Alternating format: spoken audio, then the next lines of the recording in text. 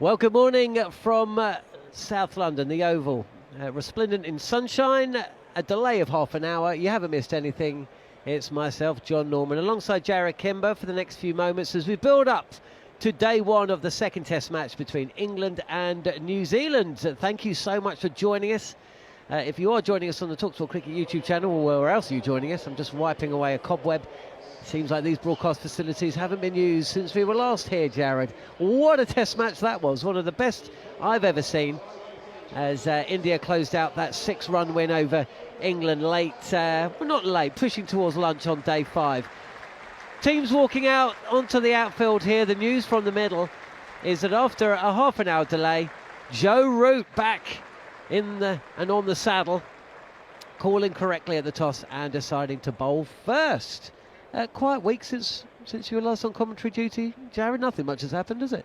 Do you know, I was in the middle of writing this massive piece on Ben Stokes when Kane Williamson retired, and I was like, maybe cricket could just take a break for a couple of days. I thought we had a gap between the test matches. It's kind of more busy.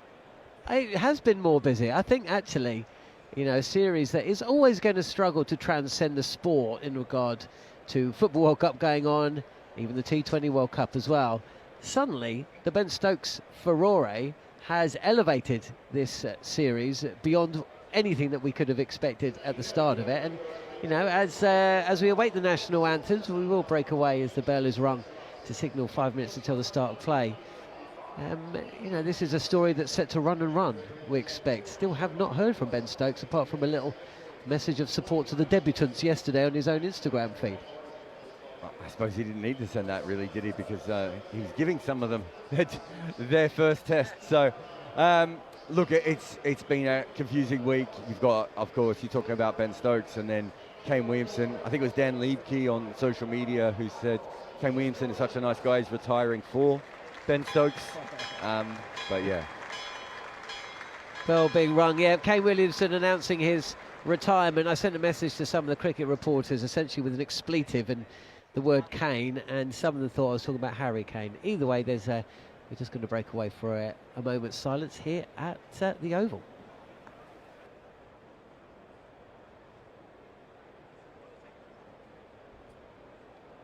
For those that are able, please be upstanding for the national anthems of New Zealand and England.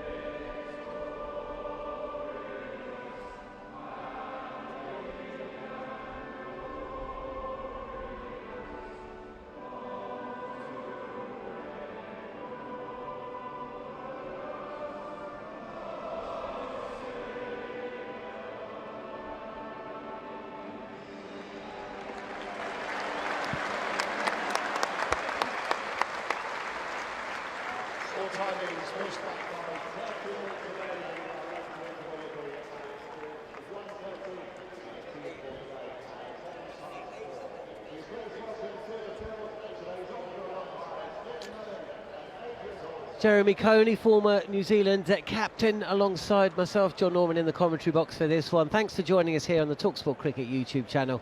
Matt Pryor will be popping by, Jarrod Kimber, Mel Farrell at some stages over the next 5 days. Harmey might even appear, you never know. He's here doing corporate. And a big welcome to our coverage of the second test between New Zealand and, or rather England and New Zealand. Just had the national anthems. God Save the King. I think this ground was the first sports ground where God Save the King, in its current guise, was played, because the Queen Elizabeth II sadly passed away during a test match. There was a day of mourning, and then the teams came back 2 days afterwards, and God Save the King was played here, which was a unique experience. Talking of unique experiences, Jeremy, how are you doing? I'm still breathing. It's all right, John. Fantastic crowd and everybody. All right, we're half an hour late, and you'd expect them to get here at that stage, but really most and the majority certainly of the outer, let's call it that, it seems pretty rammed to me. The Finn stand above and to our right looks busy, certainly down the far end with the pavilion, that looks absolutely chocker. So it's a good crowd in for the start of the second test. Lots of changes. Please forgive us if we get the occasional fielder wrong. They've just all introduced each other in a huddle, so that's good. They've got to know each other. The cordon essentially won't change too much. They've got a new keeper, of course, in Rue, and then they've got Root, and then Duckett. So that's kind of there's some past history, if you like, there, and but there are lots of changes to this England side. You know, Baker, Fisher has played before. Baker on debut. Tongue, of course, and Archer replacing Robinson, if you like, as the faster bowler, or Atkinson. You can take your choice. And then Rue, of course, with the gloves. Smith not playing in this game. I wondered whether actually, John, Cox might take the gloves and Smith might bat at number 6 if he was playing. But we'll just have to see. That may be a future move yet to happen. But it's going to be Archer bowling from the pavilion end. With a leg slip in place, 3 slips, Agali, backward point, and Archer is in now. First ball of the test match, and it's just tucked away off the pads. Tom Latham off the mark with a comfortable 2 to square leg. And New Zealand in this second test match are underway, 2 without loss.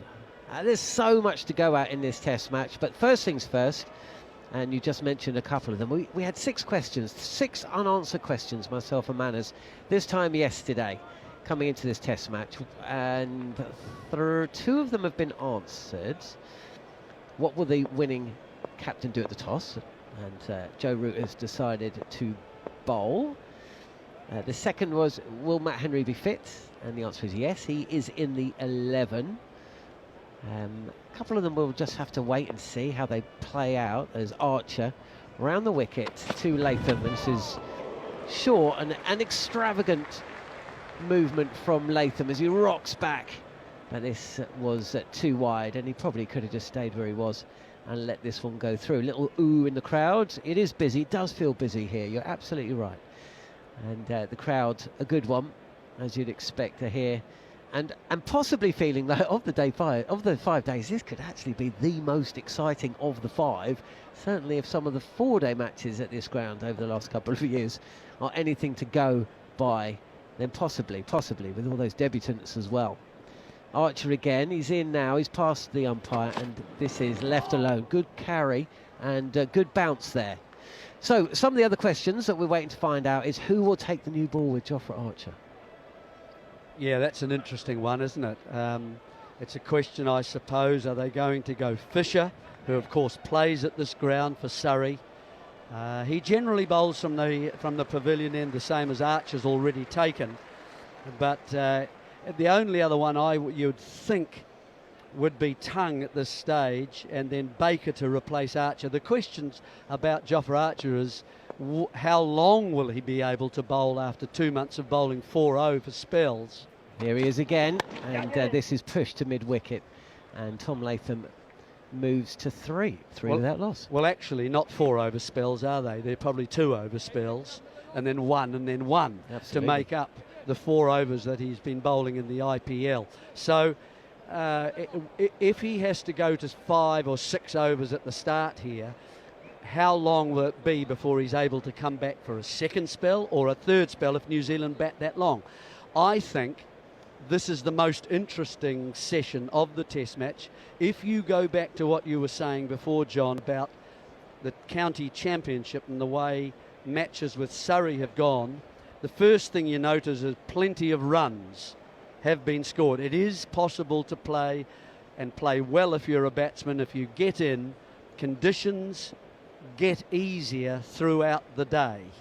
Here is Archer. It's Conway about to face his first delivery, and he's forced to play as well, and seems just a touch hurried as he comes forward and pushes this out to mid-off. 2 left-handed batters for New Zealand at the top of the over, and Devon Conway back in the New Zealand central contract list. The list was announced late last night, early morning in New Zealand. He's back in, and of course Kane Williamson is out after he announced his retirement.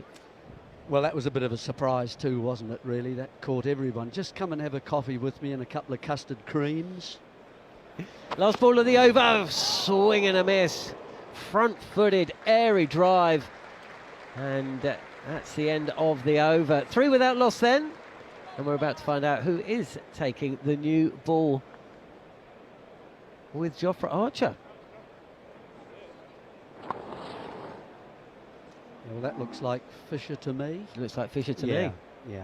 So changes for New Zealand, of course, with Williamson going and Henry Nicholls comes in at number 3. What that means, folks, is that New Zealand start their batting order with 4 left-handers. They've got Latham and Conway, both lefties. Then the new Nicholls, if you like, coming in at number 3, left-hander, and then Ravindra.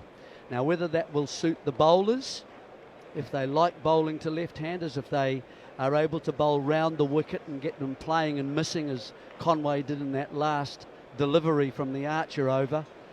They're starting with 3 slips in a gully, cover point and mid-off. That's pretty standard.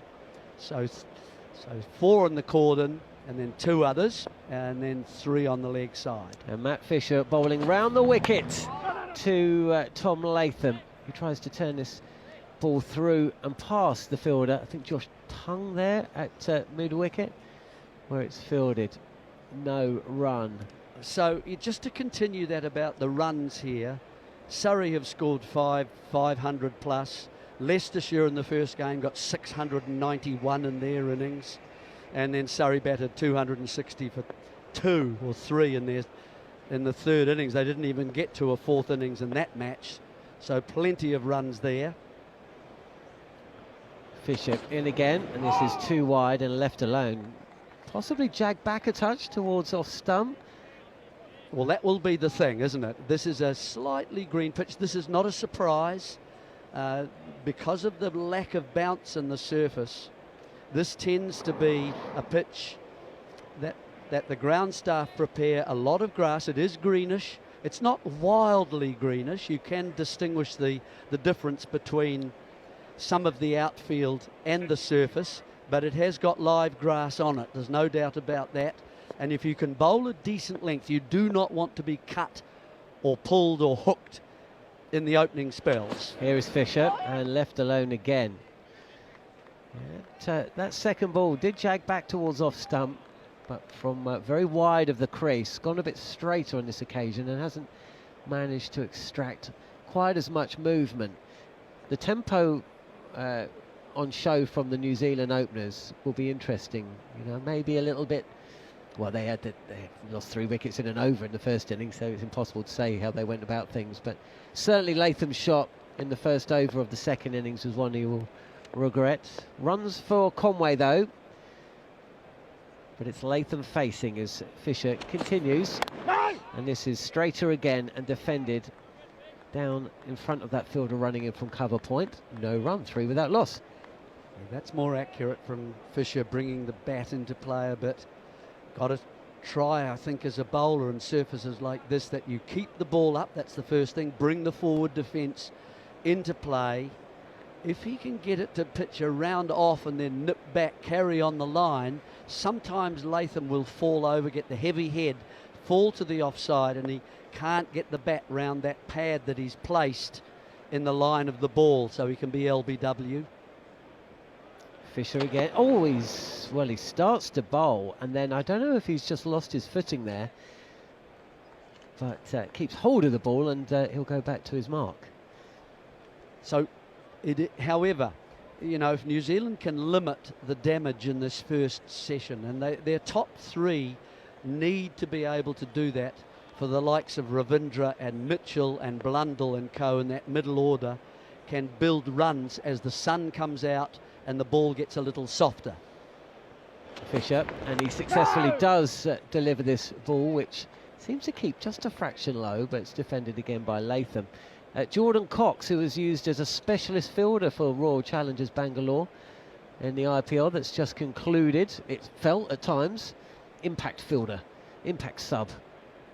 He is at leg slip with Joe Root, the captain of England, at first slip, Harry Brook, vice-captain, at second slip, Ben Duckett at third, with Jacob Bethel at gully, and it's Emilio Gay at cover point, as Fisher seeking to complete the over, and this is 2 wide and left alone by Tom Latham. 2 overs in, New Zealand 3 without loss. Latham's faced the majority of the deliveries so far. He's 3 not out, and Devon Conway yet to get off the mark. It's Jofra Archer opening the bowling with Matt Fisher.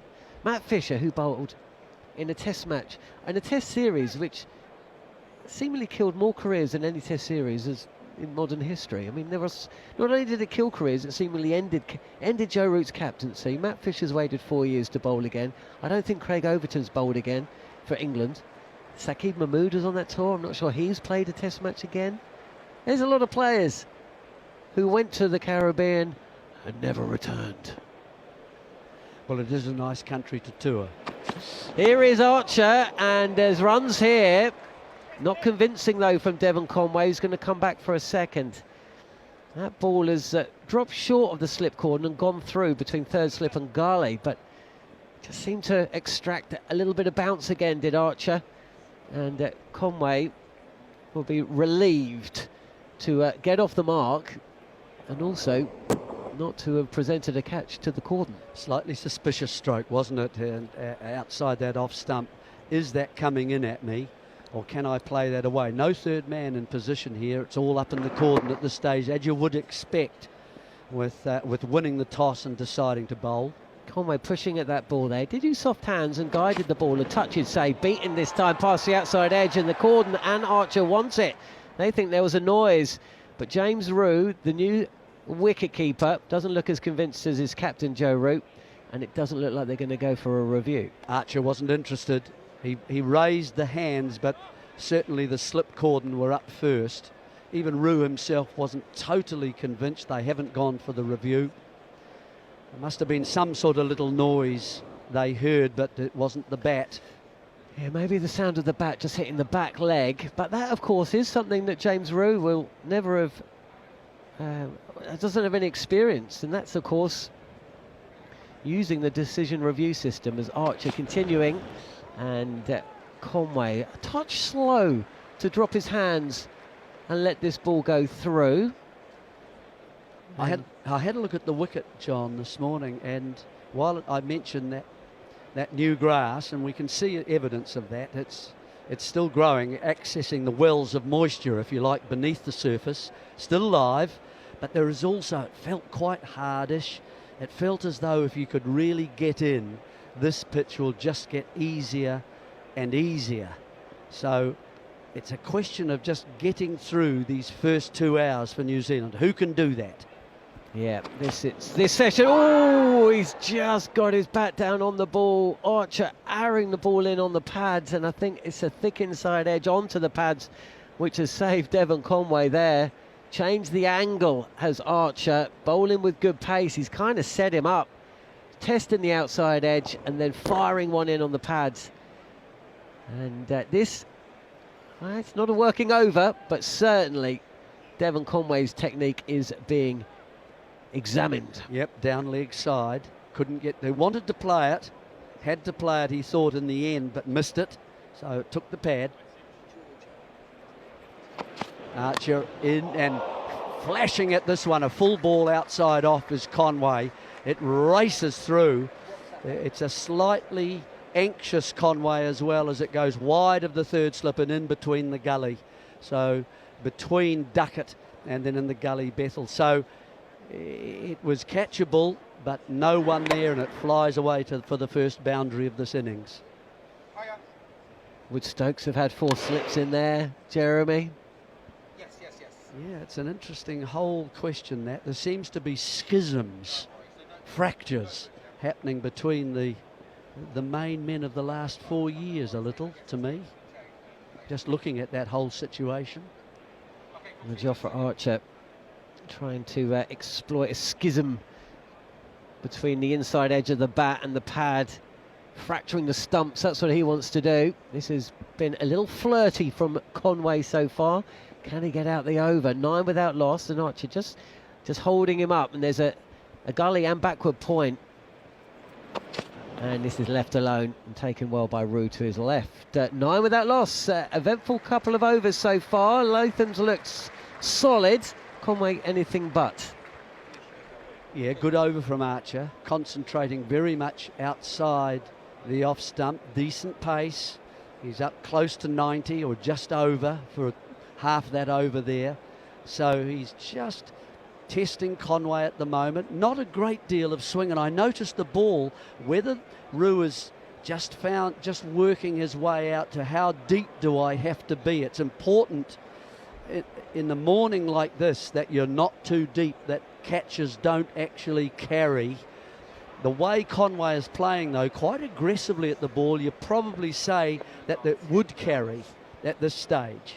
It's Latham facing Fisher, and he's up on his toes and pushing this out to cover point, fielded by Emilio Gay, who cut a confident figure yesterday in nets. I was watching him. I mean, you'll know the difference between the build-up to your first Test match, full of anticipation and nerves and excitement and what-ifs and what will happen. Not what-ifs, what will happen. And then once that first Test is out the way and you've performed, a few nerves will have settled, and maybe he's just looking forward to this one a little more. We shall see. As Fisher continuing, and this is pushed to mid-wicket off the hip of Tom Latham, who moves to 4, and New Zealand into double figures, 10 without loss, and possibly Devon Conway will enjoy is not the right word, but certainly when you've got Archer at the other end, you probably want to be at the end where Matt Fisher's bowling. Just bowling a slightly different length, more of a, I would think, I mean, he does swing the ball, Fisher, back into the left-handed batsman, but I haven't seen a lot of swing so far. It's basically been short of a length seam bowling, looking to move the ball once it makes contact with the surface of the pitch. Here is Fisher, he's in, and this is confidently punched back to the bowler by Devon Conway. And it just feels like Matt Fisher's just easing into his work a touch, settling on a line and a length. This would be, the nerves are going to be there for him as well. There's a lot of nerves going around today. Archer, though, looks like a man who's it's just another day at the office for Jofra Archer. But Matt Fisher's been out the side for 4 years, and he'll be mindful that he's in the team today, in part because of suspensions and other issues. As that Conway trying to get forward, rides the bounce, and this is guided to the fielder. Backward square leg, no run, 10 without loss. Yeah, the interesting thing is just the line that Fisher's able to bowl and create problems for both these left-hand openers for New Zealand, and it's just outside that off stump and bringing it back in. As soon as you bowl too straight, Latham has now tucked everything. All his runs have come off his pads. He's looking for a slightly shorter ball and work it into that leg side where there are gaps. Here is Conway with bat raised, crouched position, and there's a thick inside edge. Coming forward again, and he will take 2. There's always good runs here and good value for your runs at the Oval, because we call it the block, you call it the square, I think. You call it both things, being a New Zealand and an Englishman. I do. But I've got 2 teams in the World Cup at the moment, the Football World Cup. Oh, how are they going? Well, England played tonight, and New Yes. Zealand drew 2-2 with Iran. They did. They did. That was Really exciting game. cheering all around New Zealand. I just heard it. Fisher in, and again Conway propping forward, opening the face of the bat just a touch and steering the ball to point. Field runs in. Lots of energy at the start of day 1. A lot of feeling each other out here. Yeah. The bowlers not quite sure what their length should be on this surface. They know they can't be cut or pulled, so they're pitching the ball up, bringing the batsman forward. Batsmen are trying to find out, where is my off stump? Am I safe to let this go and not have it take the stump out? So there's that going on as well, and trying to sort of work the movement out from the bowlers. Archer bowling both bowlers round the wicket to the left-handers. Gone back to 3 slips in a gully. Then it's Latham who lets this one go through by Jofra Archer. And I think there's as we've pertained, there's a lot of unanswered questions. There's a lot of new faces. There's question marks over what the pitch is going to do. Question marks over the captaincy. Question marks over how is Sonny Baker going to bowl on debut? Because didn't go too well for him when he played for England in both T20 and ODI on debut. Matt Fisher, of course, as well. Here is Archer in again, and this is left alone. Maybe keeping just a fraction low there, but well outside off stump. Yeah, it's the second and third spells as well, isn't it? Jofra Archer, as you say, has bowled 2 over spells throughout the IPL. He's bowled really well. 3rd on the wicket-taking column. A successful IPL for him individually. But how does that play out in Test match cricket? Josh Tongue, of course, he wasn't even a regular in the side a year ago. Oh, that's 4. Oh, that's a good ball from Archer, and Latham's got the bat down on the ball in time. The second time that Archer's just changed things up and seemingly out of nowhere targeting the pads. Yep, very full and a decent pace, I would say, and Latham just chopping down on it quite a little late. At least he didn't try and hit it too square, so you miss that. It's gone to mid-wicket, and so he's managed to get a touch on that inside edge half of the bat. What's the follow-up ball here from Archer? There he goes, length, and it's too wide. Touch of swing there. Still got that leg slip in place. There's also a fine leg and mid-on. So there's a big gap there, square of the wicket, and I suppose that's the tempter, isn't it? It is the tempter for the fielding side. If you want to go square there, you have to pick the right ball. That's going down leg side, that you just help it on its way, and that's what Latham's done. If it's a bit short, he's been able to see that. Anything full, he's got to be using the full face of the bat and hitting it back between mid-on and mid-off. Archer again. Oh, hurries up Tom Latham, trying to come forward, defends, but inside edge back onto the pads and away from the stumps. This is really good from Jofra Archer. He's asking questions, and he's asking different questions, isn't he? Yep, different lengths from him, different lines as well, just slightly. Good control. That's what you want from your opening bowler, because you've got so many in the cordon, 3 or 4 of your 9 fielders. So it's half of them, contained within quite a small area of the field. you've got to be quite accurate as well. You can't give runs away early on and give the batsman, the opening batsman on the other side, get away to a flyer. This is the time to take wickets if you're England, though. Again, no real bounce there from this delivery from Archer, which is well wide, too wide, and Tom Latham is not interested in going anywhere near that. End of the over. Again, good pace from Jofra Archer. Have they flashed up Matt Fisher's speeds? Because I haven't seen it if they have. No, they haven't yet. Well, that's telling, isn't it? Yeah, well, I don't know. Do you think someone's making a judgment? I don't know. Maybe I reckon he's over 40.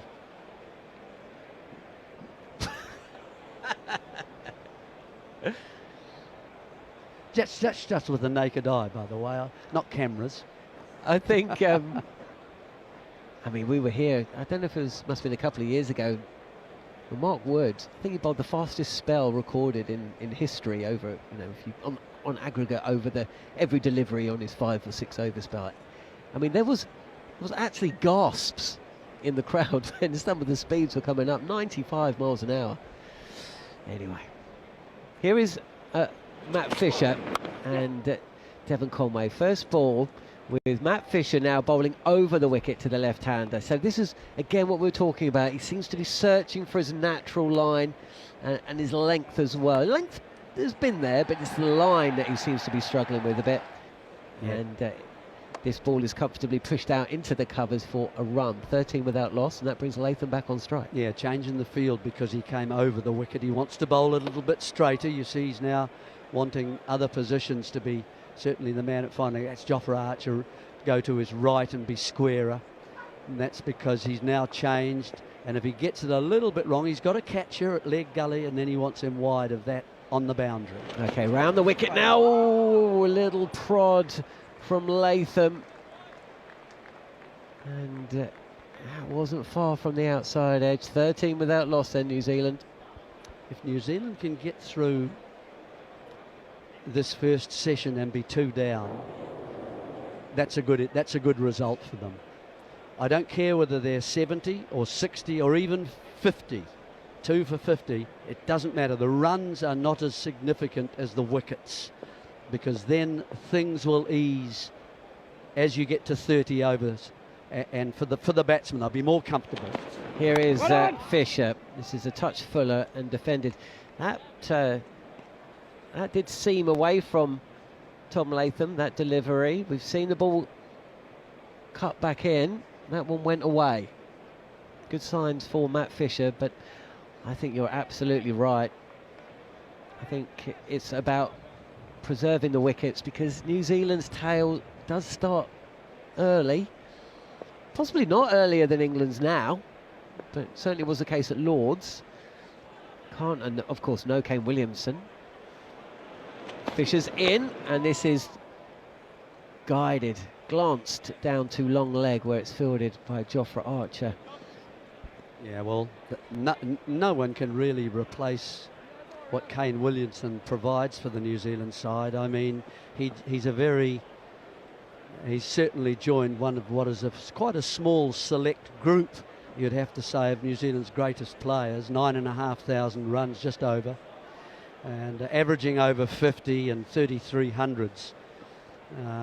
Going out at number 3 to subdue the new ball and the fresh bowlers and the new wicket. Fisher over the wicket and targeting the pads of Conway, who comes forward and defends on the move. Pushed out to mid-wicket, no run. So he's bowling straighter there, isn't he? He is. And he's brought the extra man over to the leg side. So instead of 3 on the leg side, there's a 4th one there in that sort of short catching mid-wicket area. And I noticed, what was it, in Ireland, he was caught in that area as well when he played the test before arriving in England. So that's not a bad ploy, I don't think. Bring the stumps into play. Fisher again. Has he been caught down the leg side? He has! What? Conway walks off, doesn't even look at the umpire. And Matt Fisher, 4 years out the side, with his final ball of his 3rd over, has struck on the morning of the first day of the second test. Conway has been caught behind for 9. He's frustrated, but England jubilant. New Zealand 14 for 1. Short ball outside the leg stump. It's that angle and perhaps has gone away slightly because of the natural sort of swing that Fisher can get. And it hasn't bounced dramatically, more of a height for a pull shot than a hook shot.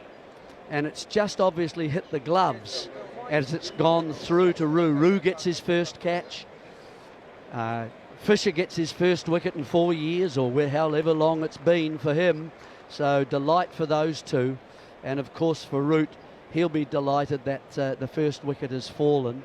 And now that brings a new man really to, not new to Test cricket at all, but to number 3 and certainly playing in Test cricket.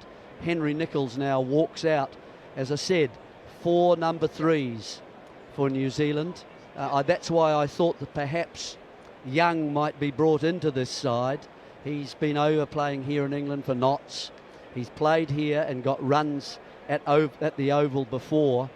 And I just wondered whether New Zealand might break those 4 left-handers up a little bit with Young, but that's not the case.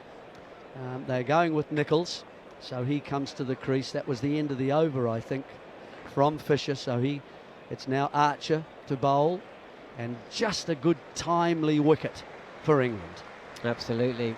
Yep. Henry Nicholls, who's been batting at 3 for Canterbury, 3 or 4, scored more runs than anybody else in the domestic 4-day competition, the Plunket Shield, and he's back in the New Zealand side. At the non-strikers end, though, as Archer is in, and it's Latham who's beaten. Archer has bowled wonderfully well, and again, just getting a bit more bounce out of this track, and Latham just steps down the track and does a little bit of gardening. Yeah, that's been another feature of the overs that we have seen so far, is that I've noticed that Roo is sometimes taking the ball, and that's why I've mentioned it, you know, going below his knees and round his ankles from where he's standing. That one bounced a little bit more, and that surprised Latham. So just a bit of variable bounce in this surface so far. Not again. Here is Archer, left alone by Latham, and again, good bounce and carry taken by James Roo, who will also be feeling a little bit better about things after taking his first catch, as you say, to dismiss Devon Conway.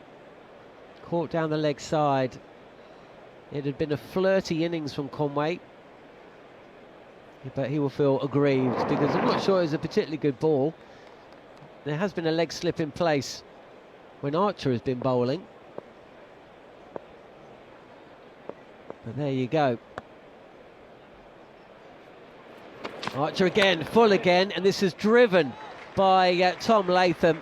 And as Jeremy Coney mentioned in the over before last, he's not trying to play this square of the wicket, he's playing with a full face. And that means that he connects sweetly, and the ball is fielded just inside the boundary at long on for 3. Score moves on. New Zealand 17 for 1. Devon Conway's gone for 9. And that means that Henry Nicholls is about to face his first delivery in some time. He has played against Zimbabwe in Test cricket, but against England, you've got to go back a few years. He's been on the outer. They're now bringing that short mid-wicket in for Henry. So there's 4 on the leg side and 5 on the off. No one at cover, but just fighting the drive. Just 2 slips in place, and this is down the leg side and taken by Roo. Fidgety little shot, wasn't it, from Henry Nicholls, looking to work it into the leg side. It was outside leg stump, work it, but he brings that leg slip into play if he can't control it and keep it down. So nervous times for him. Gosh, we've got people who are on debut. We've got people coming back from various times. We mentioned Fisher. This is the same for Nicholls. Hasn't played too many tests. Yes, you're right. Last one was against Zimbabwe. And Archer is in now. And Nicholls trying to get on the front foot. Shapes to play and then lifts the arms up and rides the bounce. And yeah, you can feel there's some nerves there. Basically replacing Young really in the New Zealand side by just the weight of runs that he's scored in the New Zealand first class level. the level of county championship for New Zealand. We call it the Plunket Shield. And he's just scored loads of runs there, batting at number 3 sometimes. So it's not a foreign position for him, but of course this is a level up. Flex of the knees. Oh, what happened there? Was that a full toss? Which he's completely lost the sight of the ball, I think, Henry Nicholls there. It's wasn't on the stumps, otherwise we could have had a Chris Cairns, Chris Reed situation. But through to the keeper. End of the over. And New Zealand find themselves 17-4-1. Henry Nicholls, 34 years of age, as most of this top 6 are. Oh, I'm off. Cool, have I been going on and on and on? I have. Well, we're both off. It is early to do that, John, but It is a bit, sorry. No, you're fine. I'm getting Absolutely excited, fine. getting carried away. I will just finish that stat, though, because Henry Nicholls has scored runs for New Zealand. And crucially, scored more Test centuries than Will Young, who's not managed to do so. I'll have a look. There's Matt Fisher set to continue. Round the wicket, and this is left alone. Manners is coming in after a word from Jerry. And he'll be joined very shortly by Jarrod or Matt Pryor. Lost track of the running order. So 17 without loss. It's been a cautious start so far from New Zealand. In fact, a cautious start from both sides, really. Fisher finding his line and his length. Slightly variable bounce, slower from some areas of the pitch than the others. Maybe that's because of the brown nature and the green nature. Manners, good morning. Good morning, Jeremy. Afternoon, yes, indeed. Down the leg side from Matt Fisher and taken nicely by James Rue. Quick feet. Didn't need to dive for that one. It was a long way down the leg side. 17-1 New Zealand. Asked to bat first by Joe Root, who won the toss. We're into the 8th over. One of the many quirks of our commentary position here at the Oval is that we can't hear each other because we're right in the crowd when we're not on air together. Here is Matt Fisher again, bowls on the back foot now, punched away by Henry Nicholls into the offside, into the covers. No run. Tom Latham has 8 off 27. Henry Nicholls yet to score. England on the attack. I was just saying, Jeremy, that the difficulty is even when we're not actually on air together with headphones so we can hear each other. I mean, I came and stood behind you and John for 5 minutes just so that I didn't repeat any themes that you may have been talking about. I can't hear a word. Can't hear any themes. Here is Fisher again, down the leg side again, and maybe just been a flick on the thigh pad, nicely taken by Rue again, and there's no run. But I mean, it's a pleasure being in the crowd, being outside. Oh, I love it. In the open air. It's but a you're real right. pleasure. There are some disadvantages, but nevertheless, I like being down almost at ground level, Manners, and you feel very much part of the game. Quite often, you get terrific height, and you can get to see, but you don't get the feeling of really being engaged in the match. Here's Fisher again outside the off stump, and it's left alone. I do recall very vividly the last time you and I sat in this position.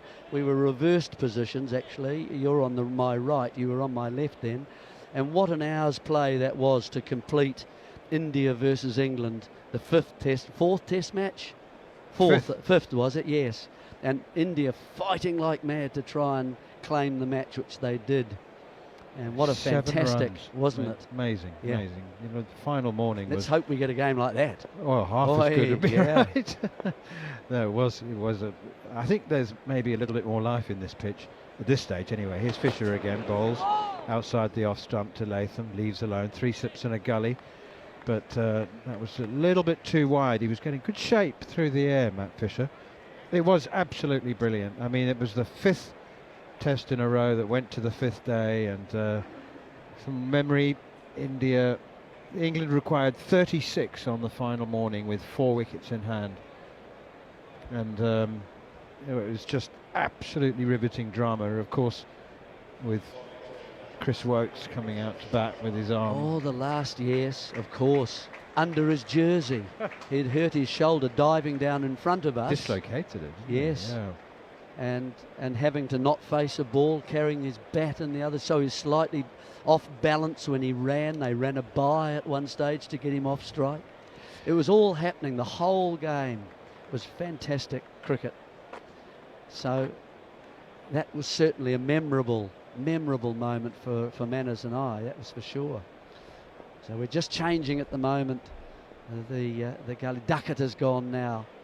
Bethel has come in there, and Duckett now backward point with Henry Nicholls on strike. Jordan Cox leg slip, 2 slips in the gully, as you say, as Josh Tongue is in again, round the wicket, and Henry Nicholls tries to work it away behind square on the leg side, doesn't make contact, hits him on the pad, on the thigh pad. Nicholls really has, when he's played for New Zealand, has been more of a middle order player, down at number 5 and 6, maybe 4 as well, but not up as high as this, and so this is quite a challenge for him.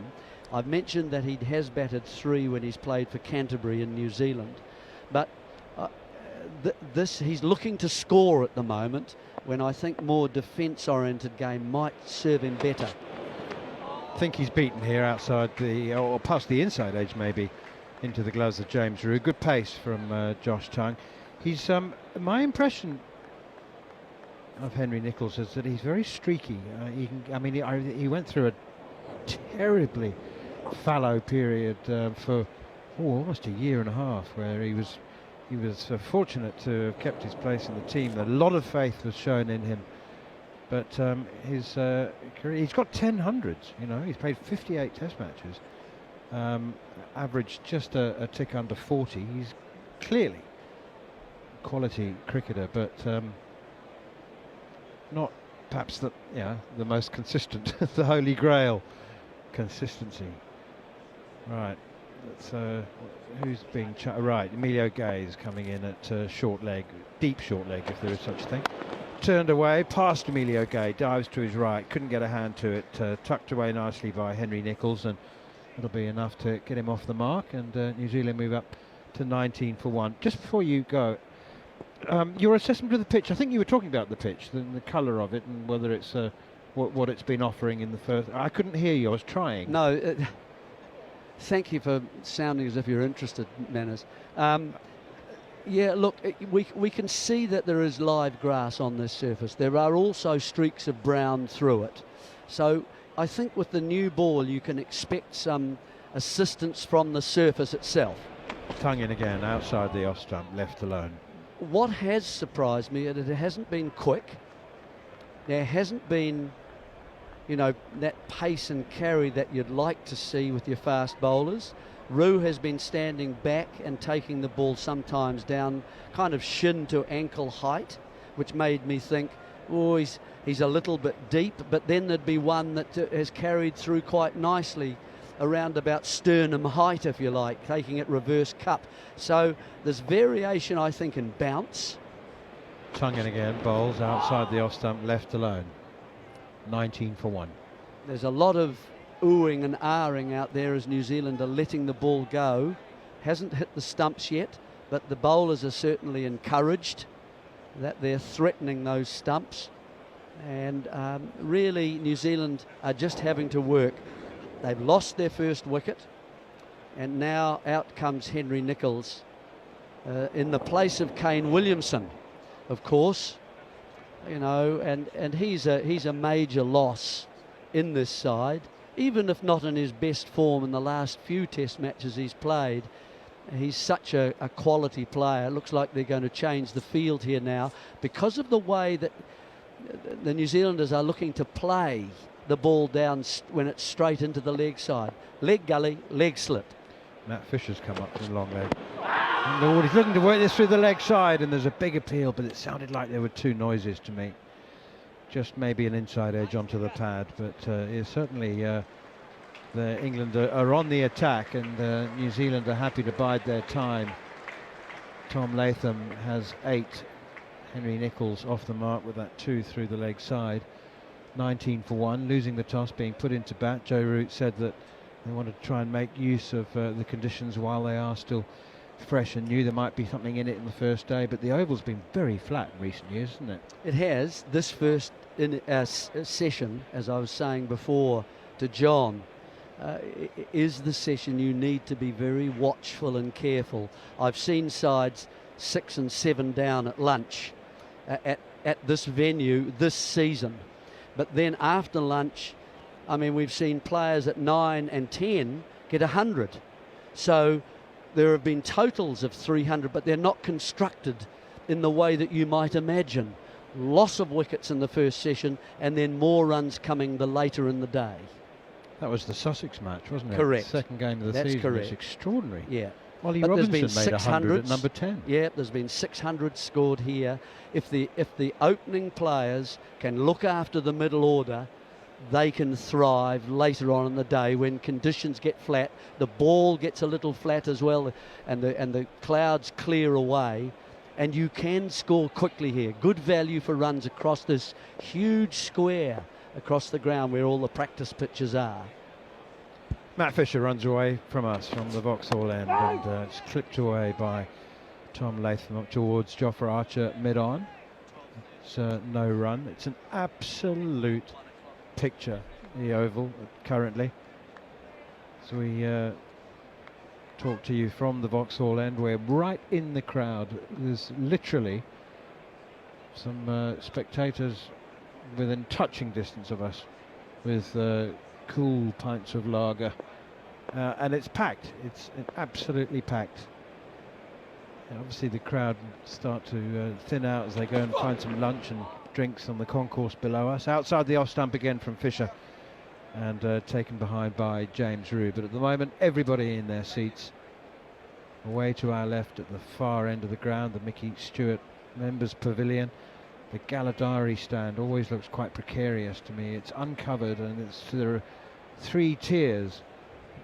The top tier is that really does look like an adrenaline game being seated up there outside the off stump, and again left alone by Latham.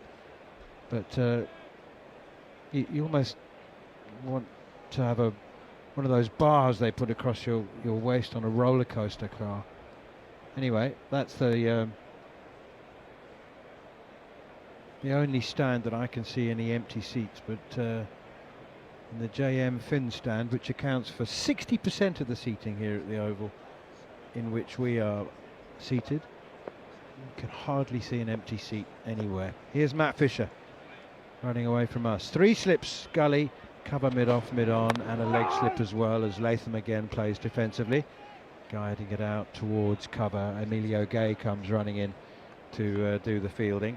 A reminder, Joe Root won the toss, decided England would make first use of the pitch with the ball in hand, and Devon Conway is the only man out, caught behind by James Rue off Matt Fisher for 9. 14 for 1 has subsequently become 19 for 1, with Tom Latham 8 from 34 balls, so he's certainly not in a rush, as I said, biding his time. Here is Fisher again, over the wicket now to Latham, pushes away defensively on the offside again, and there's no run. Probing, isn't it? It's slightly a probing attack from Fisher. I see him more as a number 3 bowler rather than opening bowler, but he's been able to keep the runs down, that's the first thing, and he's challenging from different angles round the wicket, over the wicket, even though they're all, as I say, 4 left-handers for New Zealand to open up here, and that one just swung back a little bit, so that'll encourage him to bowl a fuller length. Here is Matt Fisher again, and swings this one into the left-hander, maybe inside edge onto pad, collected at leg, backward square leg by Jamie Cox. One of the exciting Jordan crossing the Jordan River, but the Galadari stand you're just talking about away to our left, that kind of is an extension of the pavilion in a way, but up on top just to its left is the bar, and that's Sylvester Clarke's bar, and they always have around about 5:30, 6 o'clock, and they bring out the special punch that he used to drink. And that's when it does become dangerous. And you see they're all leaning on quite a large high glass, and that's necessary after a couple of Sylvester's punches. Josh Tongue continues, and Henry Nicholls leaping onto the back foot, nudges it away past mid-on, wide of mid-on for a single. They think about a second to decline it. Is that open to the public? He was quick. The Galadari bar, is that? I'm not or sure. Is that invitation I think only? it might be. Members? That whole area up. Yes, that's right. It's part of your subscription. Come and have a punch with us. And boy, was he quick, Sylvester Clark. I remember facing him. He was bowling in sand shoes, and he just ran in. He not a big gather and a big run up to him, but just pure balance and pace. So he was lethal at times. No one liked facing him when he played you might for not Surrey. know the answer to this, but let me ask you. It is said, Jeremy, that here is Josh Tongue again, and this one is clipped away behind square on the leg side. You may or may not know the answer. It goes through for a single. It is said that Viv Richards, it is often said that Viv Richards never wore a helmet, but the truth is that he did, and it is said that two occasions he wore a helmet in England when he played county cricket. Dead right, was against Surrey. Yeah. Was it? Yeah. Playing for Sylvester Somerset Clark. against Surrey. Yeah, he was something special, that man, and so's his drink. But much later in the day, perhaps we'll get the opportunity to go over to the Galadari bar and sample it. I'm completely intrigued now. Here's Tongue again, outside the off stump. It's left alone by Henry Nicholls and taken behind by James Rew. 3 debutants today for England. First time that they've had 3 debutants in the starting 11 since 2017. That was a test match against South Africa. I had completely forgotten that Tom Westley was one of those 3. Toby Rowland-Jones another. Here is Tongue again. Forward comes Henry Nicholls playing defensively, pushing that one up the ground towards mid-off. No run there. 3 slips, Gully, leg slip as well. Jordan Cox. It's a short mid-on, and I'm absolutely delighted to be the person who welcomes on air for the first time today, Matt Pryor. Manners, what a pleasure it is to be back with you at this cricket ground. The sun's out, a bit of rain earlier, I was worried about it, but the sun has come out now. Beautiful day, isn't it? Tongue in again. Forward comes Nicholls, pushing defensively to mid-off. It's an absolute belter. I've just been describing as best I can the scene, and you know, I don't know whether the feeling ever wears off, and it's been a while for you since your retirement, but just the fact that you have experienced this stage, that you've been there so many times, not just at this ground of course, but it's I mean, I feel uplifted just being here. It's beautiful being in the crowd as well. It's not a unique commentary position, but it's very rare in the world of cricket. Here is Tongue again, bowls down the leg side. Nicholls flicks, misses, taken by Rew. But you know, you've done it. You've been on the stage, and now you get to watch. It's great fun watching, I must say. Did a few Q&As this morning, and actually the point came up. 3 debutants. What was it like? Do you remember your debut? And of course I do. 2007 at Lord's.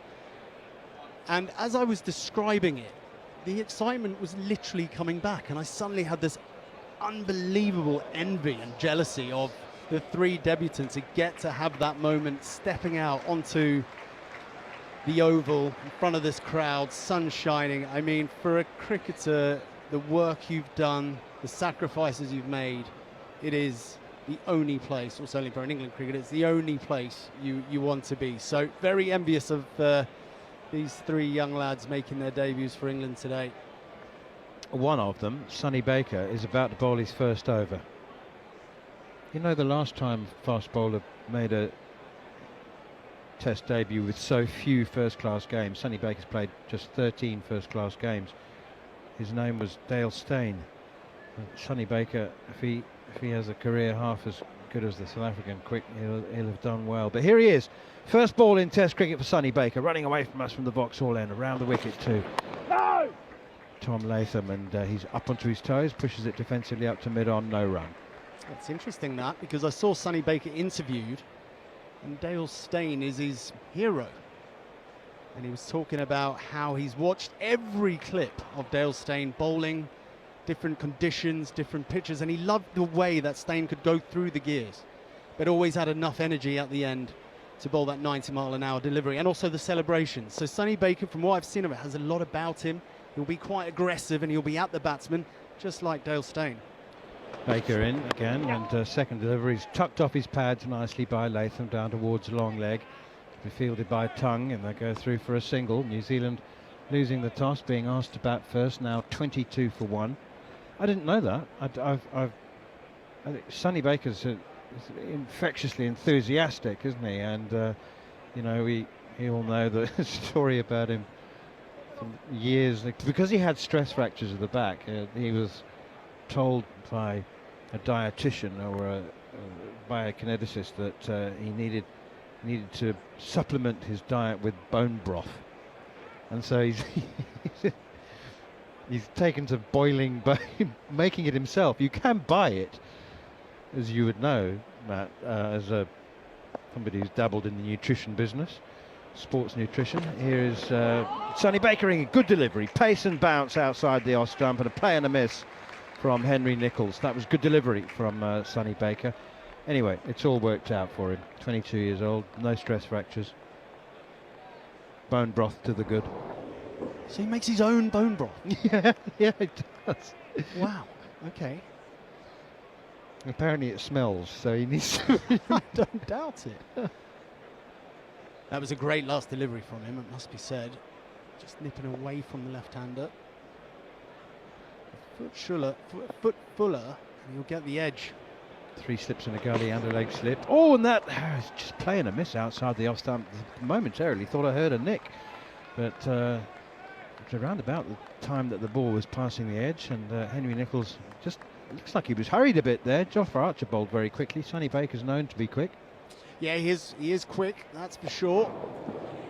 It'll be interesting. Yeah, the ball just goes past. A bit of a loose shot. New Zealand batsmen have been circumspect, have been very watchful. This ball has done a little bit. It'll be interesting. It's just that length again. If he can get it just a yard fuller, that's what Ollie Robinson does very well. When the ball is moving, because he bowls that fuller length, he tends to catch the edge. Quick from Sonny Baker, and there's an edge. Is there onto the pad? It's returned. Baker takes the catch. Speculative appeal. Initially there was great excitement, but there was no edge, and fairly easy decision for the umpire. It's Nitin Menon square leg. The standing umpire is... No. Is that Nitin Menon? Yes, it is. Adrian Holstock is at square leg. It is Nitin Menon. He's been on the same diet as you. he's half the man he was. Gosh, he's a very fine umpire. Here is Sonny Baker again, and it's down the leg side, and there's an edge of some sort, or contact of some sort. Very excited Jordan Cox is all over this one, running in from leg slip. It was taken by James Rue. There was definitely contact, definite noise. I didn't imagine that. England have gone for the review because Nitin Menon said not out. It sounded a bit soft to you, did it? Yeah, it sounded very more pad-like than bat. Behind. The original decision is not out. But England did go up straight away. They were very excited about it.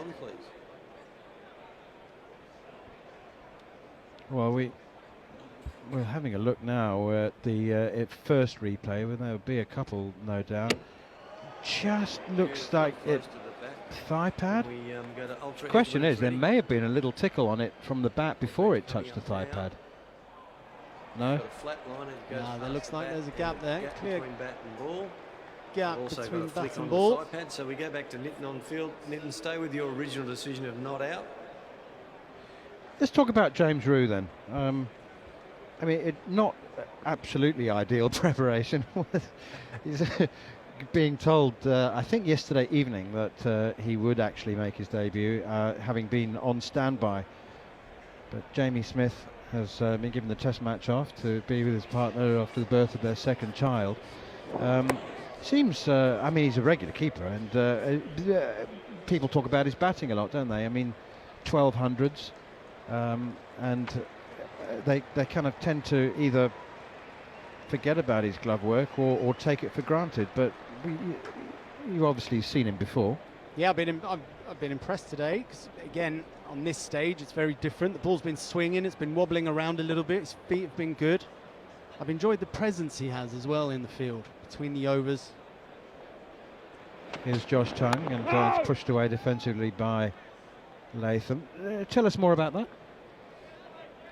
Well, you're always looking for the wicketkeeper to be the drummer in the band, to build an intensity around the batsman. That's really your job. The captain's worrying about the bowlers and changing the fields and everything else.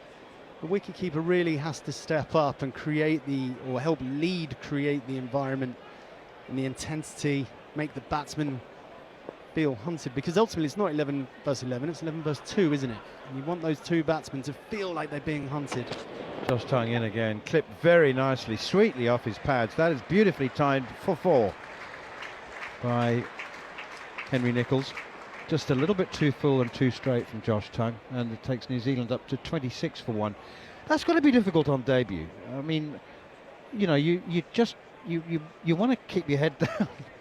Your instincts, I guess, you know, keep your head down, keep your mouth shut, don't make any mistakes, just get through the first morning. Well, I think nowadays it's the opposite. I think it was really interesting to see a Ben Stokes Instagram post last night where he sort of congratulated the debutants and sent the message, do what you've been doing.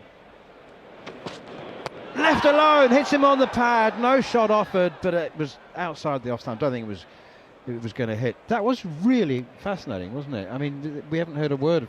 We've read we've read a word. We haven't heard a word from Ben Stokes. But yeah, that was good. Good to see that he's alive and well. I loved it. So I thought it was brilliant. And coming back to our point about the debutants, actually what James Rew should be doing today is exactly what he's been doing for his county.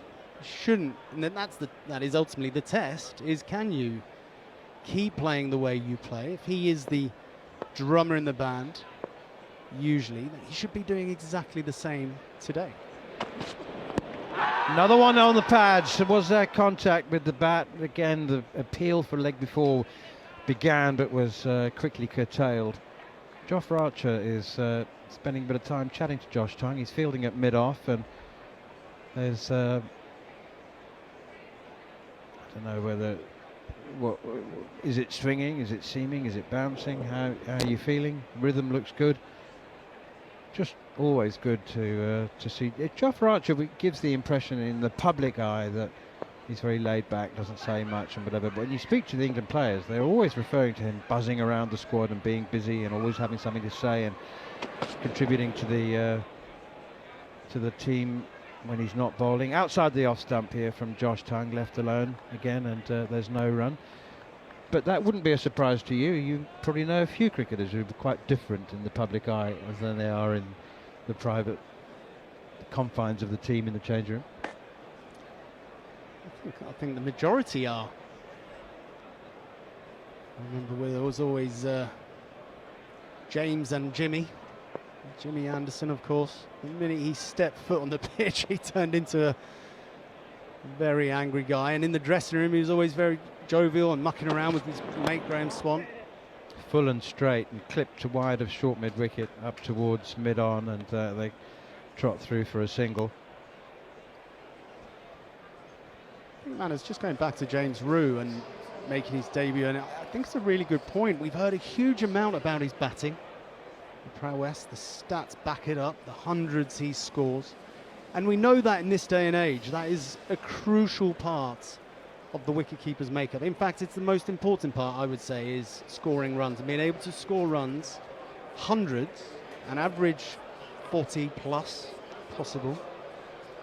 But that doesn't mean you can drop catches. And it doesn't mean you can't bring the energy from a wicket-keeping perspective. So heard so much about Root from the batting side, but it's really interesting to watch him keeping wicket and the craft of wicket-keeping. Because, of course, the challenge up here, and we're sat at the Oval where Surrey play, and their big challenge has been Ben Foakes, who keeps wicket for the first-class team. Jamie Smith plays in, but Jamie Smith is the England wicket-keeper, but can't get a game for Surrey because they pick Foakes, who's the better wicket-keeper. England, different. They're going for the batsman who they feel will do a very good job with the gloves. It's a constant... I mean, how long has this conversation been going on? But from Russell and Stewart, probably. Yeah, well, exactly. I mean, you're part of the generation that changed the perception of the role of the wicketkeeper. You know what's interesting? Every England player has just got their surname on their back, apart from James Root, who's got J. Root on his back. So Scott Taylor, our mischievous producer, with eagle eye spotted this, and he says maybe that's in anticipation of T. Root also playing for England, because Thomas, they say, is dare you whisper it, but even better. He's actually the real one to watch out for. He is another one that is a... I mean, the Roux family must be quite proud. But yeah, that is an interesting spot. Thomas is just turned he turned 18 a couple of months ago. But James was an ever-present in the England under-19 team that reached the final of the 2022 under-19 World Cup and made his first-class debut immediately after that. He's played 64 games, first-class games, and Thomas was still at school, King's College Taunton. They both went. That's a production line. The cricketers come out of King's College. I'd love to know what their school stats were. That'd be pretty impressive. Yeah, well, you won't be surprised that in one season, James's aggregate was a school record, which Thomas then broke 2 years later. So they're prolific, prodigious. Love a mean game of garden cricket. Can you imagine? Neither of them bowls. Oh, actually, that's a good point. They're both keepers. So can you imagine whoever was batting, which the other one would have never have got him out. Well, their mum or dad must be exhausted from the amount of balls they would have had to throw at them. Exactly right. Sonny Baker, drinks have been taken and enjoyed on a warming up morning. Down the leg side from Sonny Baker, clipped away off his thigh pad by Latham for another couple. What do you make of the pitch? It looks green, but it doesn't necessarily mean that it's seaming all over the place. No, it looks a good pitch. I think a bit of rain this morning, of course, brought up a bit of, I think, extra green, a bit of an extra green tinge. Joe Root opting to have a bowl and try and use those conditions. The ball has swung, but the pitch has played well. It's always a good wicket here at the Oval, isn't it? And I think it's only going to get better. Baker again and pushed away by Tom Latham just for a single on this occasion. Jacob Bethel does the fielding. Good is sometimes they've been this season anyway a little too good, and when they're a little too good they become not very good. They've been a bit flat, haven't they? Yes, that is always the risk here at the Oval. It's a good batting surface, let's put it that way, and also the outfield is so fast. As we look out, the square literally goes from one edge of the boundary all the way to the other. So any ball you hit square of the wicket just races away. So it's usually quite a fast scoring ground as well, which shows England have bowled well so far, as the run rate's only just over 2 and over so far. Baker again, left alone outside the off stumps. New Zealand top three, all left-handers, have been happy to leave as much as possible. There are more pitches at the Oval than any other ground in the world. I think England will be happy with their work so far. One area I would have changed potentially, right arm bowlers who are swinging it back into the left-handers have come round the wicket predominantly. Of course, the one wicket taken has come from over the wicket. I would like to see Sonny Baker now actually, can he come over the wicket, try and open up that LBW or bowled opportunity. Pushed away off the back foot by Nichols for another single towards cover. Jacob Bethel does the fielding. I get it, very much get it as an option if the ball isn't swinging. You're trying to take it towards the slips, create an angle from around the wicket, but with the ball swinging and swinging quite a lot back into the left-hander. Josh Tongue as well, who swung it nicely today. He was around the wicket. I think there's have England just missed a trick a little bit of maybe having a couple overs and back to orthodox over the wicket, bring the stumps into play, bowl that fuller length. Of course, if the ball does hold up, it still goes towards the slips. You can challenge the outside edge still.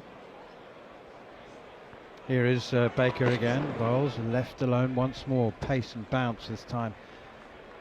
He's got an interesting run up, particularly at the beginning. Sonny Baker, it seems like it would be hard to repeat because he has this looks like a random stutter for 3 or 4 half paces. Then he skips in the air, and then he begins his run up. But all of that randomness takes place before his bowling mark, I've noticed. So it's like a triple jumper getting prepared, or a high jumper. Now they do the sort of hop, skip and a jump. The visualization. Oh gosh, that one bounced twice. I don't know whether that was an attempted slower ball, a different kind of delivery from Sonny Baker, but anyway, yeah, it's so he actually, when he begins his run up proper, it is right next to the bowling mark, so that's why he doesn't overstep. 31 for 1. Another word from you, Matt. Do you know what? We have listeners from all over the world, and every now and then we say, if you're listening somewhere exotic, do drop us a note. And we had over 100, almost 100 countries and territories last year, which is absolutely brilliant. But I want someone to message us from Cape Verde. If you're listening to us in Cape Verde, that's the country of the world at the moment. Anyway, John Norman will be with you. Matt, can you describe this ball, please? Tongue in again. Oh, that's a good delivery. That's that fuller length.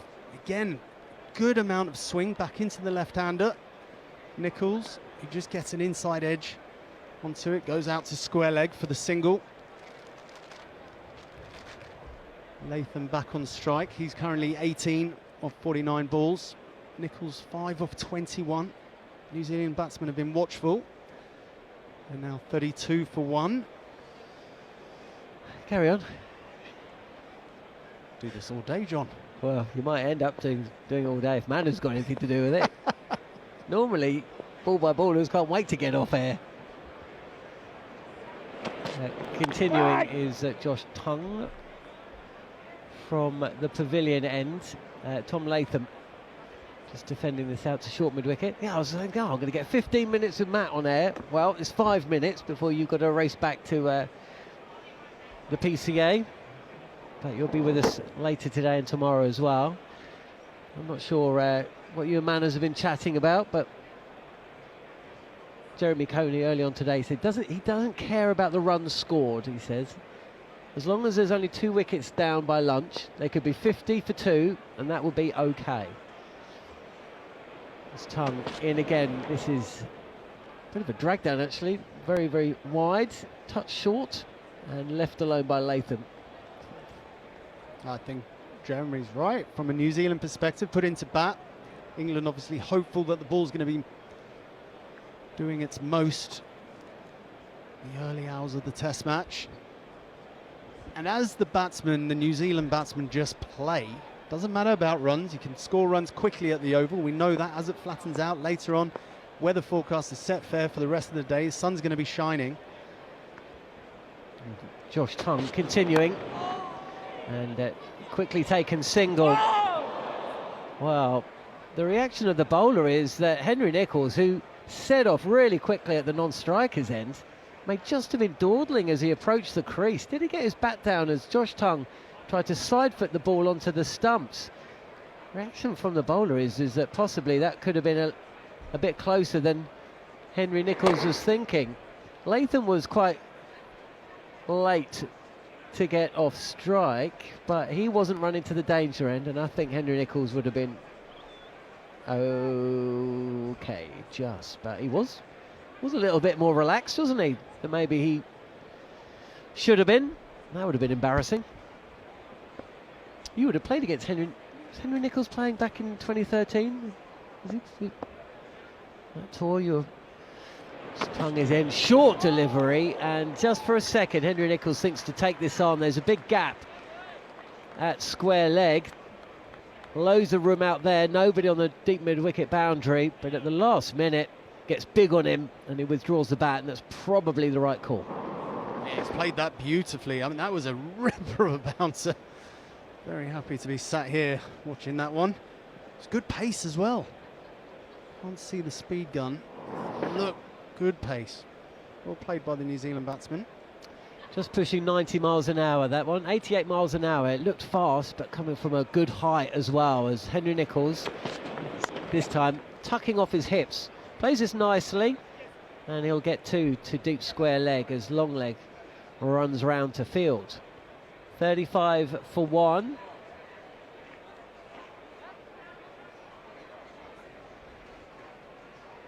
It's beautiful, beautiful day here at the Oval. And I suppose what we want is a good contest, and on a pitch which allows that balance.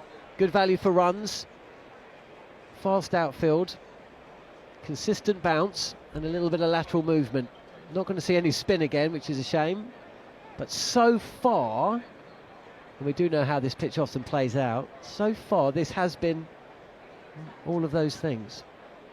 It has. It's done enough for the bowlers. Swung consistently. It's been a good battle. 35 for 1 then.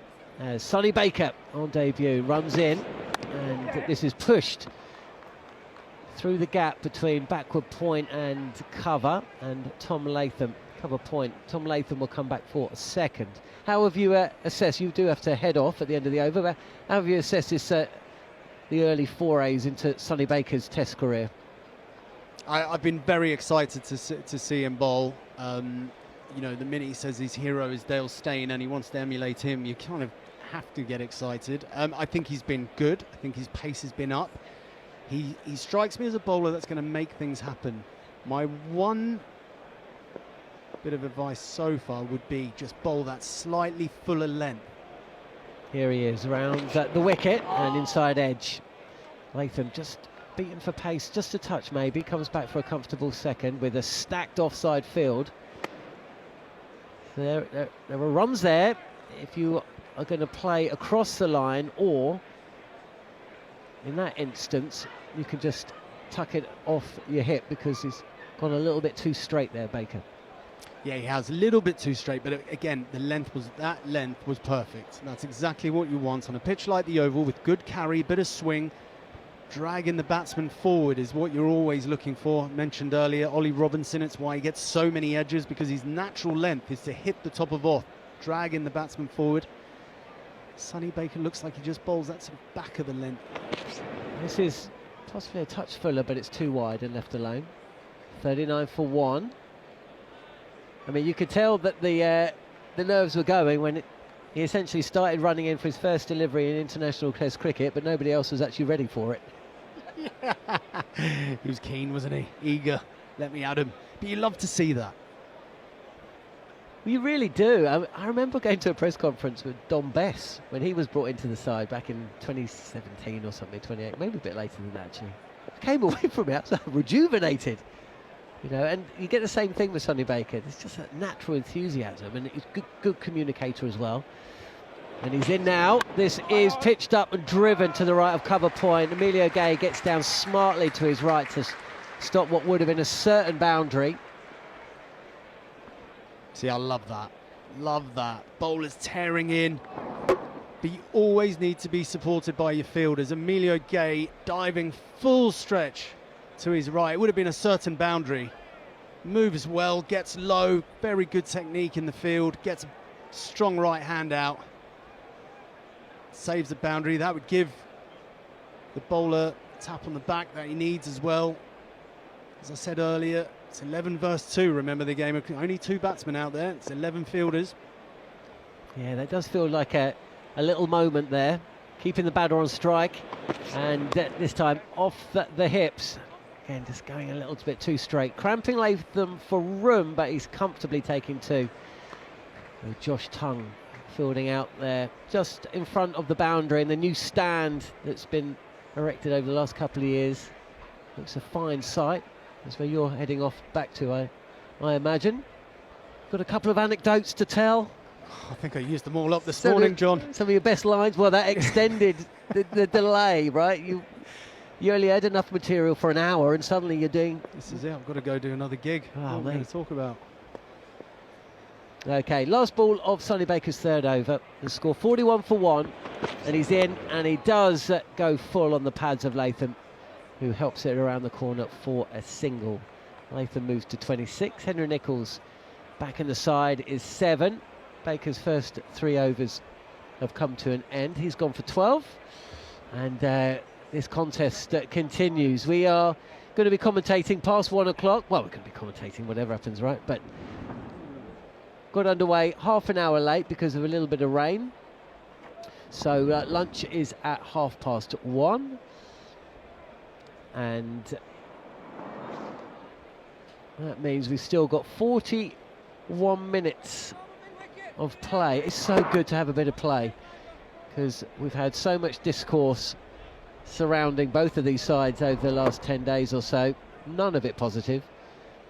And so to have some exuberance and enthusiasm and excitement, debutants, batters or players back in the side after long periods out of it, full house here at the Oval, and the game very much being keenly fought between two sides who have come to know each other very well over the last few years. New Zealand 42 for 1, and Josh Tongue continuing at the pavilion end is bowling round the wicket on the pads of Latham, who clips this to short mid-wicket, no run.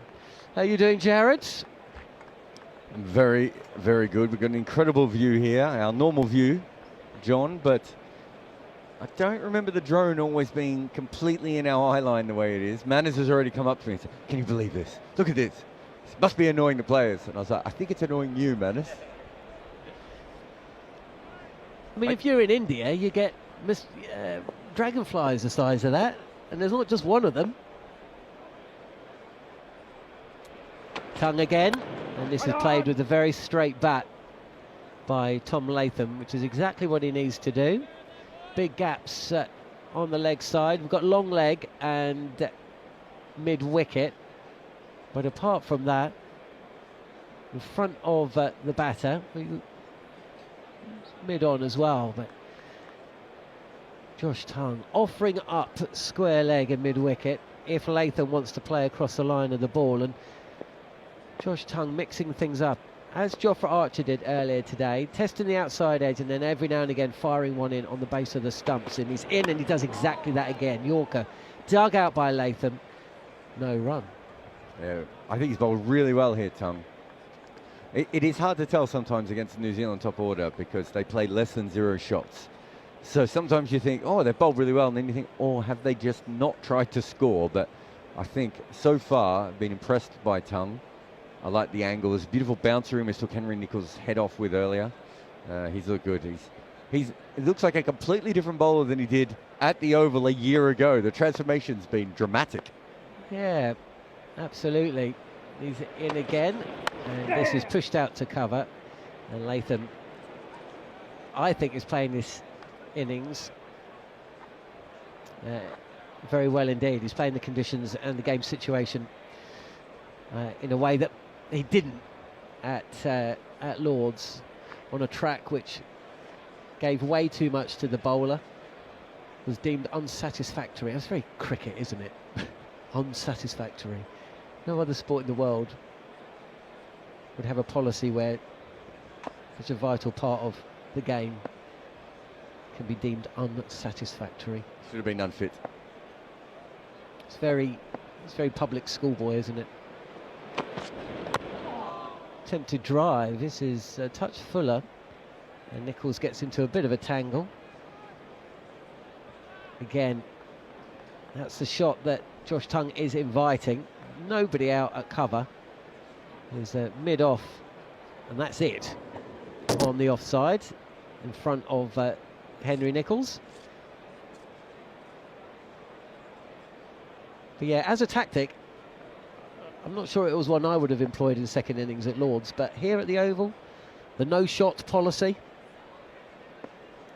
I think that's probably what you want until this pitch. You're basically batting it out until this is short, wide, and cut away for 4 by Henry Nichols. That's a rare loose ball from Josh Tongue, and it's been given the treatment. It's a fascinating shot. It was very short and very wide, and I think Henry Nichols was thinking to himself, not playing a shot, and then he went, well, I have to at this. It seemed to get stuck in the surface a little bit. I've seen that from the other end. This is the first one I've really seen from this end. Just get stuck in the surface and maybe even seam away, but it was so short and wide that it didn't really matter. And Henry Nichols played a very, very half-hearted cut shot over the top, and he's got a 4 for it. It was almost apologetic, wasn't it? Yeah, last minute, not sure how he felt about it, but it was such a poor ball that he had to put it away. It was almost like, you remember back in the day, well, it wasn't, you don't have to go too far back in the day, when, say, a ball slipped out the back of a bowler's hand and just flew up into the sky and landed, and a batter would just run over and clump into the boundary. Can't do that anymore. Baker continuing round the wicket, and this is full in on the off stump. Latham defends out to cover, 27. There was a school of thought that, I mean, it's a classic school of thought from anyone not actually selecting a team, that Glenn Phillips could have gone up to 3. That would allow Mitchell Santner to come in at 7. Yeah, I actually thought, someone asked me who should bat at 3, and I was like, Santner? I mean, teams have picked worse people to bat number 3 in the last 5 years of Test cricket than Mitchell Santner. Sonny Baker doesn't look, does he? He's kind of like an excitable dog. The umpire put his arm out and then looked back, and he went, okay, Baker's got this. And then Baker continued to run, and the umpire had to almost turn around and get ready to tackle him just in case. It's a good point, because he did this. We were just talking about this with Matt Pryor. He was nearly up to the umpire to what would have been his first ball in international cricket. I'll just put away just for a second as Baker's in. This ball's left alone. Yeah, so we were off duty. We were off duty. We weren't on air, but essentially, Sonny Baker was almost up to the umpire when he realised that his first ball in international cricket was going to have to wait another 30 seconds because nobody was ready for him. And it's because he does have this elaborate, what do you call it, wind-up or build-up? Start of his run-up, essentially, where he's not looking. It's not the whole time. There's a lot going on. I noticed this a minute ago. I think he looks down, then he's got this hop, then he puts his head down even further. Yeah. In now, left alone again. I think the first ball, and that one a minute ago, though, I don't think he even looked up at all, which is different. I think sometimes he does look up a little bit. So maybe it's something to do with the first ball, the over, and he's just trying to, it could be a coaching thing. Keep your head down, keep your momentum forward or something. I'm not sure, but it wasn't the first ball of this over though. It was the second ball, wasn't it? Was it? Yeah, he's bowled 3 deliveries, so I think it was the second ball. Oh, you might be right. Then I can't explain it. Is it better or worse than what Blair Tickner does? Well, I was going to say, if Blair Tickner plays in the 3rd test, no doubt Sky Sports are going to get their run-ups back to back. We'll have a look at them. Continuing Baker round the wicket, and this is pushed back to the bowler. No run. It's one of those things too. Now, if you're listening to us and you get a chance to watch him bowl, you're going to understand what we're talking about. This fascinating kind of start to his run-up. And I think it's a little bit like once you work out that Morne Morkel can only bowl when he does a semicircle from a certain angle. And unfortunately for you, from that moment forward, that's all you can see about Morne Morkel. Lauren Bell's got a little, a little thing going on as well. Short, and this is ducked by Latham. I'll try and explain it. It's like 4 to 6 short steps. that he does, and then he gets to a position where he jumps up into the air. Then he puts his head down really, really low, like almost like sprinters used to in the 1930s when they were trying to get over the line a little bit quicker than everyone else. And then he goes into a very bustling run. There's lots of elbows. There's elbows coming back at all times, like a guy trying to get a drink at a nightclub. Although maybe we can't talk about that with England players anymore. ECB's behind us, they might tell me off. It's all right, you don't speak very loud. I'm sure they haven't heard you. Pushed out to cover point where it's fielded by Amelia Gay, no run. But yeah, so there's no doubt that's the end of that over as well. 47 for 1 here on Talksport. Conor and McBad. If you're wondering why you can't see us here at the Talksport Cricket YouTube channel commentary box, it's because the sun is beating down on the camera, and Scott, the producer, has covered the camera with a towel. You might be able to see that. us Was now. that an intentional move? Actually, I thought it was intentional, but the way he just jumped up like he'd been stung by a wasp suggests he hadn't realised that the towel had fallen over the camera. So, Scott, I'm no expert, but from what I understand, the camera works better when there isn't a towel in front of it.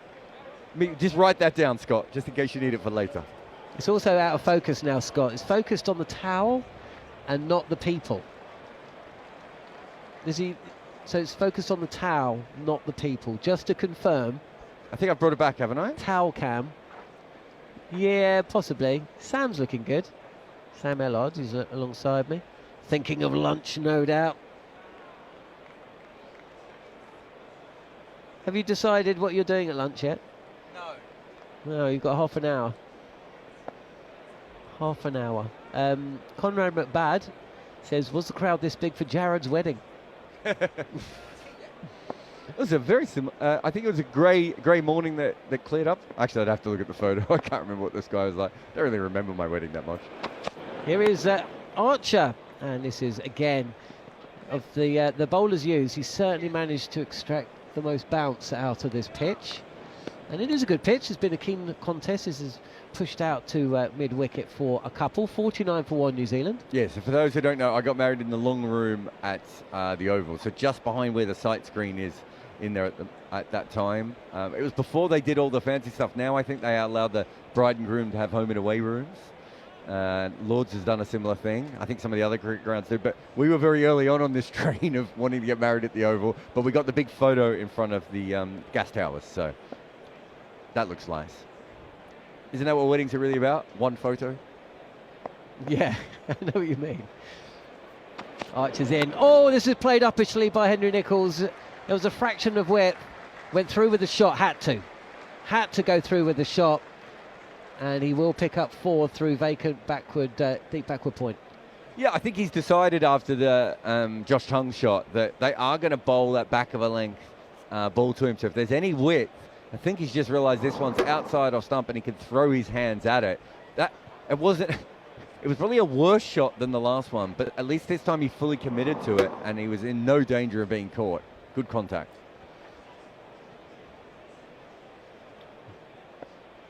Two slips in place. Jordan Cox leg slip. There's Gully, Jacob Bethel, and Archer is in again, this time left alone. There's a smell in the air. Something has just wafted across. Smells like burgers to me. Oh, I thought it might have been a German sausage. Maybe it's the camera burn. It could be the towel. Could be. I did. Please do let us know on the Talksport Cricket YouTube chat facility if the towel sets on fire. Jeremy Dow says, can we have the boring inside room back, please? And Frank Eastop says, put the towel back. Keep them coming. Manners will be back very shortly. Archer down the leg side.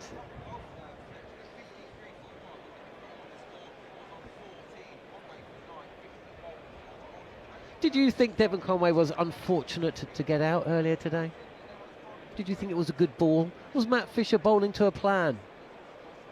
I think they perhaps came around the wicket because I think since his debut, Devon Conway's been dismissed that way more than any other batter in world cricket.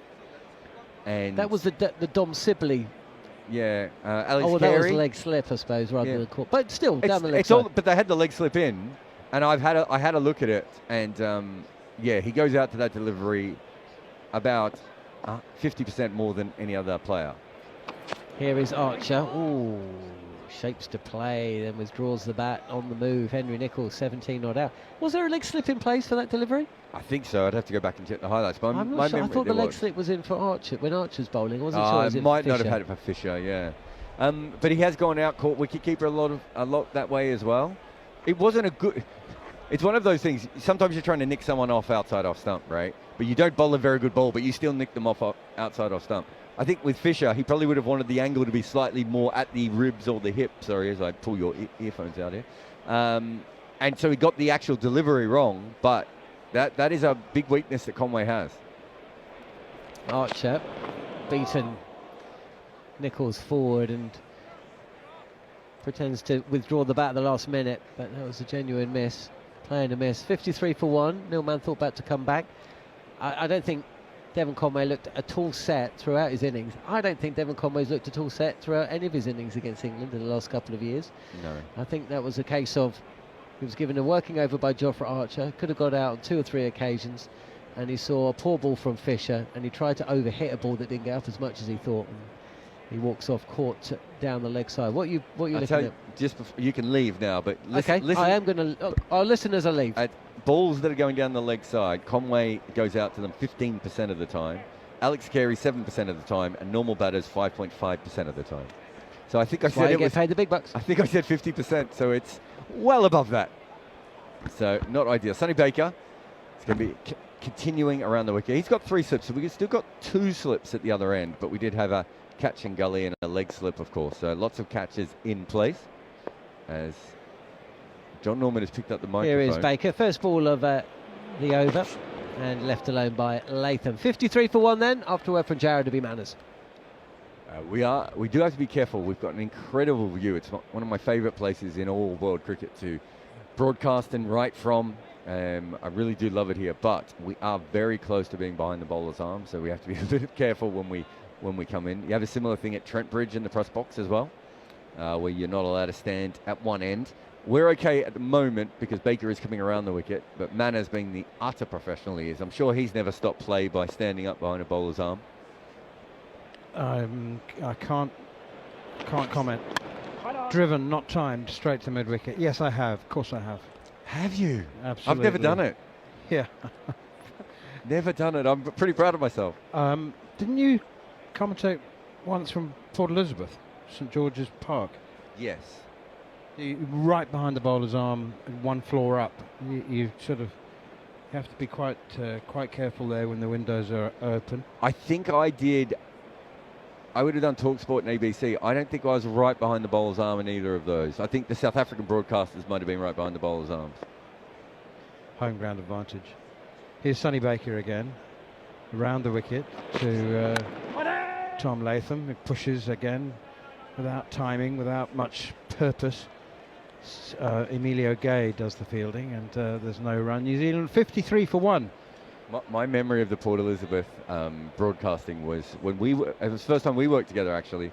We were out there, I was out there with ABC, and Jim Maxwell was doing his morning show for ABC before the test match started, and Andrew Simon stormed into the box, took the microphone away and said, "We've got to talk about farming subsidies." And Jim Maxwell, who's about half the size of Andrew Simon, whacked him away and went back to broadcasting. Here's Baker again, and that's driven out towards Gay again at extra cover, and there's no run. So Andrew Simons' passion about farming and farming subsidies was based on...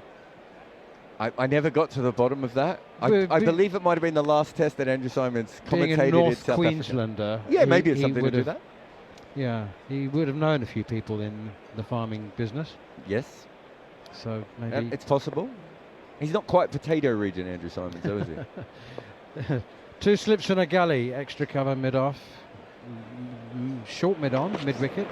That's a Yorker attempted by Sonny Baker, right up in the block hole and dug out by Tom Latham. Guides it into the gully where Jordan Cox does the fielding. Absolutely magnificent day. 97.5% blue sky. It feels weird to think that it was a delay.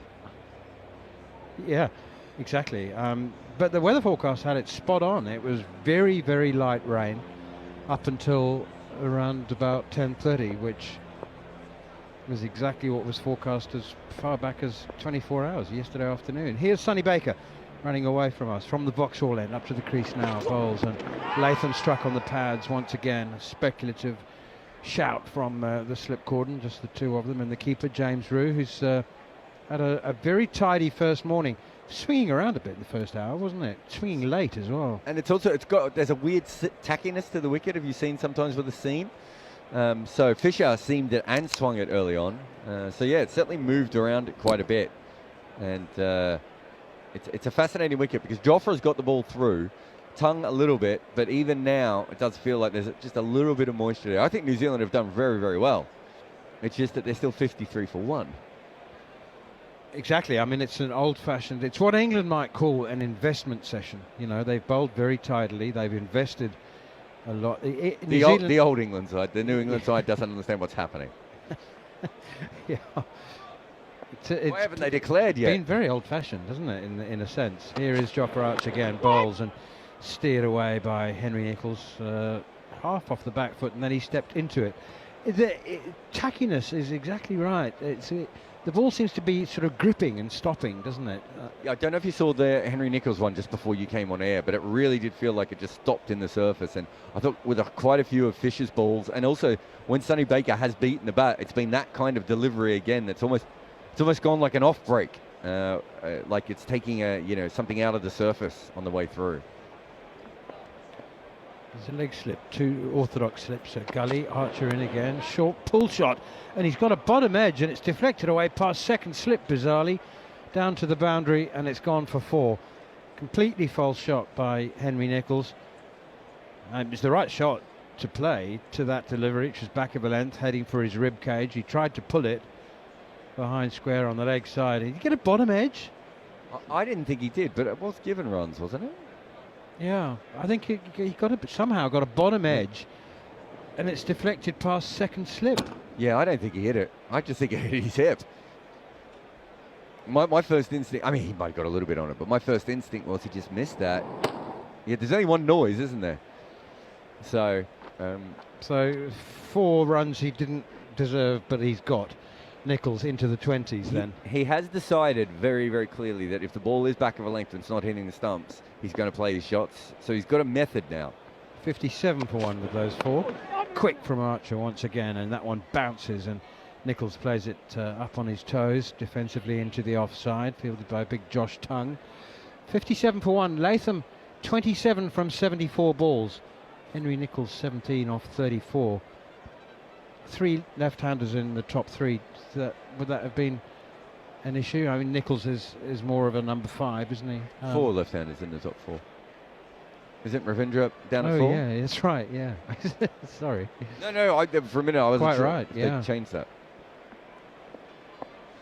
And here's Archer once again from the pavilion end, the members' end, and tries to leg glance it, does Henry Nicholls. This one definitely hits him on the pad. I'd be most disconcerted if that's given as runs. But it's not. Daryl Mitchell's, so he comes in at 5. Do you know what his nickname is? DJ? Moose. Okay. I wonder why he's called Moose. I don't know the answer, but Moose it is. And Moose, they're not the really big ones, are they? Yeah. Are they? Yeah, the Canadian. Yeah, they're the moose, ridiculous massive. ones, Yeah, okay. incredible. Here's Archer again, and edge taken at Gully. What a catch, Jordan Cox. Jacob Bethel, I beg your pardon, takes a screamer in the gully. Tom Latham looking to whip it through the leg side, outside edge, and they're so hard in the gully, particularly because that's come almost 180 degrees in the opposite direction of where the shot was aimed, which was through mid-wicket, and it's ended up at gully. An outside edge, a really top catch from Jacob Bethel. A second wicket, a first for Archer. New Zealand 58 for 2. Yeah, fascinating dismissal. Those are so tough at gully because you're not seeing the ball coming at you at all, and also the pace of which that went. That's an excellent effort by Jacob Bethel, but Latham got himself in. Obviously felt comfortable enough to play shots. I'm not sure he plays that shot earlier in the day, Manners, and he's decided to play that from, what do we say that? Is it maybe an off-stump line? I don't think it was angled all the way in. And unfortunately, it's just straightened a little bit off this surface. Maybe that's the tackiness that we're talking about again. And this time he's got the outside edge and flown to a very close gully, and Ratchan Ravindra at number 4, whose nickname is not Moose. Just assuming. No, you can't have 2 Moose. I don't know what the plural of Moose is as well. It's probably Moose, isn't it? So if you have Daryl Mitchell and Mitch Marsh on the same side, you've got Moose and Bison. That's right. Probably can't hunt them, can you? No. Moose, there is a hunting season, isn't there, Is in there? Canada? You can hunt moose? You can hunt moose for a short period of time. But I think bison are very much protected. They were hunted to the verge of extinction. I think the producer sent you a message on your phone. I think he's pointing to this. I don't know what he's pointing to. Mitchell got the nickname Moose because he's the son of former All Black rugby coach and player John Mitchell, whose nickname is also Moose. Shouldn't he be Little Moose then? Moose too. Moose Junior. Yeah. Who is it? There's the NBA player Gary Payton, and he's got one of his sons is called Gary Payton Jr. and the other player is called, and they're both NBA players. So one's called Gary Payton Jr. and the other one's called Gary Payton II, which doesn't even make sense. You have the second, the third, the fourth sometimes in American. So if you're going to have a junior and why didn't you call him second and third? Well, Deputy Junior, I don't know. 2 slips and 2 gullies now for Ratchan Ravindra as Archer is into him, and he timed this one beautifully to get off the mark with a boundary through square leg. That was just such a Ratchan Ravindra shot. Really good off his hips, beautiful timing, great cover driver. Doesn't have an obvious weakness, and sometimes that can be a weakness in itself when you've got all the shots. Sometimes play them too often too early, but that was a beautiful shot from Ratchan Ravindra to get off the mark. 62 for 2. Yeah, excellent balance. Disappointing from Joffre. He'll be upset at that because a couple of times today, he with the first delivery of the game, I think he did it as well. He bowled a similar ball, which just allowed the pressure to get off. This is a point where they really need to push here for the next 15 minutes or so, because they have bowled well. They've got them at 62 for 2. They don't really want them to be 85 for 2. Well, that one extra wicket could be massive here, especially having won the toss. There's enough in this surface. New Zealand have not played any shots. They've done everything they can to sort of keep it in this way. Fisher's coming back on. So I'm assuming Fisher's only bowled at this end. Yeah, no one's changed ends Yeah. at the moment. Tell me, have England bowled well this morning? I mean, never mind the score, 62 for 2. New Zealand have left a lot, have left everything actually that they can. Here is Matt Fisher, and that is edged, and it falls just short of Joe Root. I don't know whether it was edged or whether it came off the thigh pad, but it fell short of Joe Root's at first slip. Have England bowled well, or have they not? Have they bowled too many wide balls? Or? I think that's their plan. So it's up to you whether you think that is the plan that's right. New Zealand don't play any shots, so I think there's an element of England's like, well, it's not going anywhere. But if this wicket is just moist for this first session, then they probably haven't bowled well. If they continue to get the movement all day, I don't think it's the end of the world. They haven't lost control of the game. Here is Fisher again. It bounces a bit more actually, and there's a slashing uppercut attempted by Henry Nicholls, and it bounces too much, and it goes over the top edge into the gloves of James Roux. So yeah, people will wonder whether it is a question. See, I mean, New Zealand's approach often, historically anyway, Jarrod, has been, you bowl wide, that's fine, we'll leave it because you're getting tired and the ball's getting older. It's a bit different with the Dukes, though, isn't it? That makes a bit more sense in New Zealand with the, once that Kookaburra ball's flattened out, even when those wickets are green, it's hard to get it to swing or seam or do anything in New Zealand. It's not going to be the case here. There should be consistent movement for a while. Here's Matt Fisher once again around the wicket to Henry Nicholls, who's forward, playing defensively, studiously guiding that one straight back to the bowler. Will Young was called up to the New Zealand squad when Kane Williamson retired, Jarrod. I don't know why, I've always had a soft spot for Will Young. I think probably because he spent much of the last 6 or 7 years as 12th man, and you know, Professional tourist, isn't he's he? always filling in when someone was injured, and it's not like he's got a poor record. I mean, he's a prolific player. New Zealand, I think New Zealand, they always seem to have that one guy who just travels around and never plays with them. Jeetan Patel, I think, went on about 30 tours and probably played about 15 games, didn't he? As you say, there's been a few over the years. Here's Fisher again, and this one defended by Nichols. Once more, straight back to the bowler. We're into the 22nd over. New Zealand 62 for 2. Asked to bat first by Joe Root on his return to the England captaincy. Because they have to travel further than any other cricket team, they do tend to take an extra player in the squad, don't they? Which does lend itself to there being more players who just wear the high vis and serve drinks and don't get a game than any other country. Here is Fisher again around the wicket. Forward comes Nichols again defending. Straight back to the bowler. Jeetan Patel, 9-year career, and he played 24 tests. And I cannot tell you how many times I saw his name on a squad. We started calling him the backpack. Poor guy, he went on all the tours, but no one really did anything with him. He just got chucked in the corner of the hotel room and you know, played most of his test matches. Actually, it was about half and half between Asia and not in Asia. And it's gone on to be, it was England's. Well, I was going to say he must have toured at least 20 times with England now.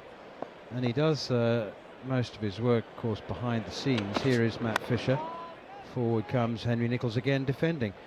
So, I mean, I'm sure Jeetan Patel works very hard as England's spin bowling coach. He goes on tour even when they don't have any spinners. But the only time he does any work in public is when England are being absolutely belted. And then they go, Jeetan, press conference time. Yeah, he's a good bad day press conference guy, isn't he? If you see Jeets come out, you know that something has gone horribly wrong for England cricket that day. He's actually pretty good at it. You know, who else? I'm thinking of guys who've done this before. David Saker was one that would get it occasionally because he was quite jovial. David Saker. I actually think England pioneered this, but I've told this story before. I think we were in Southampton, and England were playing Sri Lanka, and Sri Lanka had a shocker of a day. And they sent someone out at the press conference. Here is Archer, begins a new over. It's defended by Nichols, no run. And this is probably 2011, 2012. I can't remember what year they played over here. And they didn't have a press officer. And so he just came out on his own and he sat at the desk. And if the press officer was supposed to be there, he wasn't there, but this guy was on his own. And I can't remember if it was Chris Stocks, but I remember it might have been Ali Martin, but someone said, sorry, who are you? Oh, like, that's a bad day. Here is Archer around the wicket, bowls. Rachin Ravindra clips it away beautifully through mid-wicket for 4 more. Well, we've seen that the top 3 have all struggled for timing, and Rachin Ravindra, silky touch, has just walked out and middled a couple. Well, my favourite thing about that is Tom Latham's looking at that going, that's the shot I played. How did he hit it over there? Mine went completely 180 degrees to that. But his head has been perfectly over the ball since he's come in and playing through the line very, very well. Harry Brooks warming up, by the way. Chances of him bowling, when you've sent the team in, you've got him 66 for 2. It's low, isn't it? Here is Archer once again to bouncer. We haven't seen too many out-and-out bouncers, but Nichols sees it early, ducks underneath. Rachin Ravindra sees it early, ducks underneath it, allows it through. So sorry. So who was this? Who was the mysterious man? He was the physiotherapist. It wasn't the physiotherapist. It was the fielding coach, I think. I can't even remember his name. I'm not even sure. He was like, yeah, it was just a random guy, just dressed in New Zealand kit. No, Sri Lankan kit, yeah. Oh, Sri Lankan kit, yeah. That was my favourite one, where everyone had to stop the press conference. Here's Archer again, bangs that in, an extra bounce. Rachin Ravindra takes his bottom hand off the bat just to make sure he doesn't get gloved. It's a quick delivery from Jofra Archer. There was an occasion just a couple of years ago, also involving a Sri Lankan.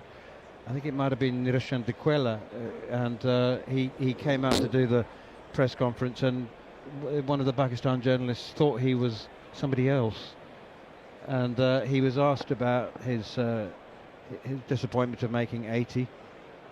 Here is Archer again, and that one is steered away defensively straight to cover point, and Nidarshan Dequela replied, I didn't score 80, I made 100, I am Nidarshan.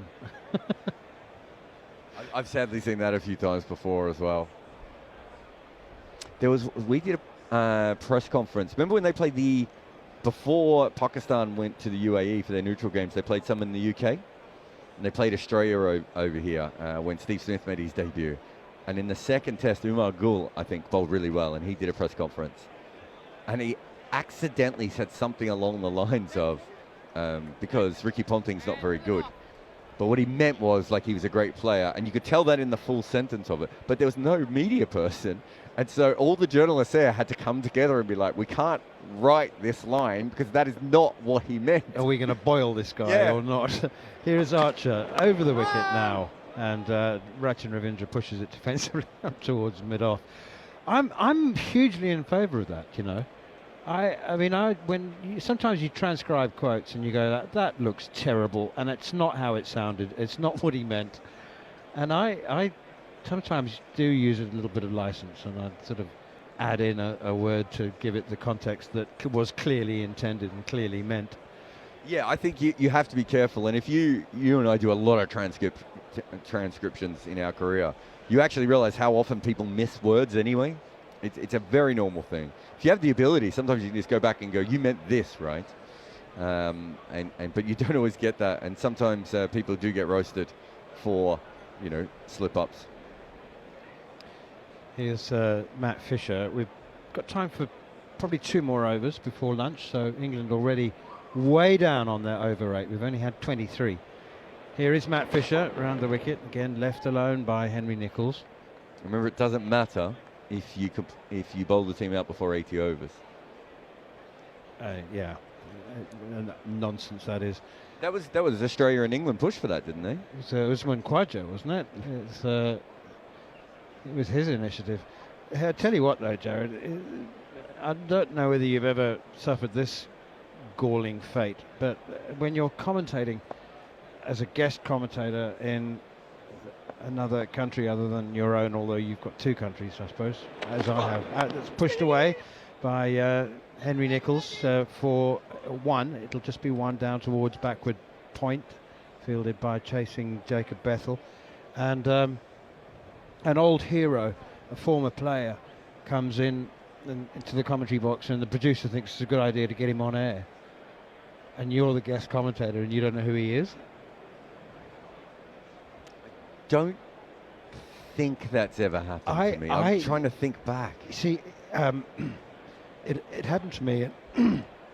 I don't mind admitting, but I can't wait to know who the player is. So it was in Australia, and it was clearly a national hero. And if it was who I thought it was, I hadn't seen him for 20 years. Can I guess who it is? 25 years. Because I think it might be the same one that I had a similar thing, but I wasn't on air with. Was it Terry Alderman?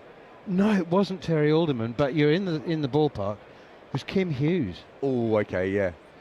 Here is Matt Fisher again, but outside the off stump, and bounces, and he's left it alone, Rachin Ravindra. And do you know what? I managed to go for about 15 minutes talking about his career without mentioning his name, and I'm thinking, I'm getting closer. Yeah. It was like 50 questions. And eventually, I just... Have you ever cried? Plucked on air. No, I'm saying, is that what you asked Kim? I didn't go... No, I didn't go there. Here is Fisher again. Forward comes Ravindra. Gosh, he's moving well, even when he's defending, he's very concise, precise, and clinical in his movements. He's made a good start. He's only got 8 and 2 boundaries, beautiful shots. Henry Nicholls has 18. I've had 2 fascinating ones with Farrell Engineer.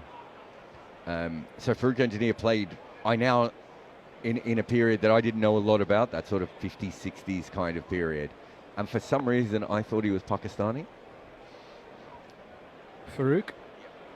Round the wicket comes Fisher. It's over pitched and it's driven sweetly again by Ravindra.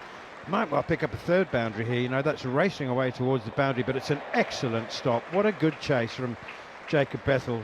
Flicks it back, and it's Emilio Gay who accompanied him down to the boundary who gets the throw in. But a really good piece of fielding from Jacob Bethel. That's not an appalling error. That's understandable. No, it was very early on in my career, but I did interview him as if he was Pakistani. Oh, of which I don't know if he worked it out, but I worked it out about 3 questions in. And I was like, he's not giving me the right answers here. Why is he answering this way? And then I worked it out. But hilariously, I think it might have been the first in-ground commentary I ever did for Talksport. Was at this ground, and I think it was either here or Old Trafford, and I did it with Farouk. And we Champions Trophy. Yeah, it was Champions Trophy, and I did 20 minutes with him, Manners.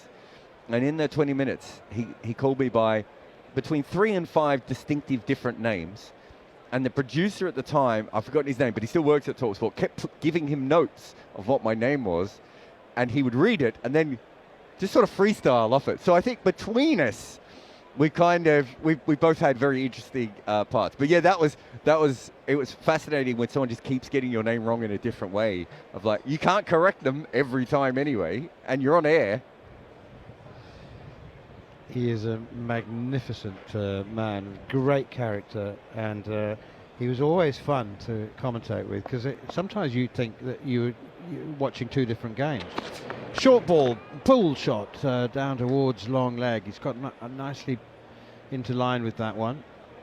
As Henry Nicholls, he's clearly decided, doesn't matter, it's on the stroke of lunch. He's, as you said earlier, he's going to play a couple of shots here. I think he's just decided that this ball is stopping in the surface, and so when he gets the length he wants, he's going to play the shot. So we've seen cuts, we've seen back foot punches, we've seen pull shots. He hasn't hit all of them, of course. He got a 4 off his hip before, but I think that's a decent way of going about. Have you ever been on comms with someone who's fallen asleep? Yes, I have. Yeah, I think we both have. Not at the same time, luckily. Not each other.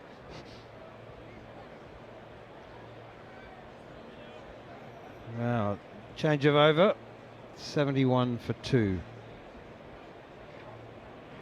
New Zealand with the Rachin Ravindra on 11, Henry Nicholls on 19. The men out, Captain Tom Latham for 27 from 75 balls with just the 1-4.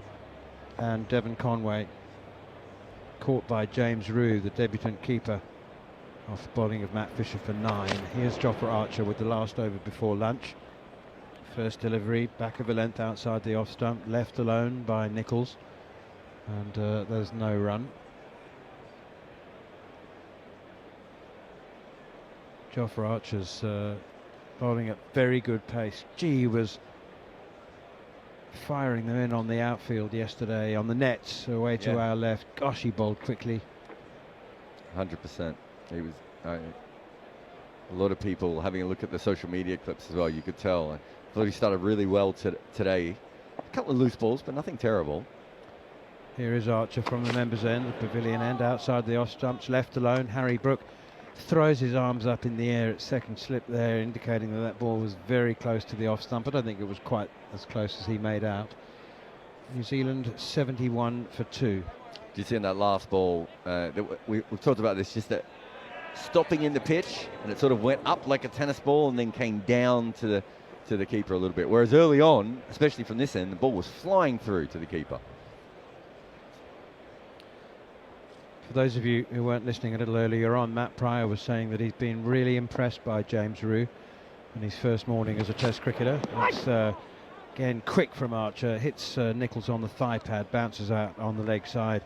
He said he's shown good energy, and you know, he just said his presence on the field. And it hadn't struck me that he'd been displaying much of a presence. Well, to be fair, Matt Pryor is he's a doctor in the psychology of body language, isn't he? He loves the body language, Matt Pryor. Also, how often do you look at a wicketkeeper? Basically never. Unless he's dropping things. Here is Archer again, and this one cut powerfully straight to cover point. It's Ben Duckett's fielding there now at the moment, and it's hit powerfully by Henry Nicholls. Yeah, really impressed with the way he's batted here. Again, just waiting for the ball where he wants it to be. He's unlucky that he hasn't hit that before, although Ben Duckett didn't pick that up very well. It wasn't that far away from a catch. I'm not sure that Ben Duckett's arms he could have reached it, but it was just before him. But again, Nichols waiting for the ball in the right area. Been very impressed with how he's gone about it so far today. I think the difference between him and Tom Latham is Tom Latham can restrict the pressure for a while, but he doesn't really have the outlet shot. Here's Archer around the wicket, bowls to Nichols. Edged, gone between second slip and gully, down to the unguarded third boundary for 4. Genuine edge, beautifully bowled by Jofra Archer. There's as the score moves to 75 for 2, there's a tiny drone which is positioning itself directly between me and the batsman. Little too often for my liking. It must be part of the television production. It doesn't appear to make any noise. The players aren't bothered by it. It's the size maybe of a starving pigeon.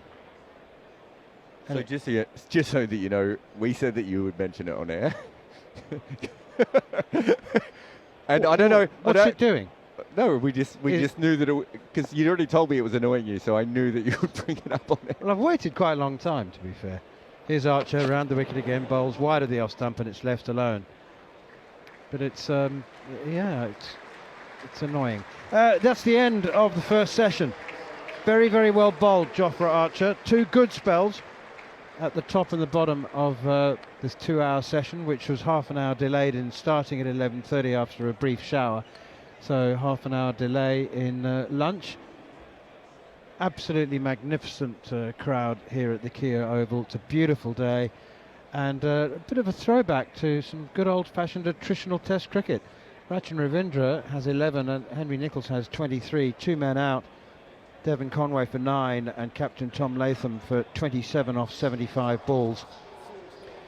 It's funny, Jarrod, at this point I would traditionally ask you with whom the honours lie, but I feel that it's been such a tumultuous build-up to this Test match with the retirement of Kane Williamson and all the shenanigans going on in the England camp that I almost feel like I'm just like everyone's a winner here. We got through the first 2 hours of the Test match. Is cricket the real winner, Manners? Is that what you're telling us? Cricket is the real winner? No, I don't think cricket was necessarily the winner in this session. It was good old-fashioned, hard-fought, attritional cricket, and I enjoyed it. And you know, it's quite nice just to go 2 hours of cricket without any moment of controversy at all. But there was some good bowling, wasn't there? But I think there was some clever defensive batting.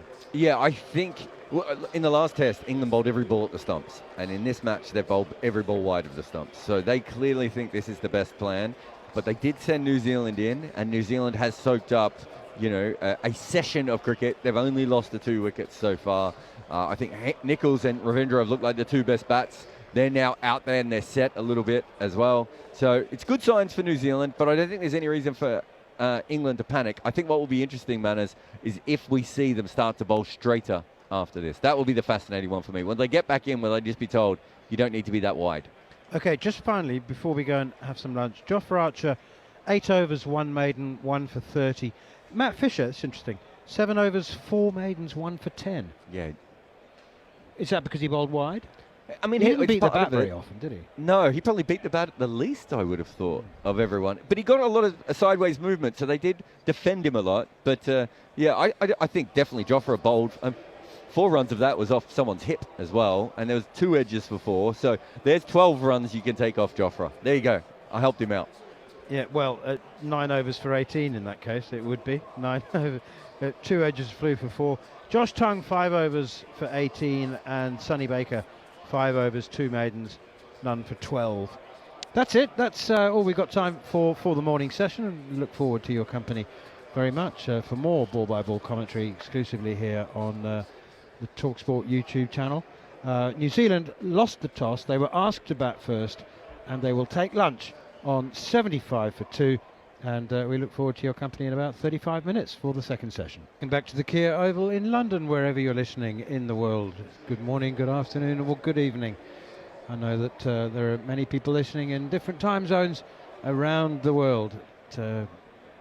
Wherever you are listening, you are very, very welcome to our ball-by-ball coverage here on the Talksport Cricket YouTube channel. Lunchtime after New Zealand were asked to bat first, and they are 75 for 2 after 25 overs, so England will need to speed that up. But inevitably we will finish at 7 o'clock because we had a delayed start by half an hour after a very, very light shower around 10 o'clock in the morning. We started at 11:30. Lunch was delayed by half an hour. The close of play will be extended by half an hour, and then there is another half an hour to try and squeeze in as many of the overs that weren't bowled out of the day's allocation of 90. Matt Fisher will bowl the first over after the lunch break from our commentary end, the Vauxhall end, and once again almost exclusively blue skies up above, a few scattered white clouds, but absolute peach of a day. Not too hot and certainly not too cold, around about 24 degrees. And on strike for the first delivery after the lunch break is Rachin Ravindra. Here is Fisher running away from us over the wicket rather than round the wicket, and that's left alone by Ravindra, taken behind by James Roux, who was very tidy, the England wicketkeeper, on his debut. 3 debutants for England for the first time that's happened since 2017 Test match against South Africa. And James Roux and Sonny Baker have done nothing wrong. Neither has Jordan Cox, by the way, who's produced a couple of outstanding moments of fielding in the gully. Here is Fisher again, and it's pushed away defensively by Ravindra towards cover. And it is Jordan Cox who does the tidying up. Plenty of empty seats at the moment while this sold-out crowd patrol the promenade below us. Wide selection of food and drink. And there's a kitchen that's evidently cooking a lot of it very, very close to our commentary position. Overwhelming mixture of smells, from roast beef to samosas to chip oil. Pushed away defensively, kept a bit low, that Rachin Ravindra guides it square of the wicket on the offside. My impression of this pitch in the first 2 hours is that it's one of those surfaces upon which batsmen believe that life is a lot more difficult than it actually might be. But timing has been exceptionally difficult. If you think about the number of the tiny number of boundaries that we've had, Rachin Ravindra is the only one really in the top 4 so far who's actually found any kind of natural timing. Got, I think, off the mark with a boundary and clipped one away through mid-wicket as well. 2 boundaries to him. He leaves this one alone from Fisher outside the off stump.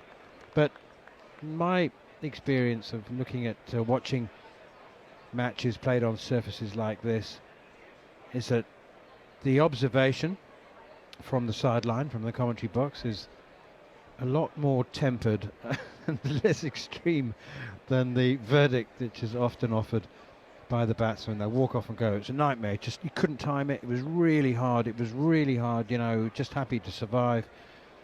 And we look at it and think, well, it's not easy, but it's not awful. And Ravindra tries to force one through the offside now with a bat angled at about 45 degrees, and he gets a bottom edge, doesn't know where it's gone, it's dragged past his leg stump, it's retrieved by James Roux, and they have gone through for a single. It's not easy, but it's not dangerous, and survival, as we have seen, has been largely perfectly possible. Tom Latham batted 75 balls for his 27, and Henry Nicholls has now been there for 51 deliveries for his 23. Rachin Ravindra is a naturally quicker scoring player, and he's got 12 off 15. Alongside me, Jeremy Coney, who he will tell you whether England bowled well in the morning session or whether New Zealand were just happy to bat defensively. The last ball of the over is pushed away defensively up towards mid-off, and the over comes to an end. The first one, it's just a single from it. Jeremy, modest chicken and chickpea curry for lunch. It was harmless enough though, wasn't it? I didn't have that one. I had the chicken option. Oh, did you? The green curry. But yeah, that was a little like the cricket as well.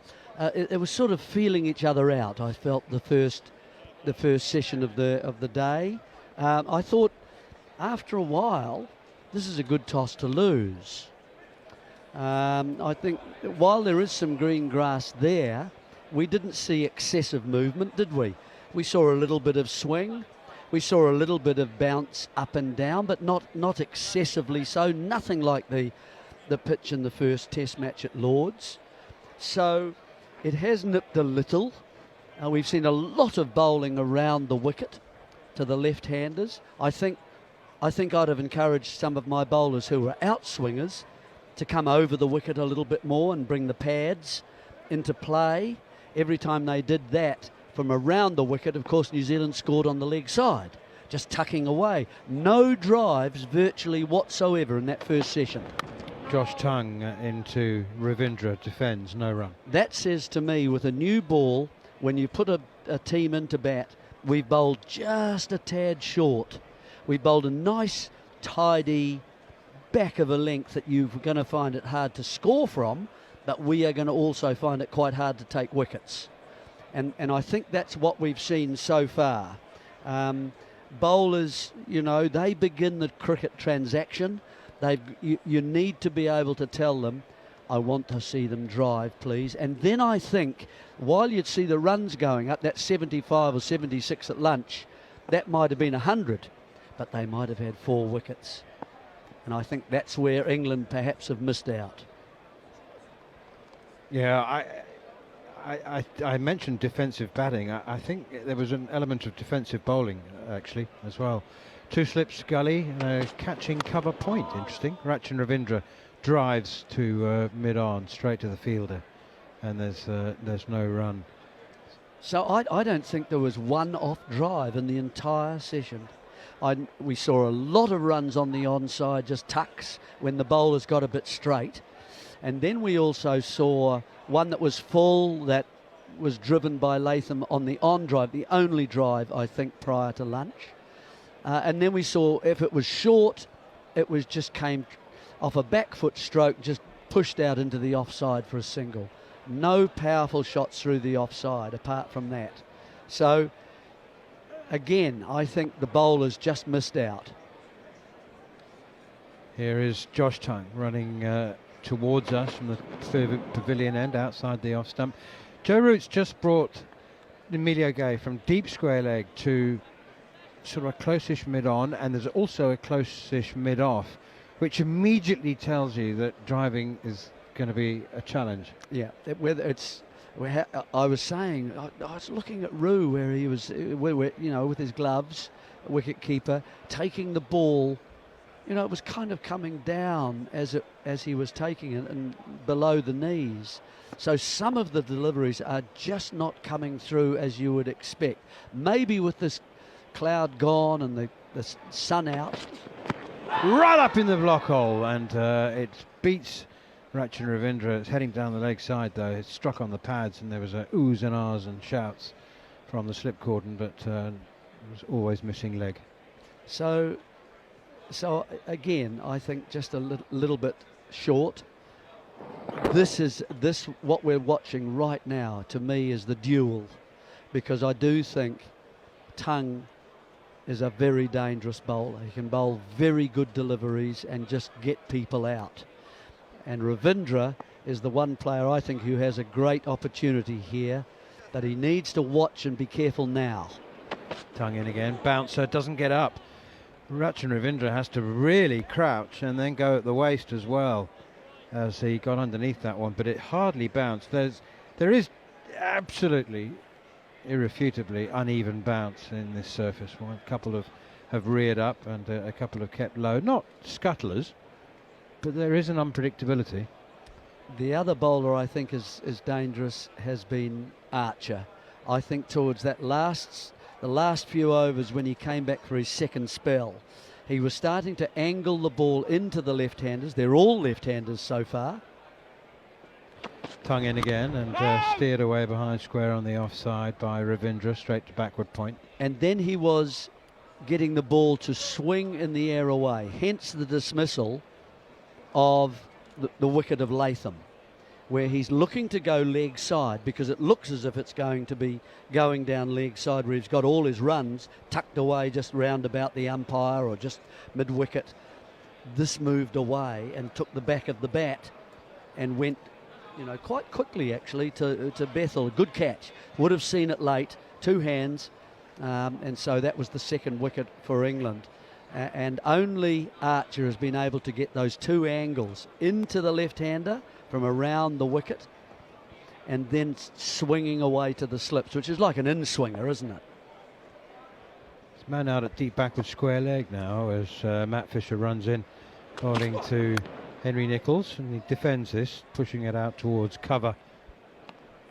See, I don't mind this, Manners. I think this is what I was talking about. Instead of going round all the time to the left-handers, try over as well and bring the pads. Now, Fisher is an outswing bowler, so he'll bring it into the left-hander, and if you can aim it towards just outside off and bring it back in, the pads come into play for LBW. If it doesn't swing, then it carries on and your slip cordon come into play as well. Here is Matt Fisher again over the wicket, and defended by Nicholls again towards cover. Emilio Gay Fields. The build up to this test match, Jeremy, for the last 9 days has been overshadowed by the unavailability for selection. I choose our words correctly because he's not been officially suspended, of Ben Stokes and Gus Atkinson. Huge amount of conjecture and guesswork, some of it educated, some of it less educated, about whether Ben Stokes will play for England again, whether he'll captain England again, whether he can return as an all-rounder under somebody else's captaincy. Joe Root, I think we would be happy to do. They're great friends. That one is defended. It kept low again from Henry Nicholls. But the situation complicated by the fact that the ECB employ an independent regulator who is I don't know whether it's a body or a person conducting their own investigation. There has to be an ECB investigation as well, concurrently, because Gus Atkinson and Ben Stokes are employees of the ECB. So there are 2 investigations about the nightclub incident ongoing. This one tucked nicely off his pads, nicely timed by Henry Nicholls, just a single to deep backward square leg. No word from Ben Stokes. Tellingly, Brendan McCullum and Joe Root there is consensus that they are under instructions not to say that they would love to see Ben back and Ben must come back, and they've used the same phraseology. So clearly, as employees, they've been told not to offer Stokes any public endorsement or backing or any comment about his return, likely return or unlikely return to play for England. Short pulled powerfully, really powerfully struck by Ravindra out towards deep square leg, and it has overshadowed the build up to the test match. The one thing that you and I have in common, Jeremy, is that we're both guests, really. We're freelancers. We're a little more free than perhaps certainly as an employer. Do you get the sense also that we occasionally see things and possibly can say things that definitely English media can't really, and commentators, and they have to sort of tread carefully, and they don't want to be heard or saying the wrong thing outside the off stump again from Fisher. So it's going to be quite a quiet period of play, and I just thought, the last one is left alone, 78 for 2, that I would love to hear your take on it. I'm worried now. I would just love to hear your take on. Well, look, this was after the game. That's a point. So the game's over. Should the curfew apply? Well, obviously it was applying, apparently. I'm not sure whether it should or not, but obviously it was. So they've made an error. I think you've got to say that. The 2 players? Yeah. I don't know what went on there. Do you know exactly? We've heard a few things, a few stories. Saracens involved. Round the wicket now comes Josh Tongue, defended by Nicholls. Anyway, I mean, apart from all that, what's happened since is interesting. It's what, for me, it's what's not said. You know, and there are big empty spaces sometimes, and in those spaces might be words like, and you've kind of covered it, is we are telling you not to endorse Ben too much. There's none of Ben's our captain, has been for the last 4 years, has captained extremely well. We believe in him. He'll be back at Trent Bridge. All those things are missing, aren't they? Round the wicket again, Nichols defends. Glaringly so. Yeah, that's why you notice them. So to not support him in that way, I feel is not a great thing, because he's committed this misdemeanour. And that's kind of how I see it. After a game is won and finished, and I don't think there's another captain available as I look out on the field who's as qualified as Stokes is. Apart from Root. Yeah. No, well, I think he's got more intuition, I think. There are some players, as you know, have just that extra little ability to see where the game is going next, or where it might go, and move your fielder into positions. Tongue in again, bowls to Ravindra, drives, doesn't time it, toe end of the bat, does get a single. New Zealand inching along here, 79 for 2 now. I just think he's the best captain I've seen for England for quite a while. Since? Oh, from quite a while. I'm just thinking, I'm wondering whether I've seen a Mike Brealey. Maybe, yeah. I was a lad then. Yes. Subsequently, I've come to understand. But a psychological captain, and I think that's what Stokes does. He makes batsmen suddenly feel uncomfortable. A man comes in a position where you were expecting to get runs. Now you can't play that stroke. Now you've got to look elsewhere. So that gives the bowler a chance. And so, yeah. 2 mid-offs. Bowled him off the inside edge. Josh Tongue has this ability to take wickets. You heard it from Jeremy Coney just 5 minutes ago. He's the danger man, along with Jofra Archer, but he's got this ability to make things happen. Bowls at a good pace, changes his angle, sometimes comes over the top. He's got the inside edge, and is a wicket much needed. The end of Henry Nicholls. He's on his way, and at this stage, with New Zealand batting defensively and scoring slowly, it feels almost like when they lose a top order wicket that it feels like a wicket and a half, really, because they're still, you know, at the current scoring rate, they're still an hour away from reaching 100. 79 for 3 now, and Henry Nicholls has gone. Josh Tongue has made the breakthrough. And yeah, you do kind of put your eggs in one basket, don't you? When you bat long periods and leave lots of balls, score slowly, it does open you up and leave you exposed if you lose wickets. Anyway, it's the man whose nickname is Moose, who comes to the...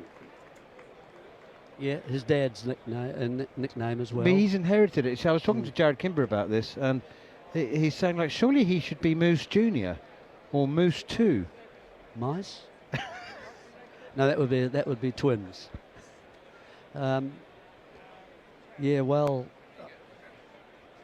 just a delivery from outside off stump that caused Nicholls just short of a length again.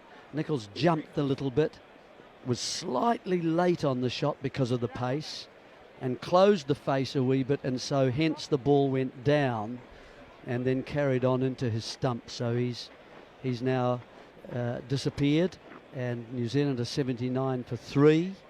The first right-hander, Moose, has arrived.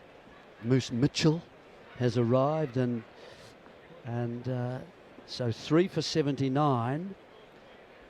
Nicholls fought hard, never really got on top of the bowling, could play aggressively. Now, how these two at the crease here are probably the ones, if New Zealand are going to get a big total, they have to survive for a while.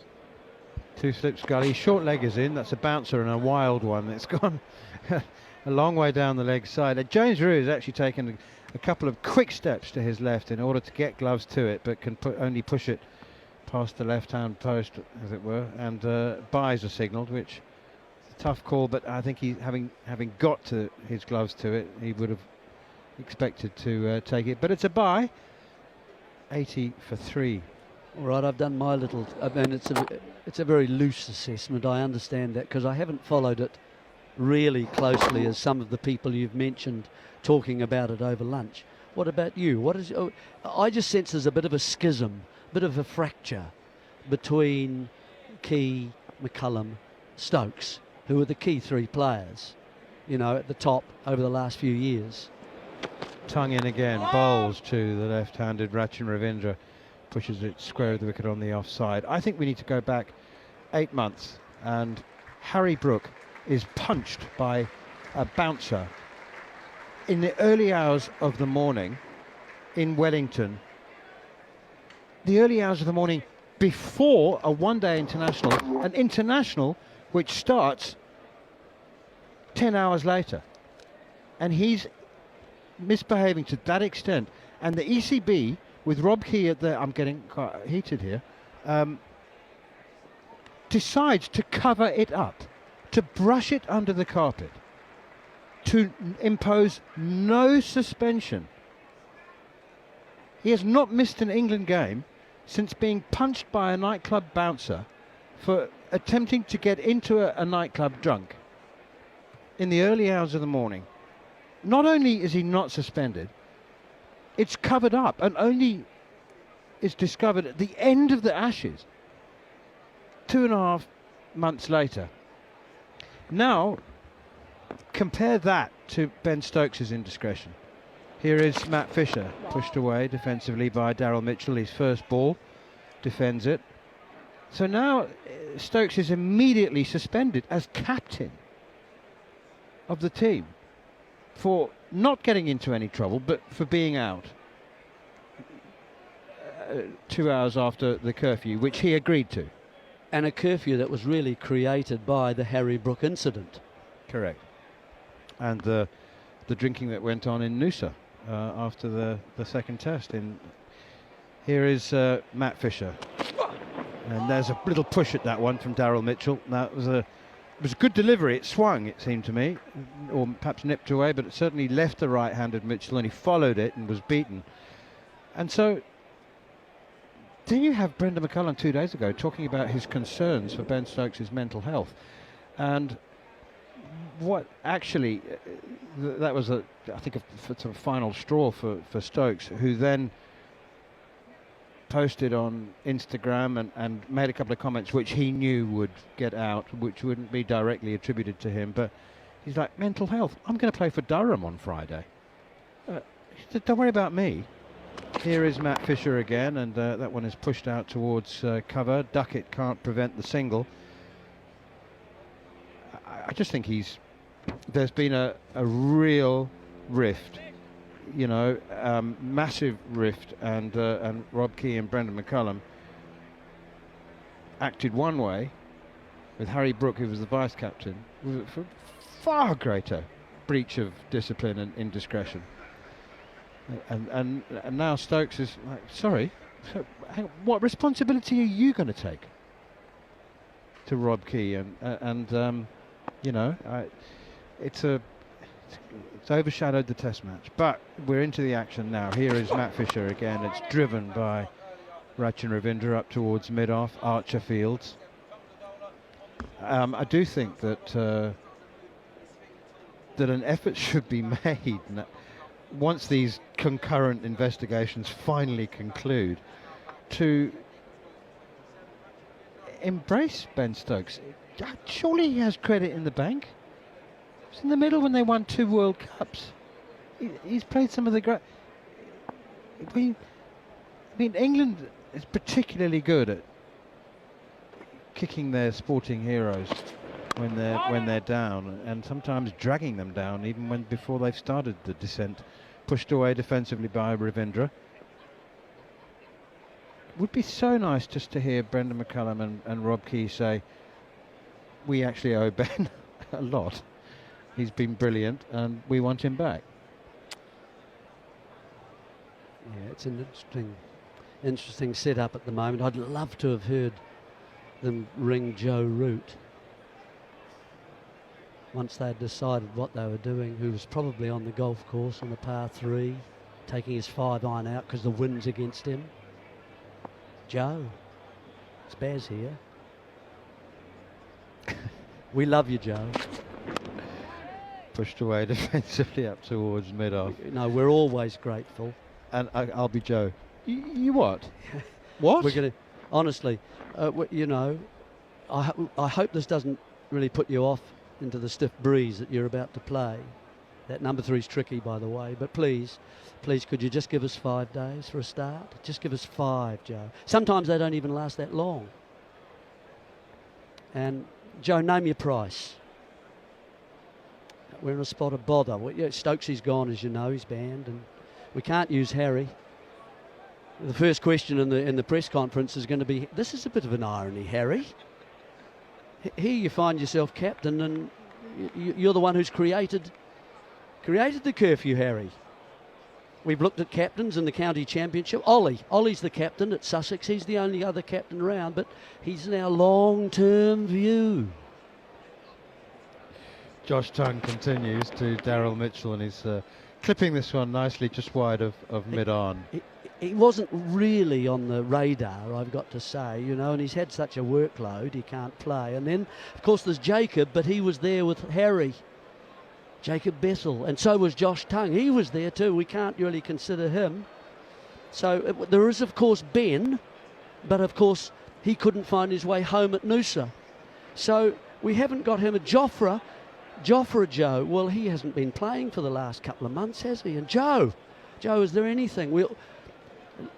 Anything you name it for us. Oh, what's that? Your wife wants 3 holidays a year in the Maldives. Yeah, certainly, no problem at all. And we'll bring forward that Sir Joe that you're going to get at the end of your career. We'll bring it forward. And also, Joe, just think, if you do it for the next 15 months, you might win the Ashes. Round the wicket comes Tongue. Quick delivery, nicely left by Rachin Ravindra. I'm off now. I've been told to get off before I'm in trouble.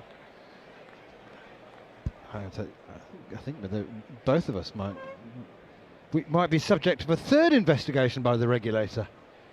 82 for 3 at the moment, New Zealand, with Daryl Mitchell having just joined Rachin Ravindra. Ravindra 14 off 30 balls, quite slow in the last half an hour. Daryl Mitchell has 2. Tongue is in again, down the leg side. There'll be 4 leg byes. Clipped the pad on its way past keeper James Rue, and umpire Adrian Holdstock stands on his right leg, raises his left, taps his knee, and confirms that that's 4 leg byes to the total. 86 for 3. Ravindra 14, Daryl Mitchell has 2. New Zealand asked to bat first. They have lost 1 wicket since the lunch break. Henry Nicholls bowled off an inside edge by Josh Tongue for 24 earlier in the morning session. 27 from 75 balls from Tom Latham, and Devon Conway caught James Rue, bowled Fisher down the leg side for 9. Here is Tongue once again.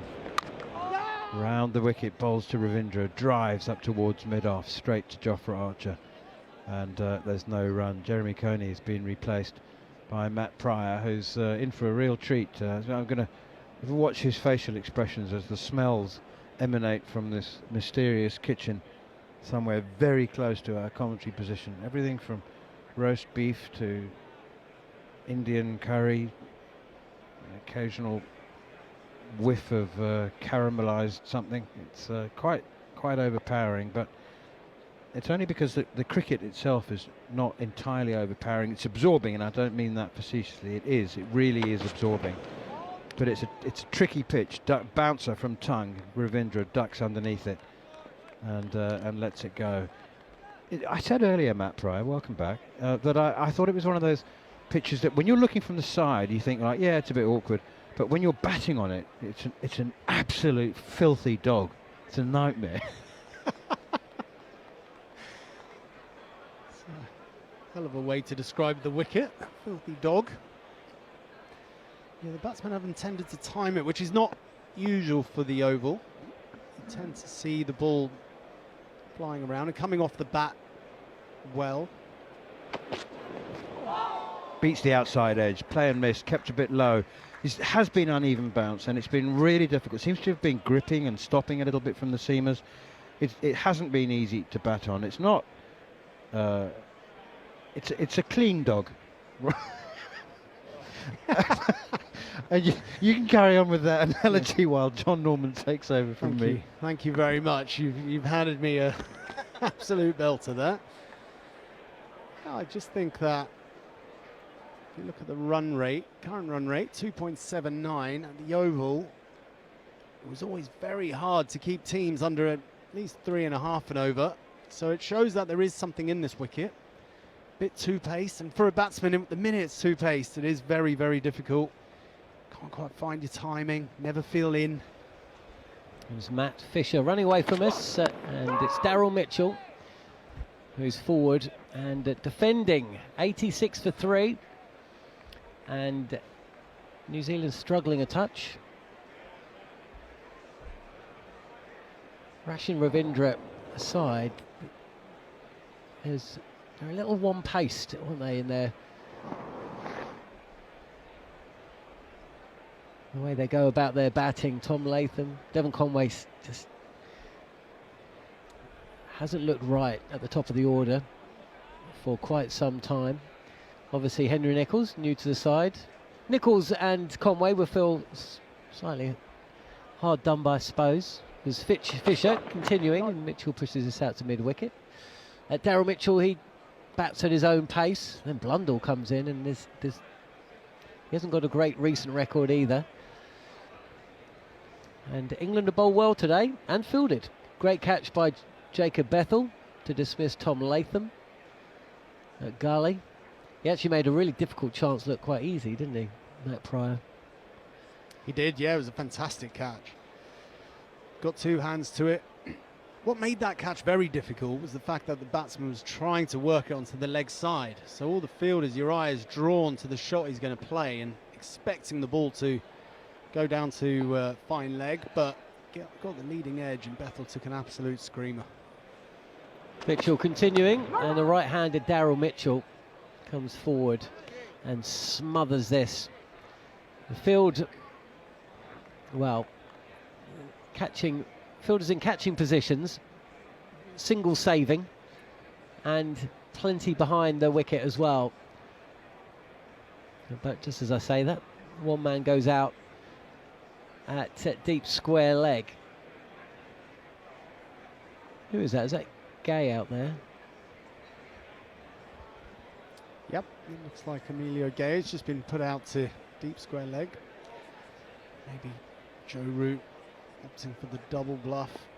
Fisher bowling a good length. Mitchell striding forward, maybe trying to push him back. Well, oh, he's been dropped at leg slip. It was a double bluff. It wasn't short. It was full on the pads. And Daryl Mitchell has clipped this to the left of the fielder. Who is it out there? Is that Harry Brook, is it? Well, either way, that was, if not a regular chance, the fielder has got two hands to it. Or one hand to it, and he's put it down. I think you're right. No, Brooks at first I slip. think it's Bethell. It is. It's Jacob Bethell. So I've just been praising their fielding and Jacob Bethell's, and he's grasped a chance. Ravindra now. This is left well alone. 87 for 3 then, New Zealand here at the Oval, where the post-lunch hum is well and truly with us. It is absolutely rammed out there during the breaks. You can't actually walk around from one end of the ground to the other. My dad's here. I thought I'd go and see him. I've messaged him, and of course all the bandwidth has been taken up. So I messaged him. I'll meet you outside the pavilion. Of course, he didn't get the message, and he's not even in the pavilion. He's over there. So I got some steps in, but they were in the wrong direction. Ravindra, this is on the pads, and played nicely through mid-wicket, and it looked like there was 2 there, but that's a fine bit of fielding. Out on the boundary ducket, I think. It looked like it was going to be 2, but he did time it so well, did Ravindra. He may actually have done the fielder a favour. End of the over then, 88 for 3, and we've seen a chance go down. Daryl Mitchell dropped by Jacob Ethel. Yeah, it was a tough chance, wasn't it? Leg slip. They always come very, very fast. Low to his left this time. Obviously taking earlier a fantastic catch. 2-handed diving chance. Do you know what? Right. I think I've sold him short. That might have been Jordan Cox at leg slip, not Jacob Ethel.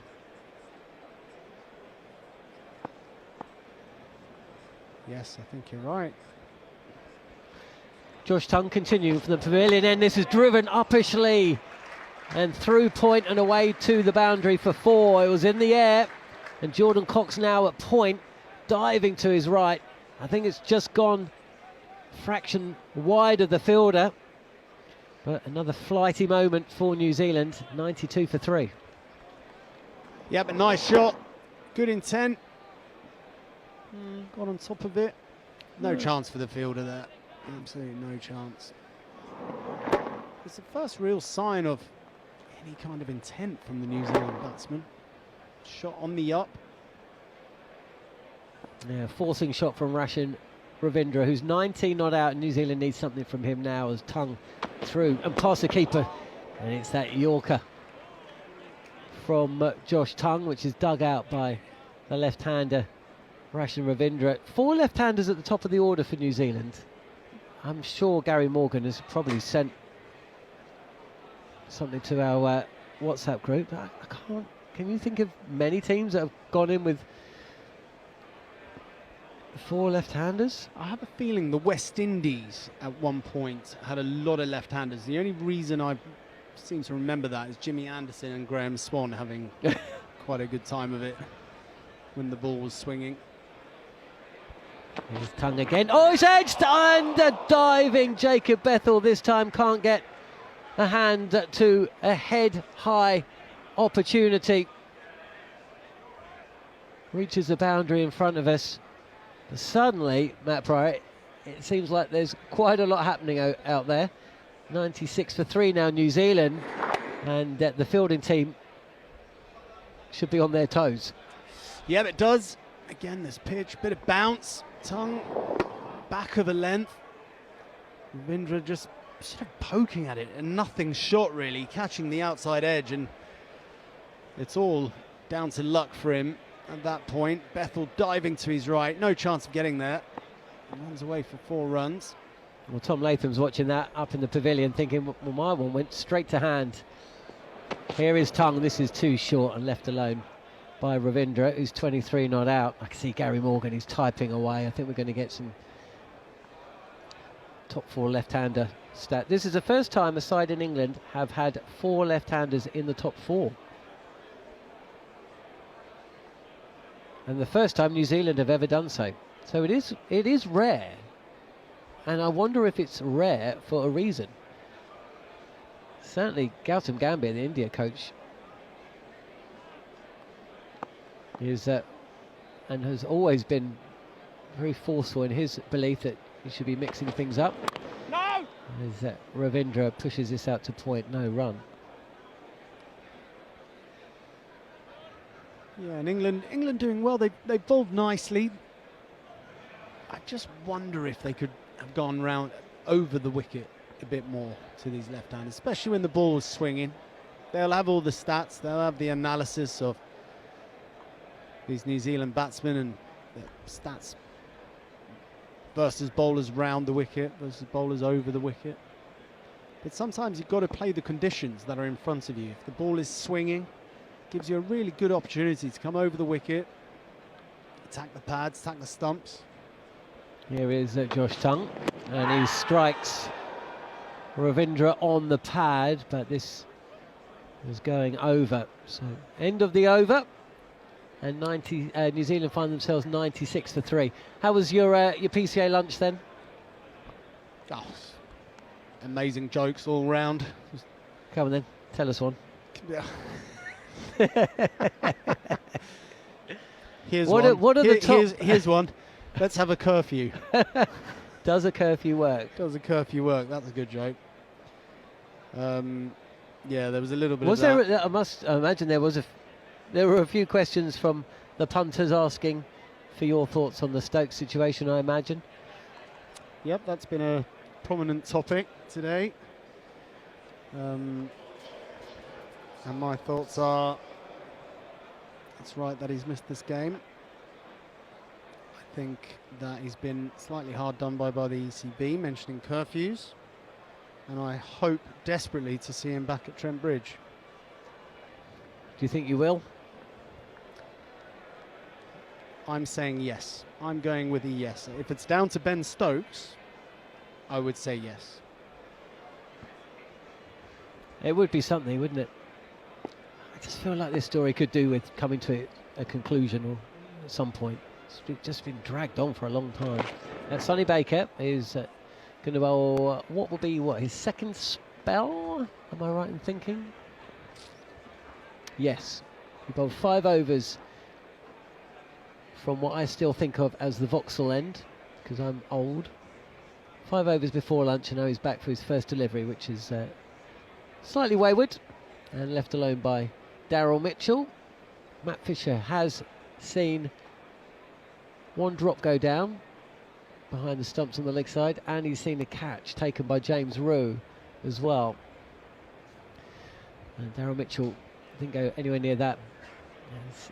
With a leg slip still in place, Baker is in, and Mitchell again just comes forward and blocks it out.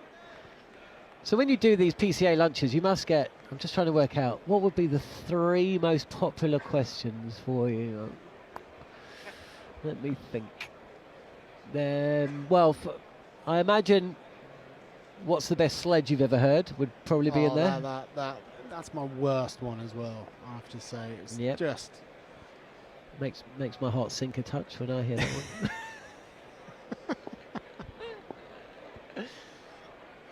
Here is Sonny Baker springing his step on debut and just hurries Daryl Mitchell up a touch. And Mitchell, you can see he's either hurt him there because the ball has just wrapped him, or he's angry with himself, just having a word and a chat with Rashan Ravindra at the other end. So sledges will be in there, best sledge. There must be something, let me think, must be something about the Ashes in there. What? Oh, Mitchell Johnson. Something about that? Mitchell Johnson and that? To be honest, today has been very much about this game and this series. Oh, that's good. Yeah, Mitchell Johnson, 2000. Well, Sonny Baker has done it again, 3rd time now. The batter isn't ready. Clearly signalled it as well, but Sonny Baker's not watching. He's in the zone at the top of his mark, going through the precursor to his run-up. The skip, and now he goes. And he's in. And this is too short and too high and left alone by Mitchell. Okay, so not Ashes. I'm just trying to think. I mean, you won a lot of Ashes. Oh, Boxing Day 2010. Boxing Day 2010, that comes up. Yeah, absolutely. Okay, so that's two of the 3. Oh, I know. Well, a certain former teammate. Those questions are banned. There we go. They're the ones. That's the 3. I've worked it out. I don't need the viewers on the Talksport Cricket YouTube channel to guess. But if you want to, you can. Or if you have a question for Matt, you can also ask. As long as it's not, one of those 3. Although I'm sure he wouldn't mind talking about the sprinkler. And 98 all out. And what was it? 157 without loss or something? 157 without loss at the end of day 1. Here is Baker. Oh, on the drive is Mitchell, and he's got this ball just to nip back into the right-hander. He'll take a single to Ben Duckett at square leg. I was there. Did you know that I was there that day? I flew in from New Zealand. The morning on the day? Yeah. The morning? The morning of. I mean, what a stroke of luck / genius that is. Well, I was kind of covering the series for Talksport, Right, so, so I had to be excuse. there. But I'd nipped over to New You Zealand. didn't just get a, on a gut hunch. feel. Yeah, the one day of the series. Yeah, No, I was there. I'm getting on a plane. I've got Yeah. to be there. I've got this gut feel. Something special is going to happen. Something big's going to happen here. I actually felt. Do you know what? I mean, I'm wrong a lot of the time. I was wrong that morning because I actually missed the first wicket. Because funnily enough, it takes a while to get to Australia from New Zealand. I got the first flight out on Boxing Day at 6 a.m. Short ball, and Rashan Ravindra takes it on. Chase for Duckett at deep square, and he'll do so comfortably, just the run. So and of course there is a time difference as well. So 6 a.m. was about 8 a.m., 3 a.m., whatever it was. So I land, and I've got to drop my stuff off where I'm staying in Melbourne, and I see that Andrew Strauss has won the toss. And back then, bowling first was, if not unheard of, it was certainly frowned upon. You still heard the Geoffrey boycott. Well, if I had won the toss 100 times, I'd bat first 99 times, and then the 100th time I'd think about it and bat, right? Especially after Nasser's great decision at the Gabba. Well, exactly, right? Yeah. So I get the message, oh, Andrew Strauss has bowled first. And I'm like, well, I think that's a defensive move. I think that's a mistake. Anyway, 98 all out later.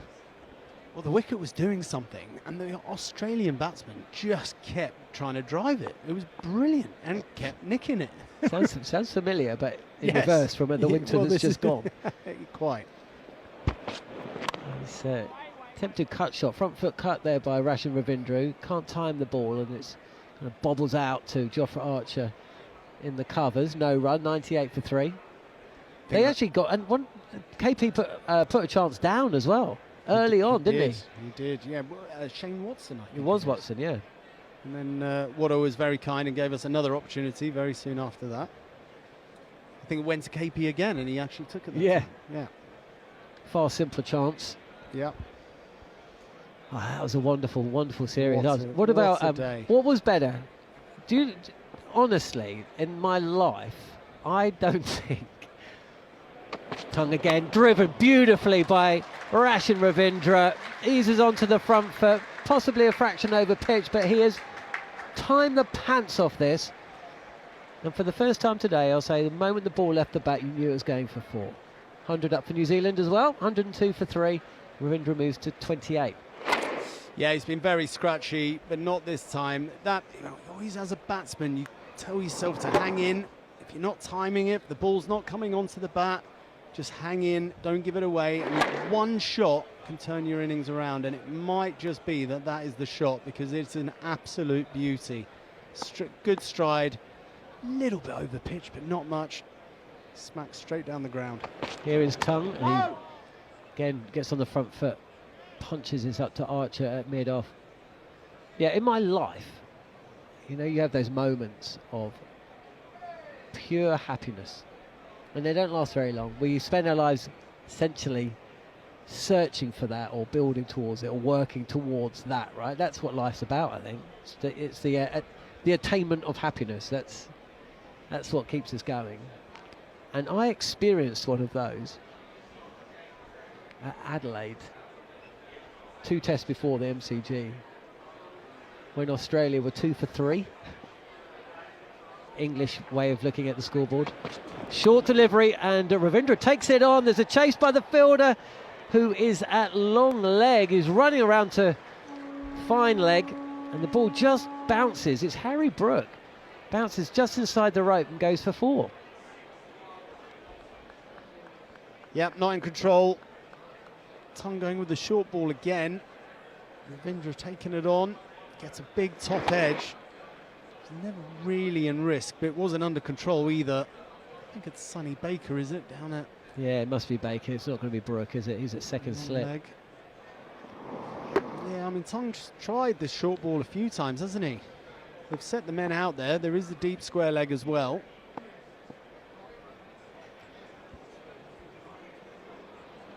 Here goes Tongue, very short, and Ravindra leaves this alone. Yeah, because that 2 for 3, when... Is that when Trott got the run out? Yeah, and One stunt Graham to hit. Swan, yeah. Swan took the outstanding catch at second slip to get Ponting. And then Clark. I'll tell you the inside scoop. We lost the toss and we're literally crying in the dressing room because Adelaide that wicket looks so flat. Absolutely. We're like, oh no, how are we going to do this? Absolutely. How I are we mean, going to do this? remember Ricky Ponting's face when he won the toss? Yeah. Almost unheard of.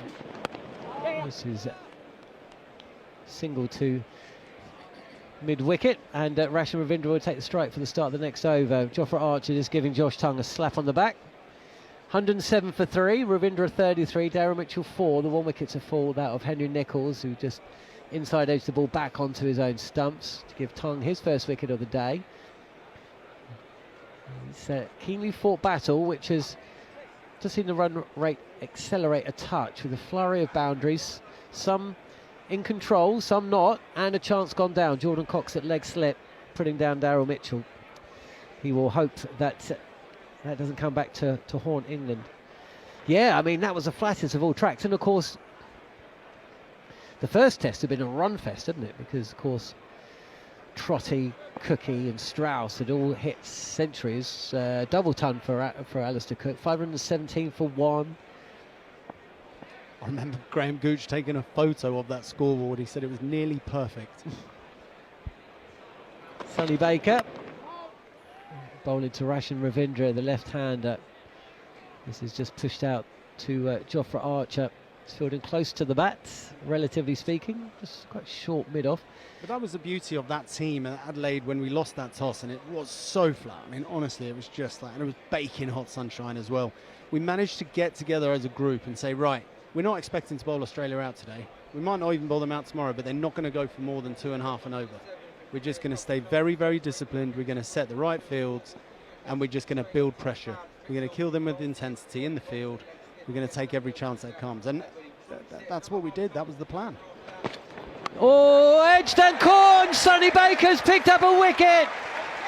And it's Rashid Ravindra who's furious with himself. Baker is surrounded by his teammates. Possibly just a little bit more lift. Rashid Ravindra poked at it rather than throwing his hands at it. And that is a big moment for Sonny Baker, who's picked up his maiden test wicket. And it's a good one as well. New Zealand now in real trouble. 107 for 4. Yeah, it looks a very popular wicket that for this England team. Sonny Baker absolutely elated. He spoke before this match about his hero being Dale Steyn, and I loved the way he celebrated taking test wickets. And Sonny Baker has certainly not let him down in that regard. An unbelievable celebration, joined by the rest of the England cricket team. First wicket in Test cricket, we'll remember that forever. And Rashid Ravindra has to go. You felt something was going to happen, didn't you? It was a bit of a flurry of runs, a few top edges. Ravindra was trying to come out of his shell a little bit. He looked like he wanted to play with a bit more intent, put a bit of pressure, a bit more pressure on the England bowlers who had really tied him down.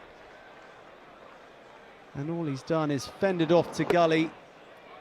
Bethelton, nothing shot, isn't it? Back foot, didn't really play it straight. He looked like he just tried to fend it off almost through gully. And the batting coach would say, it's just giving slip catching practice. Bethel's taken a good chance. They're never easy in the gully. Any catch in the gully is a good catch. And Sonny Baker is absolutely elated. Big moment for England. They needed some positivity, and Sonny Baker was highlighted as a player who could provide that spark, exuberance, and a good bowler as well. He's got rid of a good batter, albeit one whose middling form against England continues. And that, unfortunately for New Zealand, is a massive, massive moment, because now Blundell new to the crease, and whilst Blundell and Mitchell put on a stack of runs 4 years ago, neither has scored many in recent times. And Glenn Phillips to come. England expects, as Baker is in, and this is a short ball, and Blundell deals with it comfortably enough, just guides the ball down to the fielder at deep backward square, or long leg, and it gets off the mark. 108 for 4. You could tell that Rachin Ravindra was trying to, he didn't want New Zealand to be stuck. They just felt like they were stuck, but that wasn't really a forcing shot in the sense that it was going to get more than one, unless he did manage to guide it through second slip and gully. But if you're bowling 90 miles an hour, you don't mind batters trying to do that. Just looked like mentally he had gone through the gears a little bit and thought, right, you know what, I'm not going to just sit in any longer. I want to actually take the attack to the England bowlers a little bit, put a bit of pressure on them to change their lines, change their lengths, change their fields. But all he's done is ended up playing a bit of a loose shot, or a lot of a loose shot. Little trigger movement down the stumps from Daryl Mitchell. He just opens the face and takes a single to cover point. The rebuild job is well and truly on. Hazy day here at the Oval. I went for a little trek, as I say, and met with some friends back of one of the stands. It's properly in the sunshine, and it is, or was, very hot, but there is a nice cooling breeze, and the sun has just gone behind the clouds as well. Good toss to win for Joe Root on his return to the side as captain. And England's bowlers are making it count. And credit to them, because of course Matt Fisher hasn't played a test in 4 years. This is Sonny Baker's first day out as an England bowler. Jofra Archer didn't play at Lord's. And Josh Tongue was deemed surplus to requirements. Was it for the first 2 Ashes tests? Brought in for the 3rd one, I think. Yeah, absolutely. And one of England's few positives, Josh Tongue from the Ashes. Here is Sonny Baker. Oh, full delivery. And Blundell digs it out in and around off stump. No run. 109 for 4. I mean, looking out at this pitch, we don't know how and what's going to occur. It's certainly given something to the bowler all day. What would you say would be the kind of score that New Zealand would have seen as a par one when they started out? Well, I think any time you put into bat, your goal is to bat the day. The runs are almost irrelevant. You want to make sure you just don't gift early wickets. New Zealand have battled hard. I think England have been good. At times they could have bowled slightly fuller, I think, but they've held New Zealand down. Here is Baker. He is bowling fuller. Blundell pushes this out to cover and calls Daryl Mitchell through for a quick single. 110 for 4. 2 wickets in the session, both before and after lunch. That Pryor's off. See you later. Nice round of applause for Matt as he walks away from the commentary stint. And he's replaced by Jarrod Kimber. Is Manners coming in for this, Scott, as well? He is, okay. Right, Manners is coming back after a word from Jarrod. Thank you, John. That was very disappointing from Rachin Ravindra there. I thought he certainly batted the best of anyone I had seen today. Sort of understood the wicket, understood the job. Everything was going great, and that was a pretty poor push, really. Henry Nicholls a little bit late on his before, but dragged it back onto his stumps. Tom Latham sort of pushing one that was, flicking one outside off stump and getting an edge. And the pull shot of Devon Conway. Clipped away very nicely off his pads now by Tom Blundell. Down towards long leg, fielded by Sonny Baker. We did say early on that we thought they'd done well by not playing any shots. Every time they have played a shot, Manners, it's not gone well.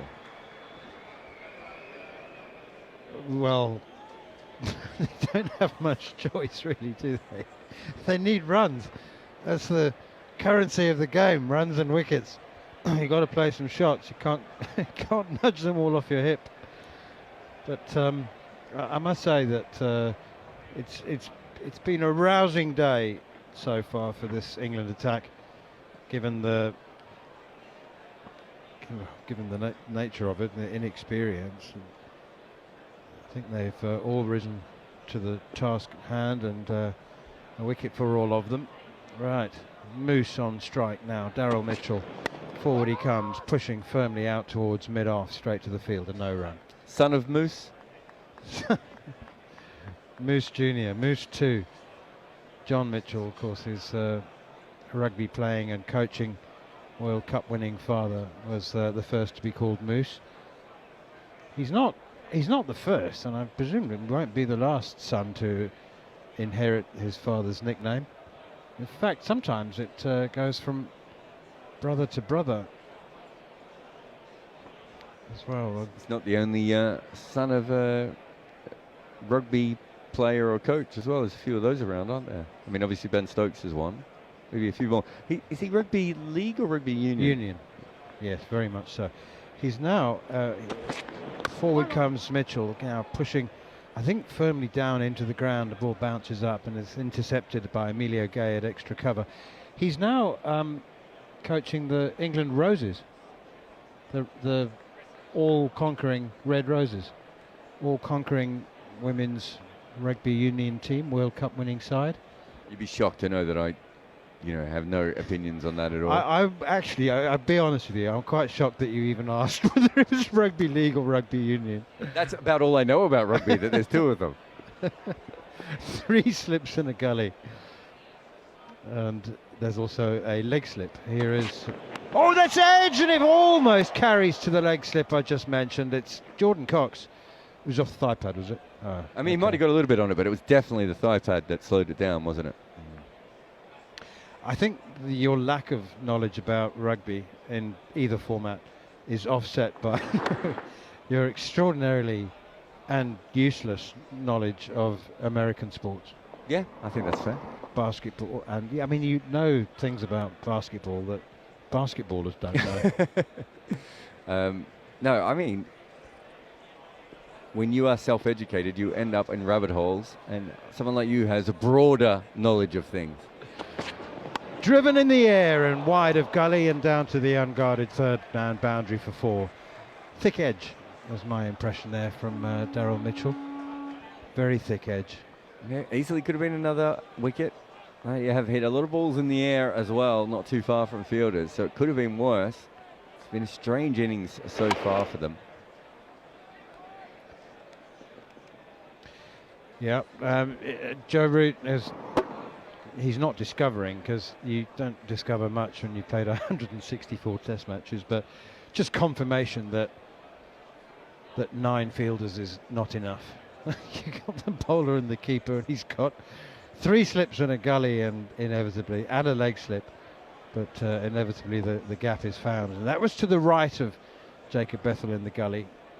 Here is Tongue once again, bangs it in short, and Mitchell plays it defensively straight back to the bowler, and there's no run. Is that Moose or Marnus out there? Yeah, good call. Do you remember? Well, of course you do.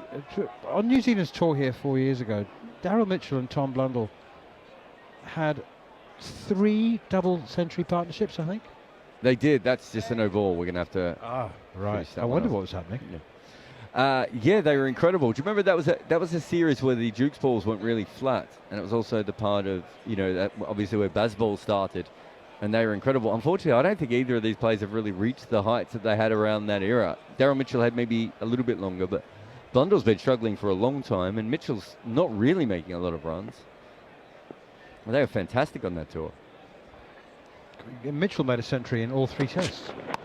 Pushed away defensively this time by Mitchell out on the onside. But if you look at Daryl Mitchell's recent ODI record, and I'm talking about recent as in the last year, it's extraordinary numbers.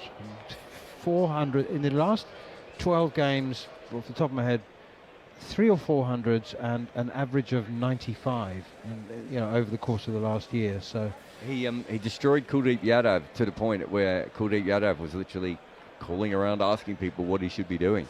A lot of people started saying he might be the best all-format player in the world, but I don't think people had noticed that he'd had a drop-off in T20 and Test cricket at the same time. So a very talented player, very much a late bloomer, obviously gets a lot of the professionalism from his father as well, thinks about his game. But I think what happened early on really was that he was batting out of his crease, and he has that huge front step. and it was putting people off their length, and people now are much better at just going, we just bowl a little bit shorter to Daryl Mitchell, and he can't prop on that front foot and hit us back over our head. He struggles a little bit more at that point. So I think teams caught up with him a little bit, but he's still a very talented player and very good demeanour. Big sweater. Almost a Neil Manthorp level sweater, I'd say. Yeah, but a long way below Heinrich Klaassen. I must say he's particularly adept at getting under the opposition's skin, isn't he? He tends to... Despite the fact he doesn't really look like he's that kind of a guy, but he does annoy people a lot. Oh, yeah. Really, really, irritant to the point where you'd book an appointment with your GP. He's got that sort of irritating little man syndrome, but he's not at all a little man. So you don't really want to take it up with him afterwards, do you? Because, for a cricketer, he's got a bit of size on him. Yeah, exactly. Yeah. He's incredibly patient as well. And, he's very happy to play out a drought of runs and a plethora of dot balls. And he just believes that the longer you're there, the more you've got a chance to do something. It's the drinks break at the Oval, midway through the first day. And I think the fourth wicket, obviously the fourth wicket gives the advantage to England, Jarrod. But, when England limped along in their first innings at Lord's, we kept saying that, 140 all out might not look much, but let's just wait and see how New Zealand bat and how the game goes. Just to reassure everybody that we're not in the same situation. No, look, there's a little bit on this in this surface, and the ball hasn't always come on exactly as everyone would have wanted it to. But I think if England were batting now, there might be more wickets down, Manners, but they would certainly have scored around an extra 40 to 50 runs as well. So a lot of this is a way that New Zealand has batted at the moment. I mean, 220 to 250 might still be interesting on this surface, but not 140 is not going to be interesting. But not in a this game could go either way situation. Do you know, I was also thinking 240. I don't know why. I was just thinking, what would be a sort of a minimum to par semi-competitive score? What's the least you'd want? 220, 230, 250 might even get you a lead. I mean, it depends obviously how England bat. And have we had it confirmed that James Roux will bat ahead of Jordan Cox? Because Cox was selected at 7 when Jamie Smith was going to bat 6. But it would seem to make sense to me now to have Cox at 6 and Roux at 7. But I'll get your thoughts on that in a moment. Although James Roux is a career top order player, so I don't think either of them particularly wants to bat 7. Here's down the leg side from Sonny Baker, taken by Roux. Either way, you've got a specialist top order batsman batting at 7. Yeah, the last time England had that was probably when Joss Buttler wasn't wicket-keeping and they batted in number 7, which has probably caused them more issues than they had ever thought about, really, in the way that sort of spiraled with how Johnny Bairstow took that situation. I heard that they wanted Cox to bat at 7. I don't really know why that was the case, but maybe it was more Smith-related than it was Cox-related. Here is Sonny Baker again, bowls, and clipped away off his pads nicely by Tom Blundell for a single down towards long leg. So if that's the case, they might just say to Cox, look, we would like you, this is where we want you to bat going ahead. But you're right, I think it doesn't really matter. You can go in either direction, can't you, with that? I think the official scorecard has Roux at 6, though, doesn't he? The one that we have? I just wondered whether that was just just the substitution, rather. Yeah, they just Chip-X'd out Jamie Smith and put James Roux in his place. Now it's Daryl Mitchell on strike. Sonny Baker runs away from us up to the crease now. Bowls, bouncer. Well, back of a length anyway, and it's left alone by Mitchell. Do you know what's really interesting? A lot of talk about, and rightly so, justifiably, about James Roux's record.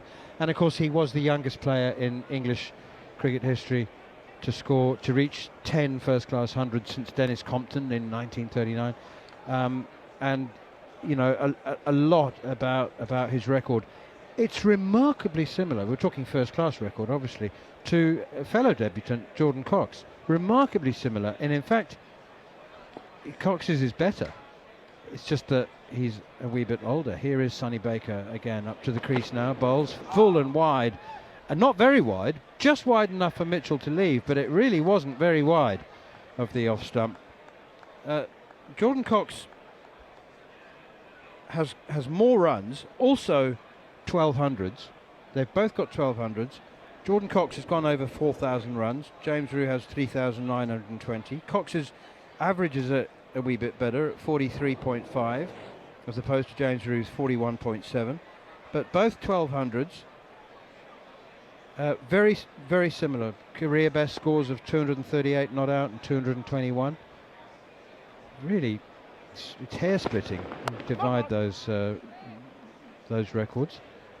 Pushed away off the back foot defensively now by Mitchell, no run. Yeah, probably if you look at this analytically, you would probably say that Rew is the better bet because he has done this at a much younger age. That would be the only thing that I would probably throw in his favour. But when you look at the averages, he has 13 not outs, Rew, and Cox has 6. So his averages are a little bit boosted by an unusual amount of not outs. So yeah, there's not much between the two of them. Cox feels like he's hitting his peak a little bit more. Here is Sonny Baker again, short pulled by Mitchell, and he hasn't timed it. Splice of the bat, but there is a man out there at deep square leg, so it rolls along the ground to him, and he does take a single, and New Zealand move to 118 for 4. Is that Bashir out there? Yes, it is. Oh. The only reason I noticed the fielder is because whoever it was didn't pick the ball up at all off the bat, and was surprised. I didn't pick the fielder up. Yeah. I thought it was Emilio Gay out there, but you're right. What's age got to do with it then? I mean, they've only played one game difference. We're talking about their first-class records. Again, just a reminder, Jordan Cox has played 63 first-class games. James Rew's played 64. Cox has had far more injuries. So why would you say that Rew's a better bet because he's younger? So he played a lot when he was a teenager in early 20s, and the averages when you're under the age of 22 are generally around mid-20s for a professional batter. It's very, very low because generally you're picked on potential at that point rather than on anything else. Whereas if you've done the same amount of, if you've played a similar amount of cricket, but you've played at 23, 24, 25, you should be approaching your batting peak, or at least understanding professional cricket a bit better. All right, got it. Here's Matt Fisher into the attack from the pavilion end. First delivery pushed away by Mitchell towards mid-off, but it's intercepted by Jofra Archer, who gives the ball a shine. Josh Tongue is off the field. I mean, it doesn't mean anything at the end of the day, like on a larger sample size, because eventually you would be you basically, most players get picked around their peak, right? And so it doesn't matter as much. But these are two guys who've probably been picked just before their peak a little bit. But if you're looking at who is the better bet in their career, it's probably Rew. But I think Cox has slightly better figures. Slower ball and a big appeal for leg before wicket, of an impassioned appeal from Matt Fisher. You don't see too many of those, but unless it slipped. That was quite a bit slower to me, and Matt Fisher is now in animated conversation with Joe Root, and he said, "Skipper, please, you got to go for it." And Joe Root was. Did you see his shoulders raise? He was like, "I'm not sure," and Matt Fisher said, "I am." It's the second one they've gone for today that I haven't really felt that they're 100%. He moves right across his stumps. Yeah, that's a terrible, terrible review. I'd be shocked if that's even clipping the outside of leg stump, is it, Manners? I just wonder whether it might be going over, actually. Okay, to be fair. So it could be missing and going over? So we can go to ball tracking when it's ready. Well, the double miss. Let's have a look. It pitched on middle, angled in. Impact is in line. And Yeah, missing leg stump, and so the review it's is okay on lost, so height. we can go back That was to a bad your review. field, Adrian. But I thought the other one as well, the one down the leg side early on. Who was the bowler then? It was Fisher again, wasn't it? Worse, wasn't it? Yeah, both of them just didn't look right, naked. Well, now, they have a slightly better view than we do, but that first review, Matt Fisher kind of should have seen where he was standing. Yeah, you know what? As a captain, if you're not sure standing at first slip, if you're shrugging your shoulders at first slip, don't take the review. Just don't, especially when the bowler's playing his second test match. 2 slips gully, leg slip. Here is Matt Fisher again. Bowls. Mitchell flicks it away off his pads down towards long leg. Sonny Baker does the tidying up. All the reviews and talk about Sonny Baker's effervescent personality and bubbly character been confirmed on his test debut. I mean, he was savaged in his ODI debut, and I don't think handled particularly well in defending a pretty much indefensible total England. Yeah. And I think he was thrown to the wolves. But it you know, and that would have really dented the personality spirit of many a young cricketer, but he didn't let it get to him. That one was flicked away through the onside by Tom Blundell. They come sprinting back for the second. These two, as we've already mentioned, love batting together, great record.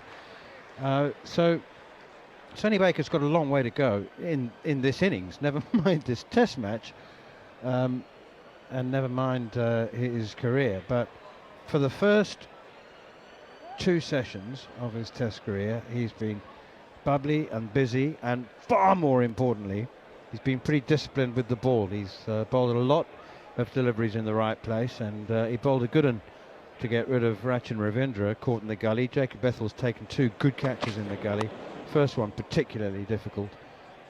Flicked away now as Matt Fisher is in to Tom Blundell, down towards long leg, and once more fielded by Sonny Baker. New Zealand moved to 122 for 4. Slow going, hard work at the crease.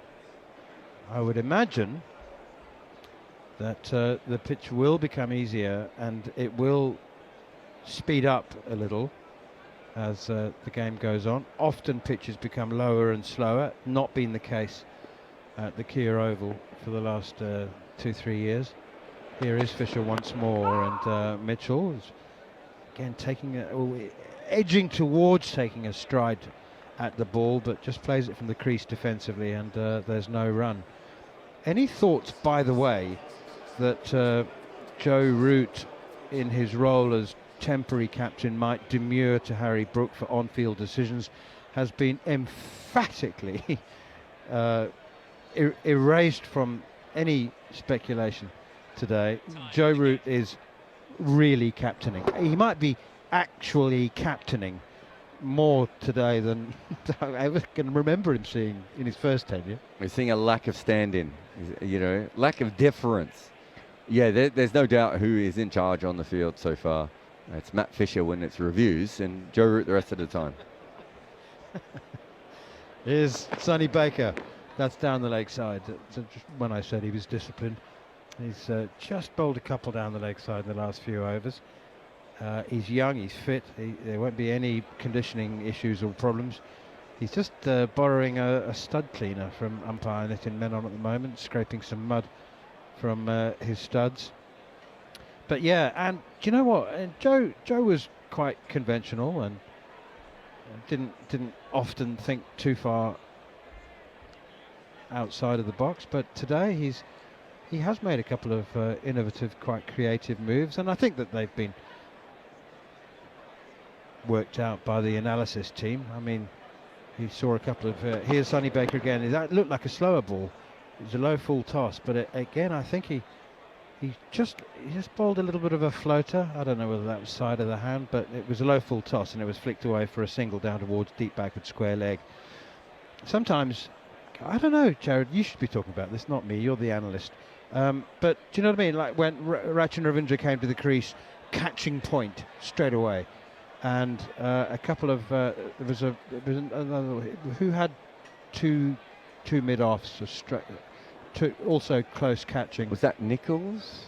Yes. Yeah, it was, wasn't it? Yeah. So I mean, these are moves that come from the analysis team, I assume. Here comes Sonny Baker again, bangs it in, short back of a length, up onto his toes goes Blundell, pushing it out towards extra cover. Yeah, I think you know, the difference is we're not seeing as much of that happen probably in an over. I don't know if you've noticed, but there are certain overs where Joe Root hasn't changed the field. which I don't think Ben Stokes has ever had in his life. So, you know, there are definitely some issues when it comes to that. But yeah, I think a lot of those things probably come from the analyst directly, or at least the bowling coach, team plan, whoever that person is. Here's Sonny Baker again. It's down the leg side and taken once more by James Rue. You've actually performed this role for the St Lucian Turbans, or they were, and Scotland and a few other teams. St Lucia have had a lot of names. I'm not sure that was one of them. I can't remember. They were the Which one Stars. do we go They were the for? Stars when I was there. They had didn't have a French bird name at one stage, and now they're the Toucans. No, it wasn't. Yeah, toucan. it's not toucan, but you're on there. Yeah. Something like that. Here is Sonny Baker again, up to the crease now, bowls, and once more it's back of a length, but down the leg side, and it's left alone by Tom Blundell. My question was, do you have to be quite careful to present your analysis as pure information rather than an instruction, or like, you don't want to draw conclusions, you want the captain or the players or the bowlers to draw conclusions, don't you? So do you have to be quite careful about saying, well, this is some interesting data, you might want to have a look at it, you might want to ignore it. Is that okay, you're choosing your words carefully. Here's Sonny Baker, much better, back of a length outside the off stump, takes off, good bounce, and beats the outside edge of Blundell's tentatively offered bat. 124 for 4. So after I did St Lucia, I did Scotland, and I realised that it was much better to present things informally by me ordering a drink in the team hotel's bar and waiting for people to come past, and then pretend like I just happened to have happened across something as they'd walk past me, than it was to go through things. I think there are certain times we had one particular game we went up against a player who, I know this is going to sound weird, and this is why the team struggled with it, who couldn't play the ball short and outside off stump. And so I said just bowl short and outside off stump to him. They thought I was mad, and I think he hit 70 off 25 balls.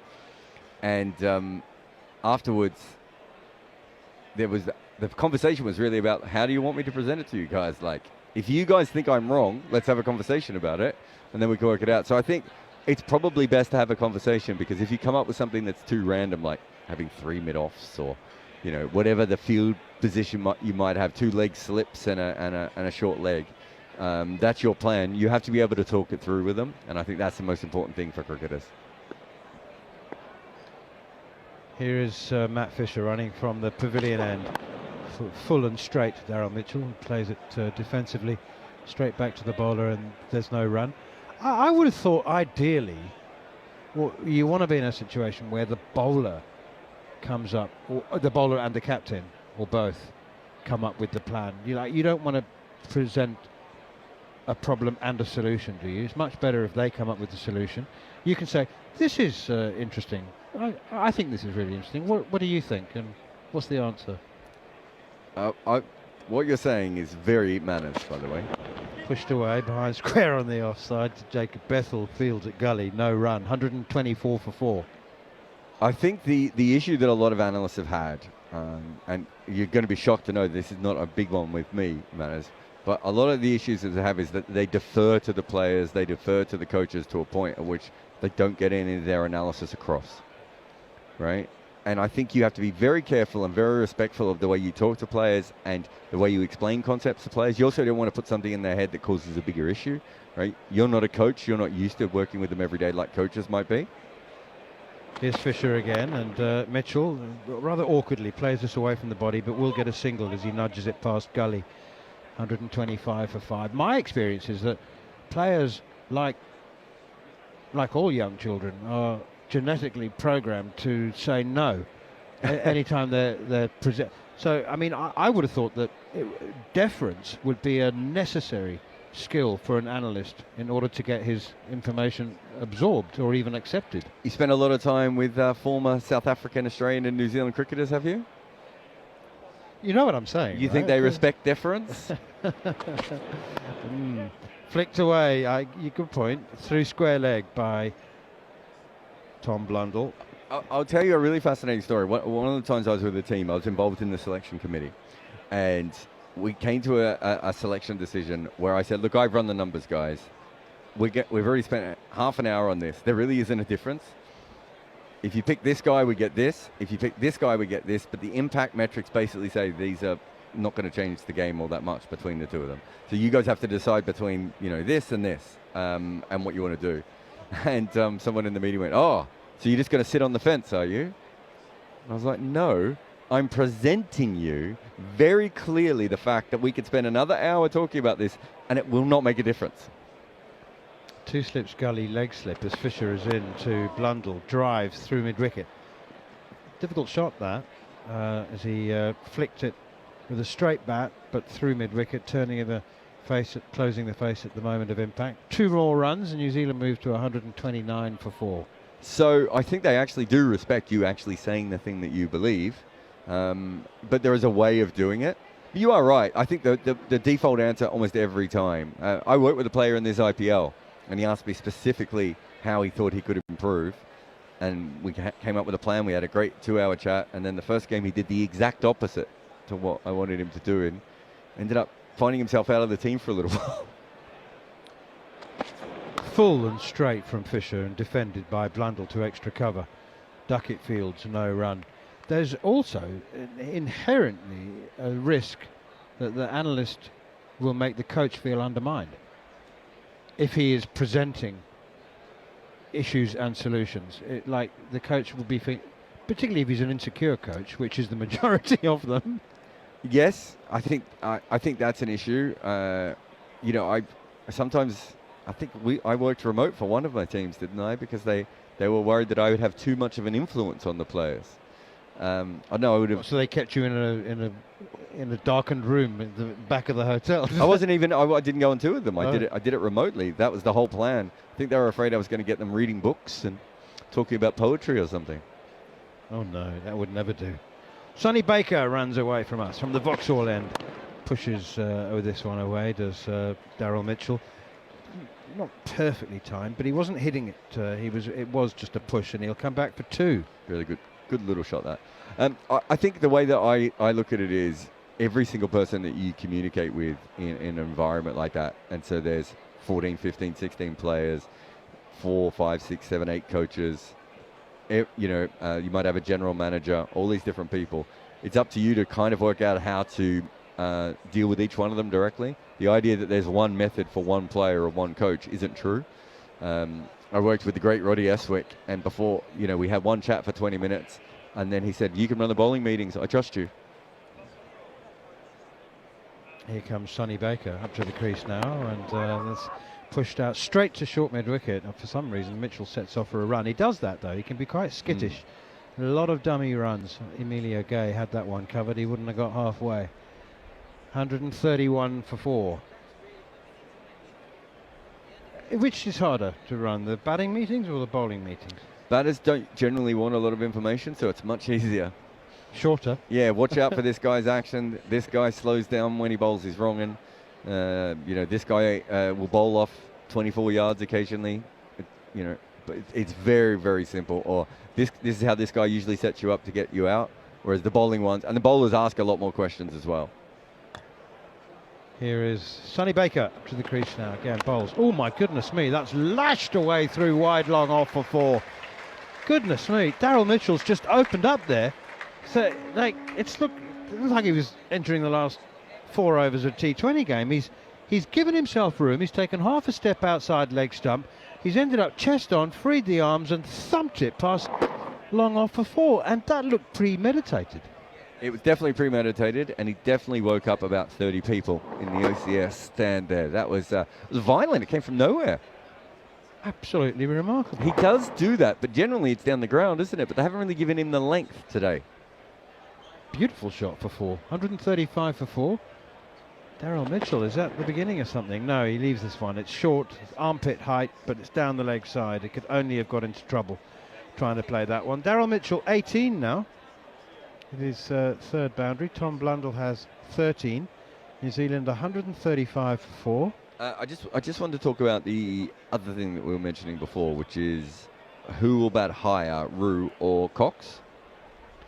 If you look at their careers, Cox is quite fascinating. He's opened the batting quite a bit. He's batted 4 quite a bit, 5 quite a bit, and 6 quite a bit. So his pattern he's a natural for number 7 then. He's definitely not going to bat 3 or 7. Baker once again tucked away nicely by Mitchell for a single through square leg. Emilio Gay goes and fetches it. Jordan Cox made his career best score. I think it's 228 as an opener, didn't he? And has had great success opening in white ball cricket. So I don't think that he would have had very much experience of batting with the tail. And make no mistake. Oh, yeah, okay. So Rue's batted mostly at 4 and 6, and he's started opening recently, occasionally as well. So neither of them are really set up to do this, which is a good thing.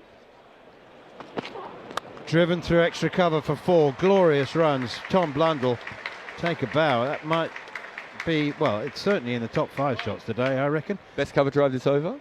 I think that I'd take the second one, yeah.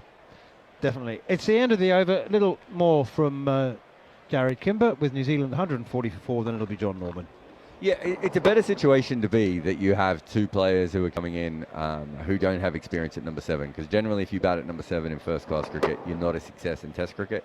The fact that these guys are top 4 players, top 5 players, quite consistently as well, I think is an even better part of it. It works a lot. I think we're just going to see. Now, this is the first time today we've seen the keeper come up the stumps for Daryl Mitchell. Which is something that is very, very normal when Daryl Mitchell bats, because he does bat out of his crease. And Rue is coming up, so we'll get a good look at Rue's technique here as John Norman comes in, How you speaks, doing? picks up the microphone, all these things.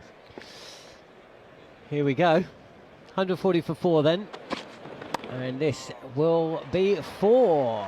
Daryl Mitchell just starting to click through the gears. And what's been impressive so far is seemed in complete control. There's a flurry of boundaries when Rachin Ravindra was at the crease, and at no point did it really seem like he was set. But Mitchell, after that early drop, that's a graceful shot on the front foot, opens the face in his stance and just guides that through vacant third for 4. 144 for 4. New Zealand still way behind where they'd want to be. As this time stretches forward and defends in and around off stump. No run. Apparently I've accidentally set up advertising for South Downs natural mineral water, because I put it right here in front of the camera the whole time. I didn't realise. Sorry. That's all right. I'm sure our producer Scott was alert to it. I think he seized on it immediately. I think he's already contacted South Downs and asked for a sponsorship.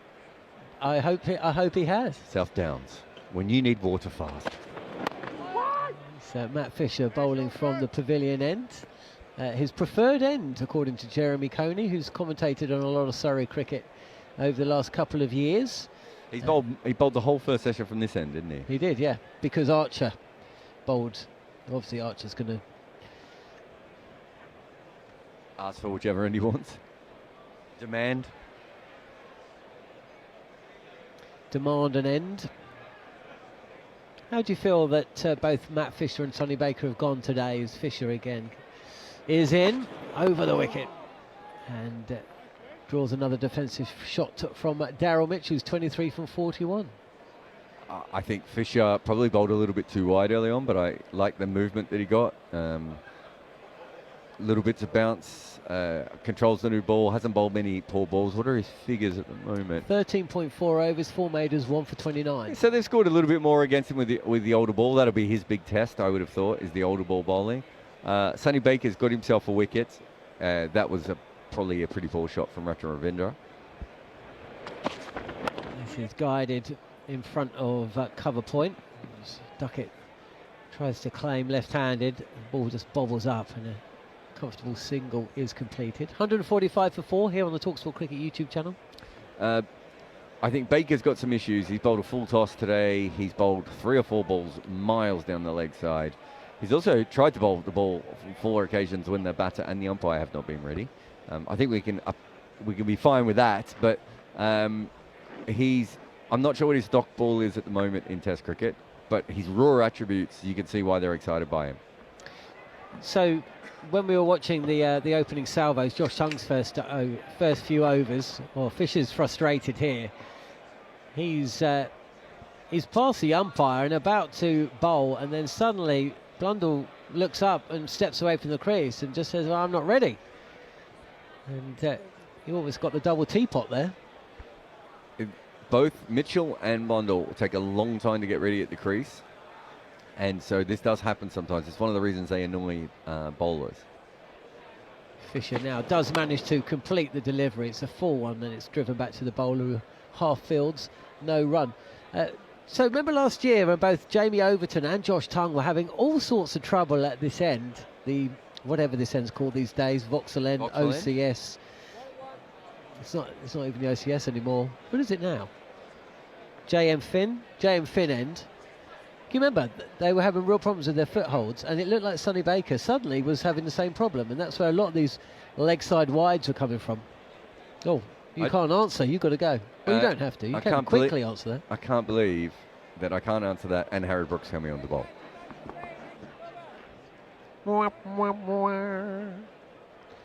Well, Jarrod's off, but Jeremy's in. And we are going to see a change to the bowling. And it's going to be Harry Brook. Harry Brook, who picked up, what figures did he get earlier this year? Well, Yorkshire beat Surrey. Did he get a fifer? Well, you can speak, Jerry. You can speak. Tell the listeners. Well, it was 3 or 4, wasn't it, for Yorkshire? No doubt about that. He's a keeper up, so that prevents Mitchell going at him. The field is interesting. 1 slip, 1 gully, sort of a shortish cover. And Harry Brook bowling for England. And this is just guided down to into the gully where it's fielded. I'll be honest with you, I didn't have Harry Brook bowling in the afternoon session on day 1 of the second test with just 1 man out on the boundary on my card this morning. Well, New Zealand have been a little bit timid, haven't they, after a while? Down the track goes Daryl Mitchell. He's gone high and over mid-off. It's not going to reach, or it will reach the boundary just. We're more extra cover than long off. Just for a minute there, it looked like he'd skied it. But he picks up 4. I think we might be set for some fun and games here, Jeremy. Well, New Zealand have to play a few shots, and I thought the over prior when Baker was bowling from this end, we saw a very nice stroke from certainly Blundell to finish the over for the second boundary. The first one, again with the mid-off kind of a little bit deeper now, but it was up but then in those days, and really New Zealand had to attack a bit more. Here is Brook, and this is left alone. So yeah, there's a straightish, quite short mid-off, and then there's another mid-off that's about halfway in, halfway out. Extra cover with a gully, first slip, leg slip, deep square leg, catching mid-wicket, and Jofra Archer at, again, about halfway back to the boundary at mid-off. And this is defended back to Harry Brook. Yeah, didn't have this one today, but you're right, New Zealand have been timid. Yeah, it's an old-looking scoreboard, isn't it, at this stage? I have 4 for 150. And New Zealand just, I can understand it a little bit, John, because, you come and you've played a third of your test, you haven't got 30 runs on the board after Lords. On the pads and drilled to Amelia Gay at mid-wicket, no run. And so at least you approach the second test and you hear that there's big runs and you know that runs are possible here. And so you start with a slightly defensive, frame of mind, is that I'm not going to play aggressively right from the start. I'm going to work my way into an innings. Wide of the crease comes Brook, and this is left alone. His 1 test wicket coming against New Zealand at the end of it was at the start of 2023 when Kane Williamson caught down the leg side for 149 or something. At the Basin, I think, was it? At was the it? Basin, yes. that incredible test match. Yes. One of the best test matches in recent times. Or of all time, actually. But it certainly has just smelt a little bit of defensive work from the New Zealanders. They have to start at least attacking the wider delivery, the one that they feel they can get to drive and force a bit more pressure than they have so far this morning onto the bowlers. And once you start doing that, then you can kind of earn the odd wide one, the odd short one, and then it's easier to pick them up. So I tell you what's interested me a bit, John, is why this leg slip has become so much of an issue in this series. We've had 1 and 2 of them today. Yeah, and we've seen Daryl Mitchell dropped there as well, yes. right? Archer bowling over the wicket and on his toes and forcing this past gully and all along the ground for 4. Blundell moves to 21 and 150 up for New Zealand, 153 for 4. I think, all things considered, New Zealand got it just about right in the first session with the tempo. I agree. And It's been when they came out after lunch and the sun had been on the pitch for another 40 minutes, you could see the frustration in Ravindra particularly looking to attack, but it was almost attack every ball, and he was just frustrated. Archer again, and Blundell's wrapped on the pads, fielded by Bethel, who's been brilliant actually in gully. 2 catches so far today, and he fields on the bounce. And yeah, there was a flightiness about every single time I've seen Rashin Ravindra play England, he's wanted to just belt them and just take them round the park and almost a shot a ball. And while it doesn't work all the time, he's just got one that's just bounced a little bit going across him from Baker, and he's looked to sort of, with 2 slips in the gully, has tried to run it to third man for 4. Archer again, and this is left on length, but the ball actually slaps Blundell on the top of the thigh and dribbles through to the slip cord, no run. Gee, I thought that was a bit too close just to not be playing a shot. It's almost as if that's an in-swinger once again from Jofra Arch, who normally takes it away from the right-handers. That one, as he did this morning, he started to bowl in-swingers to the left-handers, so it was moving away from them. I think that was another one. Yeah, I saw Tom Latham shoulder arms to one earlier today, which hit him just above middle. This will be 4 on the pads. I'm not sure there's bat on it. There wasn't. Leg byes, and Joe Root just signals he'll go and retrieve the ball. So an increase in the run scoring. We're at the halfway point of the day in terms of the overs bowled. And a 50-run partnership. The first since 2024 against Sri Lanka is buzzing into my brain. I think Gary Morgan sent that stat earlier today. Much needed for New Zealand. We need a contest between bat and ball and between these 2 sides, and this is pushed out to the leg side. Just for a second there I thought that Jacob Bethel was going to be oh no, it's Jordan Cox at leg. It's more of a leg gully, isn't it? But another run added to the score, 158 for 4. What would you say is a pass score here, Jeremy? Oh, I think if you look at the scores we've seen so far, factor that in, and look at the pitch today, factor that in, and that it's the first day as well. The grass is only going to lose its life as this game progresses from now on. Here's Archer, and Mitchell meets this ball on the front foot, pushed out to cover, no run. I think 300's going to have to be kind of as a guide for New Zealand. They're 158, they're halfway there at the moment, but they've lost the majority of their top order wickets. Yeah, but you feel that possibly... they can get there yet. Yeah, the ball is just started... Well, it's lost its shine. It's obviously a 45 over ball. There's no spinner, and Harry Brook is bowling. England are coming with 4 bowlers. Sonny Baker just seemed to lose his rhythm in that towards the back end of that last spell. Fisher's bowling, what, his second spell now? Archer's bowled 9 overs. You know, if you take 1 wicket off there, 158 for 3, you'd feel that New Zealand will be just about where they needed to be. But this is driven, and it's claimed by Duckett at cover point. It throws the ball into the air, but the crowd aren't going to be fooled by that. A little bit of outswing there for Harry Brook at the moment. Very medium pace compared to the other bowlers. Just got to be careful you keep your balance here at New Zealand and your strokes. 3 for 11 he took against Surrey. Oh, he leaves this one, does Mitchell, and it keeps very low. Well, not Lord's low, but it kept a little low. Would have crashed into off stump, but too wide for that. And there's a fumble behind the stumps as well, so the two batters cross, and another run is added to the score by.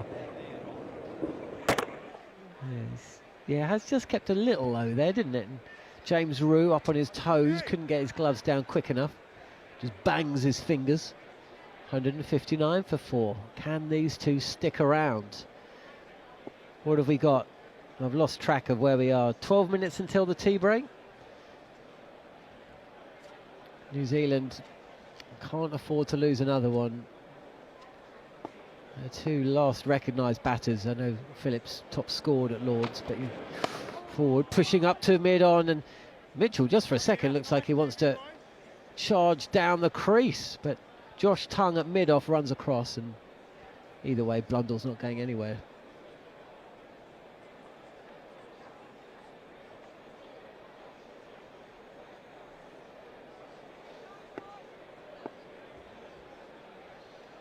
Brook again. There's no extravagance this time from Mitchell. He's pushing up to Archer. Did you have a nice little break? Oh, I've got a scream. Do you have a nice little break between test matches, Jeremy? I did, thank you. I headed down with Mark Church, the man from Surrey. Oh, you really? know Churchy. very well. I do. Stayed with Churchy. What a lovely guy. Yeah, and his mum Anna, and we had some nice times. Oh, nice.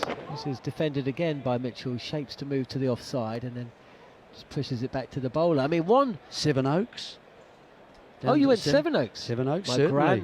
gran used to live in. My dad grew up in Sevenoaks. Right. He Well, moved. you'd know it well. He moved from Barisal in Bangladesh to Sevenoaks in Kent when he was 7.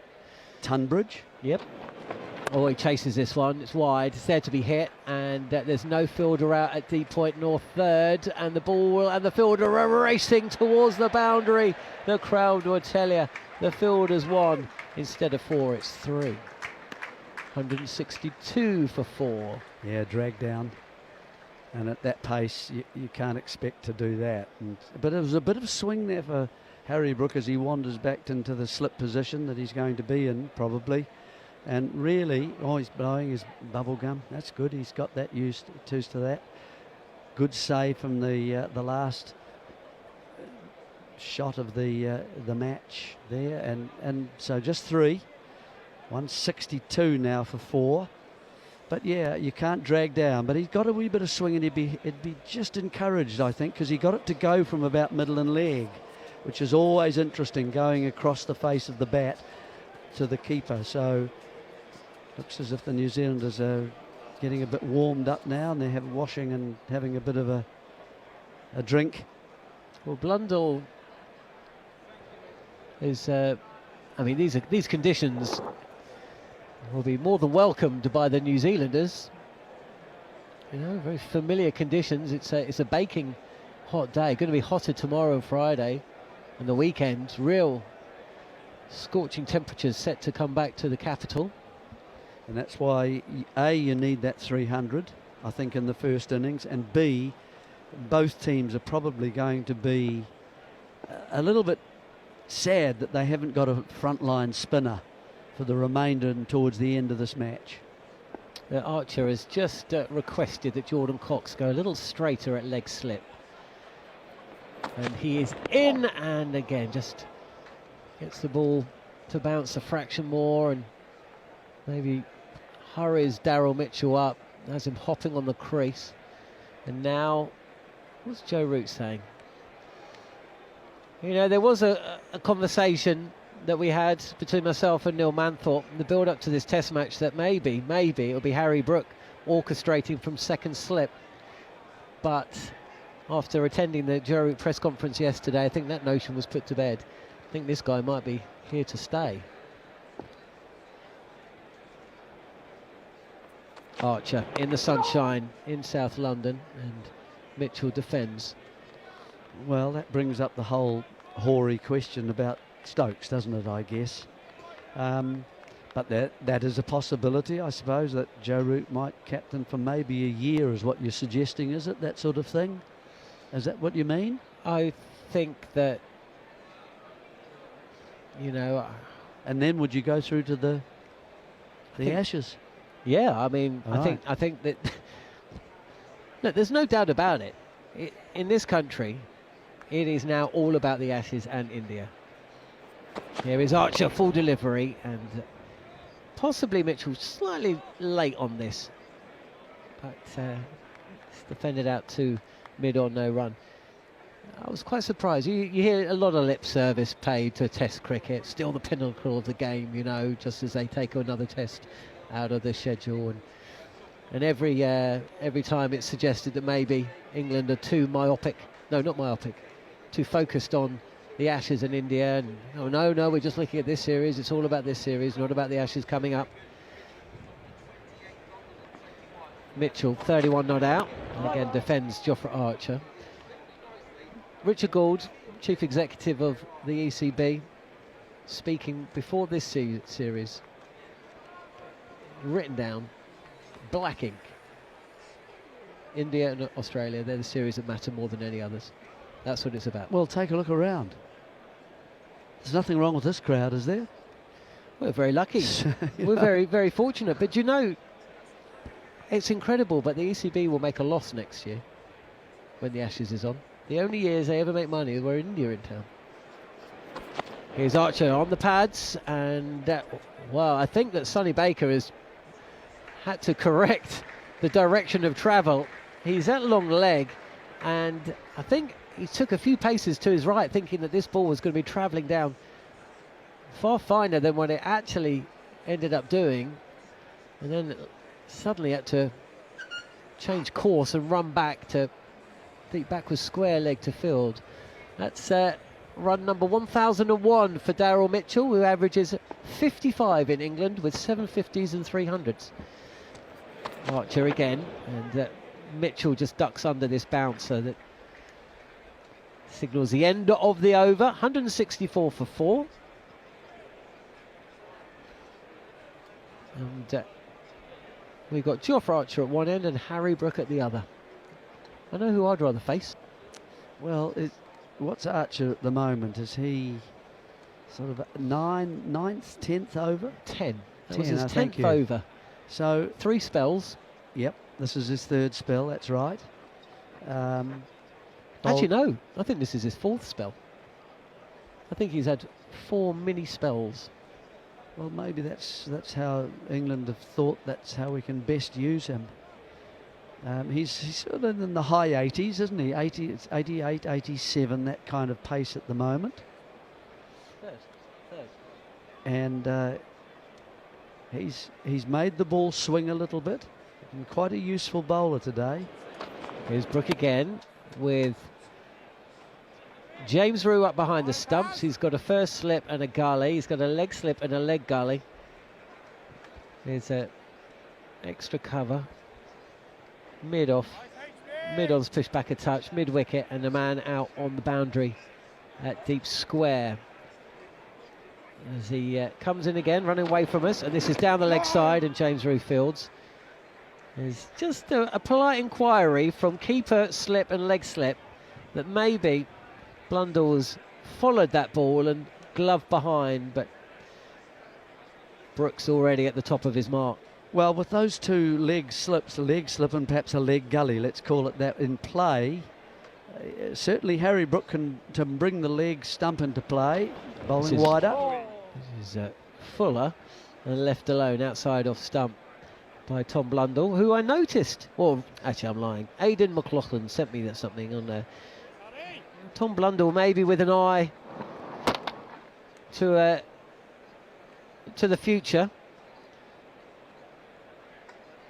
He was named in the New Zealand cricket performance coaching course cohort. Down the leg side, and good grab by James Rue behind the stumps, who picked up his first wicket in Test cricket, or rather his first catch in Test cricket earlier today, to help dismiss Devon Conway. So yeah, Tom Blunder. Do you know many of those names there? I'm not going to read them all out. There's Cam Fletcher, Anton Devcic. Yes, he was yes, part the of our opener. team. Yes. Louis Delport, I recognise that name. Yeah, Emily Drum, of course. She was a famous name, played for the women, good player. There's a few in there. 10-month programme designed to support the development of high-performing coaches across the country. Just get involved.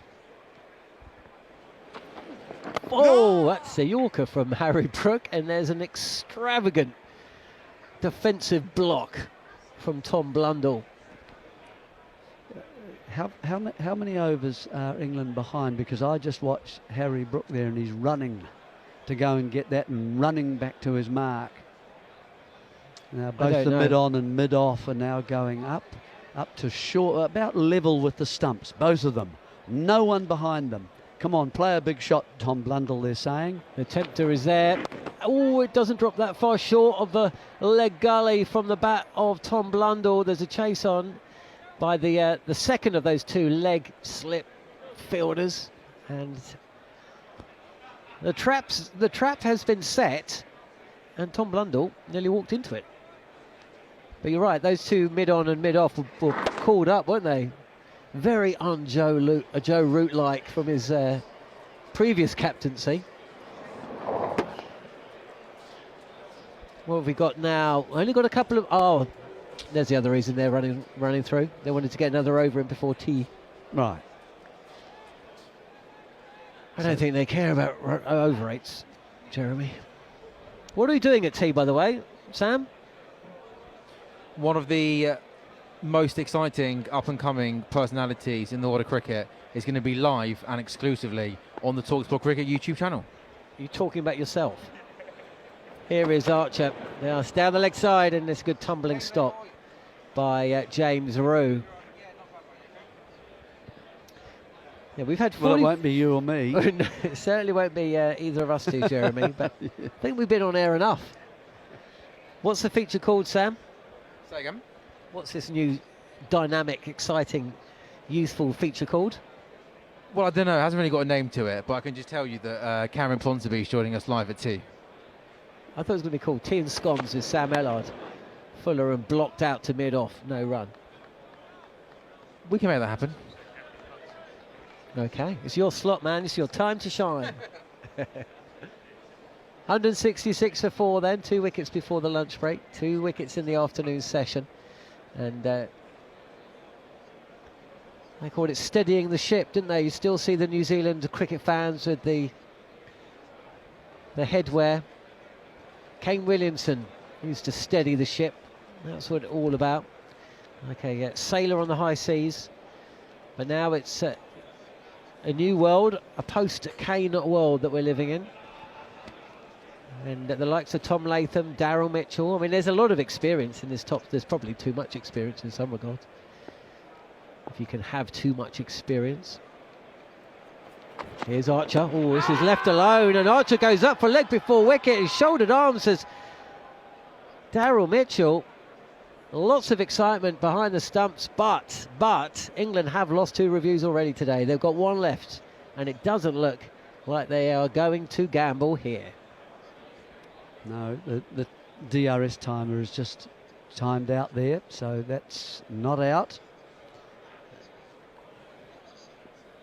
No, it's a right decision by Joe Root, I think. Yeah. Well forward. It might be what has saved Daryl Mitchell once again. No stroke offered. Saw that happened 3 times at Lord's across both sides. A player just letting the ball slap into the stumps. Here is Archer running away from the pavilion, and this is forcing a shot guided down to gully where Jacob Etherfield's on the bounce. How many deliveries have we left? 2 in the session, and New Zealand battling back a touch. How many of these two put on now? For the 5th wicket. Much needed runs. 59 in 13 overs. And at a decent run rate, 4.5. Now we've got fielder out at deep square, about, I don't know, 10 yards in from the boundary. Yeah, this is a bit more orthodox, isn't it, John? You've got a mid on, a bat pad, a couple out. Here's Archer, and that's left alone by Daryl Mitchell. Again, good bounce and carry from Archer, decent pace. His first spell was 1991. His second spell, I noticed, was a touch slower, 88, 89. And I haven't seen where he's coming in this spell. 1 for 36 from his 10.5 overs. 1 ball remaining of the afternoon session here at the Oval. Jeremy Coney with us throughout the series. We'll be heading up to Trent Bridge, up to Nottingham next week. Here it is then, last ball of the session. Archer is in, and this is dug out by Daryl Mitchell. Pushed up to Ben Duckett at mid-off, and that is the end of what's been another really intriguing session of Test cricket. New Zealand losing the wickets of Henry Nicholls, who just edged onto his own stumps, playing defensively, cramped for room, from a heavy ball bowled by Josh Tongue. 24 on his return, he made on his return to the side, and then real disappointment, Rashan Ravindra, who'd played a couple of nice shots, including shot of the day with a dreamy punch down the ground for 4, getting himself out to a shot of nothingness, but one that will be remembered forever by Sonny Baker, as he claimed his first wicket in Test cricket. And really, New Zealand were in all sorts of trouble at that point. 107 for 4. So well done to Daryl Mitchell, who was dropped in single figures at leg slip by Jordan Cox. He's 33 not out. Tom Blunder was 23. And at the tea break here at the Oval, ahead of a very exciting new section of the show, hosted by Sam Ellard, called Tea and Scones. Tea and Scones with Sam Ellard. Cameron Ponsonby will be his very, very first guest. So don't go anywhere, folks. New Zealand 166 for 4. Yeah, that's one of the most exciting young personalities in cricket, Cameron. If you're going to plug it properly, please, John. Why, I don't need to. You just did it for me. Anyway, you heard what he said. Don't go anywhere.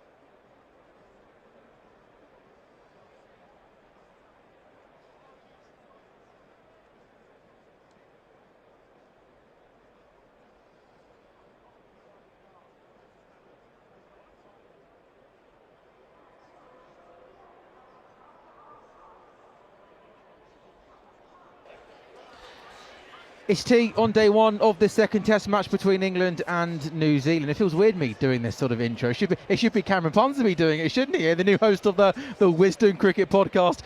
Play back underway in about 15 minutes' time. England winning the toss, bowling first. They picked up 2 wickets in the afternoon session. New Zealand 166 for 4. The 2 wickets in the afternoon session. Nicholls going for 24, bowled by Josh Tongue, and then the first wicket on Test debut for Sonny Baker, getting Rashan Ravindra. Daryl Mitchell was dropped early in his innings on 2 by Jordan Cox at leg slip. He goes to tea on 33. Blundell on 23, so it's 166 for 4. Delighted to say that joining me here at the Oval is Cameron Ponsonby. When I promoted you coming on the yeah. the tea feature.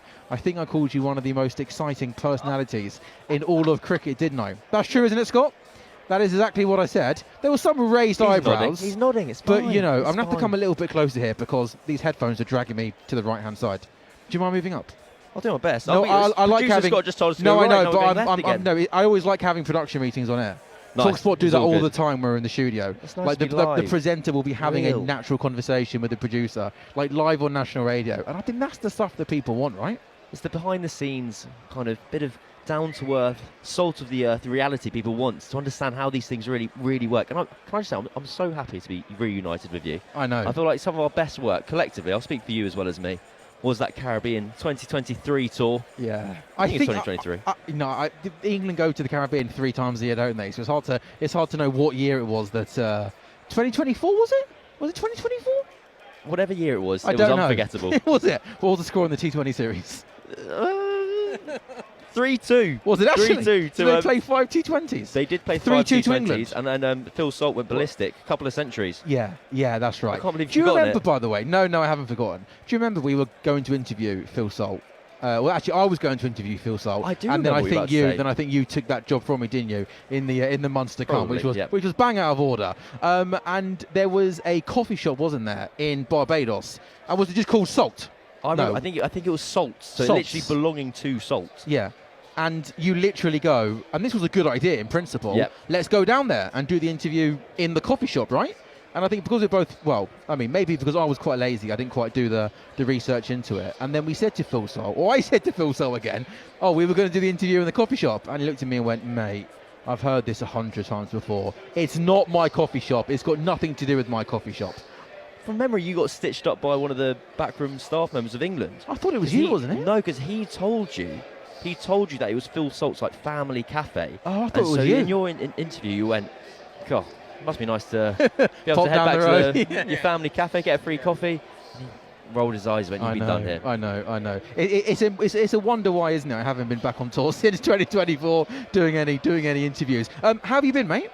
Been very well. Work is You are flying, flying, aren't you, mate? You know what's been really nice? Started at Wisdom, kind of taken over from Jarrod as the host of the Wisdom podcast. It's been really exciting, kind of learning on the go, basically. So Ben Stokes got in some trouble last week, and all of a sudden... Did he? Did you catch that What one? happened? All of a sudden, you kind of got a microphone, you're talking to a fairly sizable audience, you're having to be more sensible, basically. I think I've often done the other side of the job where you're there. Do you know, I'll tell you exactly the thing I'm finding the hardest about taking over. Previously, by being freelance, you kind of speak irregularly. So you're irregularly appearing on other people's shows. So when you do, you've had time to think of your opinion. You go in knowing what you want to say. When you're hosting something that goes out multiple times a week, you're just talking so much. And your opinions are changing as more information comes to light. And so it's really hard to just kind of sound sensible. And I'm sure there'll be many people who will say, I, me, you, everyone fails at that regularly. But I've more sympathy for the likes of yourself and everyone who has to speak on issues all the time. Yeah, well, I enjoyed your appearance on Talksport Breakfast the other day with Andy Goldstein. That was a real treat. How did Andy Goldstein sign off that interview with you?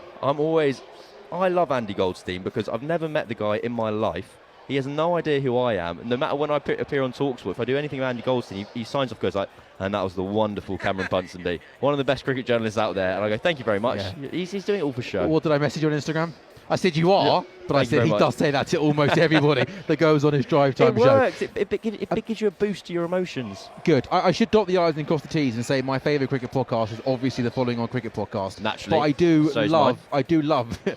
I do love the Wisdom Cricket podcast. You taking over from Yazrana, I would compare it to David Moyes taking over from Sir Alex Ferguson. But mate, I'm actually genuinely being serious here because Yaz has got the most remarkable knowledge, hasn't he, on basically almost anything cricket related. He knows stuff about the England Test team, but he can tell you what's going on in the second division in the Sri Lankan T10. Do you know what I mean? He knows. So to take over from that and have that camaraderie with the boys that he does, it's not an easy, place to step into. He's such an intelligent guy. I always think me and Yaz are kind of sporadic best mates. There'll be a month every year where we hang out heaps and then kind of just chat throughout the rest of it. I would say he's been unbelievably helpful since I've taken over. He's listening back to shows, giving me advice about how to really go about hosting, for example, a couple of tips and tricks. But you're correct in that. I remember he would say this pretty confidently that kind of outside of national selectors and like county head coaches, like, I reckon I'm watching more county cricket than anyone. He would have all the streams up, ready to go. You could ask him about any player's technique in Division 2 and he'd be across it. And he spots interesting things over the years. It's why him and Mark Butcher, who's kind of a regular contributor to the Wisdom podcast, they've always got on really well by the end of it. And I think Butcher trusted Yaz's opinion, basically, by the end of it. And I think that's a pretty good character witness to have in your favour. If Mark Butcher's thinking, you know what you're talking about. I'll get there one day. No, mate, you're off to, like I said, big boost to Phil. You're off to an absolute flying, mate. Thank you, You're mate. off to a flying star. So you're still a freelancer, though, right? I'm taking Always it? freelance. So who are you working here for at the Oval? Good question. So doing a bit of Wisdom. Do you know him? I do know. I do know who. I'm doing the Observer on Saturday, doing a bit for the Guardian on Sunday. And I'm always available for selection for Talksport, as and when it may or may not come. Here we go. Mate, you'll take this T feature off me sooner rather than later, won't you? That's the plan. You know, I'm always trying to take jobs off you, Sam. Yeah, you always do the fun ones. I want to do what you're doing. No. As a freelance journalist who obviously is with Wisdom as well, how did you find last week? And how, as a journalist, do you try and tackle a situation and a story like that? Do you know something I found really interesting was how quickly public opinion changed. So when the news first came out, I think England are obviously trying at the moment to get ahead of kind of disciplinary situations or be more open in general. It's why Brendan McCullum is speaking so regularly to the press. And so on the Monday evening when the statement came out, there was this kind of void of information. And I think naturally in moments like that, everyone, press, public, whoever, you kind of assume the worst. And so you think, right, this is a thing which is kind of fatal for captaincy prospects. What's happened? How bad is it? Is it going to be the end of Ben Stokes as we know it? And then over the course of 24 hours, everyone kind of took a beat. There was that Tuesday afternoon where it really sounded like Ben Stokes was done. It sounded like the ECB were nervous he was going to hit send on an Instagram post and retire, just like that. And all of a sudden, just the afternoon progressed and everyone kind of went, hang on, what's he actually done? What's the, inverted commas, crime that's being committed here? And as far as we know currently, as far as we're told, it was that he was up past his bedtime. And if you ask any of the 25,000 people that are in this stadium who love cricket and want to spend their, whatever we are, Wednesday afternoons watching England, I don't think any of them want to stop watching Ben Stokes because on the night after winning a test match for England, he was out too late and had one beer too many.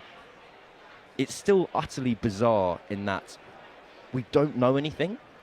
We don't know if he's going to resign. We don't know if he's going to be fired. We don't know when he's coming back. Why is that, do you think? It's a great question. It's one I A can't broken clock's answer. right twice today, right? Because this happened 10 days ago now. Like, what are we waiting for? Surely we talk about well, we don't know what happened, but the people who are in the nightclub, crucially Ben Stokes, Gus Atkinson, the security guard, they have a pretty good idea what happened given they were there. So we're still kind of in this kind of limbo period where the kind of future of one of the nation's favourite ever cricketers hasn't been decided. Is there more information to come out? That's something I'm kind of bouncing around in my head saying, is the full picture available to everyone currently, or is there things we don't know? Because it feels utterly bizarre. If all that's happened is that he was out past the curfew, why isn't it the same case with Gus Atkinson, where we assume it's kind of a slap on the wrist and we'll see you at Trent Bridge or we'll see you back for the Pakistan series? With Ben Stokes, they've spoken about about their worry for Ben and their concern for Ben, and I think that it's a really interesting insight into how we as a nation kind of talk about mental health issues in particular, where we talk about. I feel like we all agree it's okay to not be okay. That's the line, right? But none of us know how to speak beyond that. And so England tell us this, and they say we're worried about Ben, and we go, brilliant. Okay, we're worried about Ben. What's next? Are we allowed to know more? Is that impolite to ask more? It probably feels like it's a kind of invasion of privacy. But because they've been so open about the fact that we're worried about Ben, but no further information, you kind of protect Ben Stokes in the first instance, but you then leave it open to speculation at the vastest extent beyond that, because there's no further information. So again, I'll refer to the 25,000 people that are in here. They're all currently having a beer, chatting to their mates, going, what do you reckon's wrong? And nobody knows and understands, and it's just rolling on. So on the one hand, yes, I kind of admire the ECB for wanting to be more proactive and be on the front foot about addressing things. On the other hand, we're still a week and a half later, and there's just this mystery, there's this question mark that's hanging over the series, which feels bizarre, and would be nice to be resolved at some point sooner rather than later. You are good, aren't you? By the way, I was engrossed in that Oh answer. my goodness, maybe you're a good listener. No, You're a good listener. well, when you're talking sense, it's interesting to listen to. If you had to hazard a guess, though, do you think the fact that Ben is going to play, we think, for Durham this week, the fact that no rash decision has been made yet, do you think that common sense will prevail? And we can all, Ben will hold his hands up and say, I made a mistake, I shouldn't have broken that curfew, because let's be honest, he was part of the management team that did bring in a curfew for a good reason, because the England cricket team didn't behave like professional athletes should do in the winter. Once the dust settles, as you said, he can't lose his career over this, and probably also shouldn't lose the captaincy over this, right? So there's one thing I'd like to say in that. Often, I think we can be criticised for being too soft in these instances, and you go like, oh it's okay. Like England were with Harry Brook? Possibly, but I feel like the Brook's a different instance, where Brook, it was so transparently mad. He got punched by a nightclub bouncer the night before a game. Stokes is out the night after a game and wasn't, as far as we know, involved in anything. It was, however, incredibly professionally embarrassing. Imagine you having a chat with your boss for 6 months about, Sam, we're going to be on our best behaviour, yeah? We just need a couple of quiet months, a couple of quiet weeks. We're just going to get through this. Keep your head down. And then on week 1, I know, you are the one to know. let everyone down. I can't imagine like waking up that morning with the hangover and going, oh my goodness me, what has happened here? We've all been there, haven't we, by the way, having that anxiety. I dread to think what Penn's was like on that Monday morning. I imagine my guesstimation at the moment is we won't see Stokes at Nottingham, but hey, 10 days has felt like a long time. By the time it's the end of August and Pakistan are here, so much water will have passed under the bridge that my guess is we'd see him playing for England, not necessarily captaining England against Pakistan. You're a cool guy down with the kids. Do you still go clubbing? I thought people had stopped clubbing like before when COVID came in. Do you go to nightclubs? No. Do you? No, you don't. Like, would you want to go to a nightclub? If I said to you tonight, there's a really good nightclub around the corner after the England game, let's go to a nightclub, have a few beers, put on our best shoes, throw a few shapes. I couldn't think of anything worse, to be honest with you. You know, I'll give this a trial run because it's something I've spoken about with a couple of people and a couple of former players, and they say one of the things that irritates them about this England team is people talk about how you don't like the public eye. And this former player was talking about the reason we went to Walkabout in Nottingham, or we went to whatever these nightclubs on the main roads are. Let me finish the point, Jarrod Kimber. It's because we didn't have any cash. These boys, they've got a bit of money in their pocket. Yeah. You can go to a private members bar, have as loud or as quiet a drink as you want till as late as you want. Anyway, I'm getting booted out. That was quite rude, wasn't it? I thought so too. It's bang out of order. Happens. That went quite quick, didn't it? Sorry? That went quite quick. I think maybe we should do this at lunch next time, you know that. I look forward to it. We get double the amount of time. What's the score going to be tonight? The score at the end of tonight's session is No, going I meant to the be football, mate. I actually didn't mean the football. 2-1 England. Yeah? Yeah. And are QPR finally going to go up next season or not? No. Never. QPR never going up or never going down, are they? Dullest team in the country. Last 10 years, this isn't quite true anymore, but it was true not that long ago. QPR have lost more matches in the Football League than any other team in the country across the last decade, because we've never had the decency to get relegated. Just finished 17th forever. Mic drop. Incredible. Cam, thank you very much. Always. We'll chat to you throughout the test match. Tea is nearly over. Neil Manthorp is going to come back in and do some commentary. And we get to the evening session with New Zealand 166 for 4.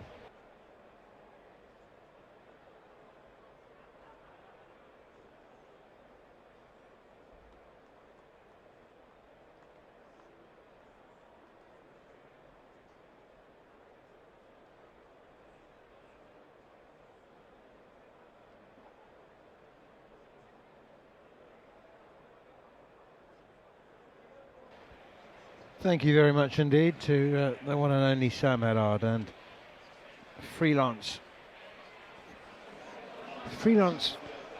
prince. I won't call him a king yet. Cameron Ponsonby, who's the last of the freelancers, really, isn't he? Well, he's in a dying breed, isn't he? I'm certainly no longer able to give him any heads-up clues about how to make it work. Life as a freelancer. The players are coming back onto the field. Plenty of this sellout crowd are still on the causeways and walkways down below us and are all the way around the ground. It's one of the best serviced cricket venues in the world. The Kia Oval is really caters for everybody every desire, from food and drink to the non-alcoholic drinks, and you can even get organic and vegan fare if that's your thing, and if not, all sorts of roasted meats and Indian food and Thai food. And Can you not get vegan food in South African grounds? no, Really? of course not. You can't get any vegan food. No, absolutely not. Why would they cater for a market that doesn't exist? If you're a South African vegan, please put a comment below. Yeah, actually do. Yeah, I'd love to see it. Okay, Josh Tung's changing ends. He's going to bowl the first over after tea from our commentary end, the Vauxhall end. And he's going to be bowling to the right-handed Tom Blundell. There'll be 2 slips and a gully waiting in anticipation, as well as a leg slip. England have had extra cover and mid-wicket for quite a lot of the time, and it's not a defensive move, I don't think. It's because it's very difficult to trust a drive on this pitch. Here's Josh Tongue outside the off stump to Blundell, leaves that one alone, and there's no run. You know that old joke about the Englishman who goes to South Africa and he's watching the cricket and he goes to the burger stall and he says, "Have you got anything vegetarian?" And the burger stall owner says, "Yes, we've got chicken." But actually, I'm being a little bit flippant. But in sort of the metropolitan outskirts of Cape Town, you might find a vegan cafe. Driven down the ground, pushed really firmly, but nicely fielded by Tongue off his own bowling. You'd find vegan in Rondebosch, wouldn't you? With all the students, there'd have to be vegan there. And there's some pretty trendy cafes in Joburg that my wife managed to find. Because there's a lot of keto and low carb stuff, so you can get like cauliflower-based pizzas and things. Oh yeah, exactly. And cauliflower rice. Have you ever tried that stuff? It falls to pieces. It ends up as a mash. Here's Tongue again outside the off stump, left alone by Blundell. Cauliflower rice I've never had, but cauliflower pizza base I've had it, and I had that in Joburg, and it's really annoyed me. It doesn't exist over here very much. It was that good. It was shockingly good. You can get it here, but it's not. Don't let it go cold. No, it's still not like a normal pizza base. It's almost a separate meal to a pizza base, but it's I really do like. I really like cauliflower though. But hot, it's terrific. It's different. It's not. Yeah, it's not trying to be a pizza base. It's being itself. Pushed away behind square on the offside into the gully, fielded by Jacob Bethell. He's looked very good in that position today. Yeah, he was at backward square leg as well. He's been at leg slip. Is that Bethell? Yeah, it is Bethell back in there. Him and Jordan Cox have switched around a couple of times. In fact, Duckett seems to have been in random positions at different times today. He seems to have been usurped. He's been the regular man at third slip and gully through the last couple of series, last four series. Here's Josh Tongue once again, looks for the Yorker, I fancy, right up in the block hole, not quite in the block hole. And Tom Blundell tries to drive, comes off the toe end of the bat, no run. I mean, you talking about dietary stuff is interesting because you did write a book called The Beer Drinker's Guide to Losing Weight. It's called The Beer Drinker's Guide to Losing Weight. I might have the only copy. No, I've given hundreds away. I paid for mine. Did you really? Yeah, bought it. I think it might have been at one of the Headingley stalls. Down the leg side, flicked away nicely by Tom Blundell off his hip, down towards deep backward square leg. There's a group of pigeons close to where that ball is fielded who remain absolutely unperturbed, probably unaware that cricket ball was anywhere near them. 2 more runs, the first 2 after the tea break, 168 for 4. Tom Blundell moves on to 25 and Daryl Mitchell has 33. The science, such as it was, behind that book has not aged well? Moved on somewhat. Yes. Yeah. Who'd you write? You wrote it with someone famous, though, didn't you? Paddy Upton. Oh, was it Paddy Upton? He provided the science, and I didn't necessarily fact check it. I just always assumed it was you can drink as much beer as you want as long as you're running the Comrade. No, it Comrades? actually wasn't. What's it called? Comrades, yeah. Yeah, the Comrades. ultramarathon. That just happened the other day, didn't it? Yes, it did. How'd you come? yeah, Second, third? no, Fly home for it?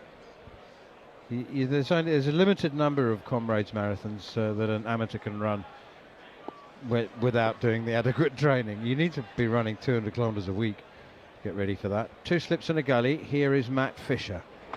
Sorry, it's Sonny Baker, and that's driven behind square on the offside by Daryl Mitchell. He's going to get 4 for it, and I don't know what your hand gesture meant there. Were you suggesting that he hit that in the air by mistake, or that he was in control of it, or not in control of it? No, just in complete control of it. I think it's the third boundary they've scored there in the last 20 minutes. I'm talking either side of T when I'm discussing that, but yeah, just in complete control. The first time I saw it was when Fisher came on and Rue came up to the stumps, and I think we've seen at least 1 or 2 since then as well. So it feels like the pitch is a little bit more even-paced now than perhaps from before. Here is Sonny Baker, first time from the pavilion end, and it's banged in short, doesn't bounce much. Mitchell pushes it to mid-wicket, no run. Yeah, with the harder ball, sometimes they would skid through quite quickly, and some balls would get some balls would stop on the surface. We're not really seeing that now. Everything's coming through at the same pace, and that allows you to play quite a safe but extravagant sort of late cut. It's not really a late cut. Modern players don't really play the cut shot, do they? But it's sort of a late guide. Yeah, the cut shot is. I think the bats have changed. Driven and a miss from Daryl Mitchell. I said driven with such an element of surprise in my voice because we've had so few drives all day. But that was a full-blooded attempted off drive, and he's missed it, and the ball has missed the outside edge. It kind of endorses the point that Jeremy Coney made earlier, which was England haven't been bowling drive balls. They've been bowling predominantly back of a length, and mostly you're gonna get fewer wickets by doing that. You need to roll the dice, don't you? You need to give the batsman scoring opportunities, particularly early on. And the pitch might be doing something. You need to bowl some drive balls and get them driving, so they might make a mistake. They will score runs. Yeah, short pulled by Mitchell for 4. Well, that was a shot of some conviction and control from Daryl Mitchell. Yeah, I'm still not sure that ball came on perfectly, but he just muscled it away, didn't he? But we are definitely seeing, whether it's the ball getting soft or the sun hitting the surface or whatever it is, it feels now they're much more in control of their batting. Early on, it was sort of sticking around as much as you could and then going out almost the first time you played an aggressive shot. Now they do look a little bit more in control. A wicket at this stage would be massively against the flow of the game as it is. Here's Sonny Baker, mid-on and mid-off have dropped quite deep now. That's banged in ribcage height and tucked away defensively to mid-wicket by Daryl Mitchell. It's interesting that. For much of the day, mid-on and mid-off when they've been there, which is for most of the day, have been quite close, even stationary. Now suddenly they're 20 yards behind the umpire, both of them. Probably because Daryl Mitchell, even if he chips it, it's still going to carry to probably. I don't think you need them quite that far back for Blondell on any surface. No, but Mitchell, it's. I quite like it. They're conceding a single, but they're also saying, "Go on then. Do you want to go over the top again? Go on, go on then." I like that. Mitchell, as we mentioned, is a sort of an ego player. He challenges the egos of the opposition, certainly, and they're responding with a challenge of their own. Tucked away off his pads this time, straight to mid-wicket, and there's no run. New Zealand are 176 for 4. Ashwin, on his, I think it was on one of his shows, talked about how good a player Daryl Mitchell was, and he said specifically against spin bowling, the thing with Mitchell is his ability to play every shot, and he's kind of similar against pace. So every single ball he can play in a different way, and because he's so strong as well, and he's got a good eye, so he basically has the ability to play every shot. And that might sound weird, but that's not the case for every international cricketer. Not everyone could sweep, reverse sweep. Not everyone can hook. Not everyone can loft the ball down the ground. Or they can, but less, Not well. less well. Yeah, yeah. Sorry, I mean, you and I can do all those things just poorly. Occasionally. Right, there's some tactical changes going on here. England have decided that Emilio Gay, they want an extra man. Okay, we've got a third slip. 3 slips, gully, extra cover, mid-off, mid-on. We've lost the square leg. We've got a leg slip, though. Edge this time. I don't know whether Tom Blundell was actually leaving that, you know. I think he was actually trying to leave it at the last minute, take the bat out of harm's way. The ball has hurried onto him, hit the bat, and he's inadvertently steered it past gully for 4. Yeah, proper Joe Denley batting there. Off the middle of the bat as you try and leave it. He did kind of make the decision very late. And he got it off the toe and it went out for a boundary. Just to get back to the cut shots. So one of the big reasons you don't see any cut shots is you can see it in Josh Chung's action. Everyone bowls from wider on the crease or from over the top of their head now. So everything angles back in. Where that was not the case in the 90s, where a lot of people were angling the ball even away from the stumps. Here's Tung again, over pitch, clipped away for 4 through mid-wicket. Lovely shot. Tom Blundell has followed a fortuitous and inadvertent 4 through gully with a sumptuous clip off his toes through mid-wicket for a very, very much intended 4. Daryl Mitchell, by the way, has become the first batsman into the 40s, 41. Blundell now has moved into the 30s on 33, and New Zealand just beginning to look stabilised. 184 for 4. How many times have you seen Blundell with a strike rate this high?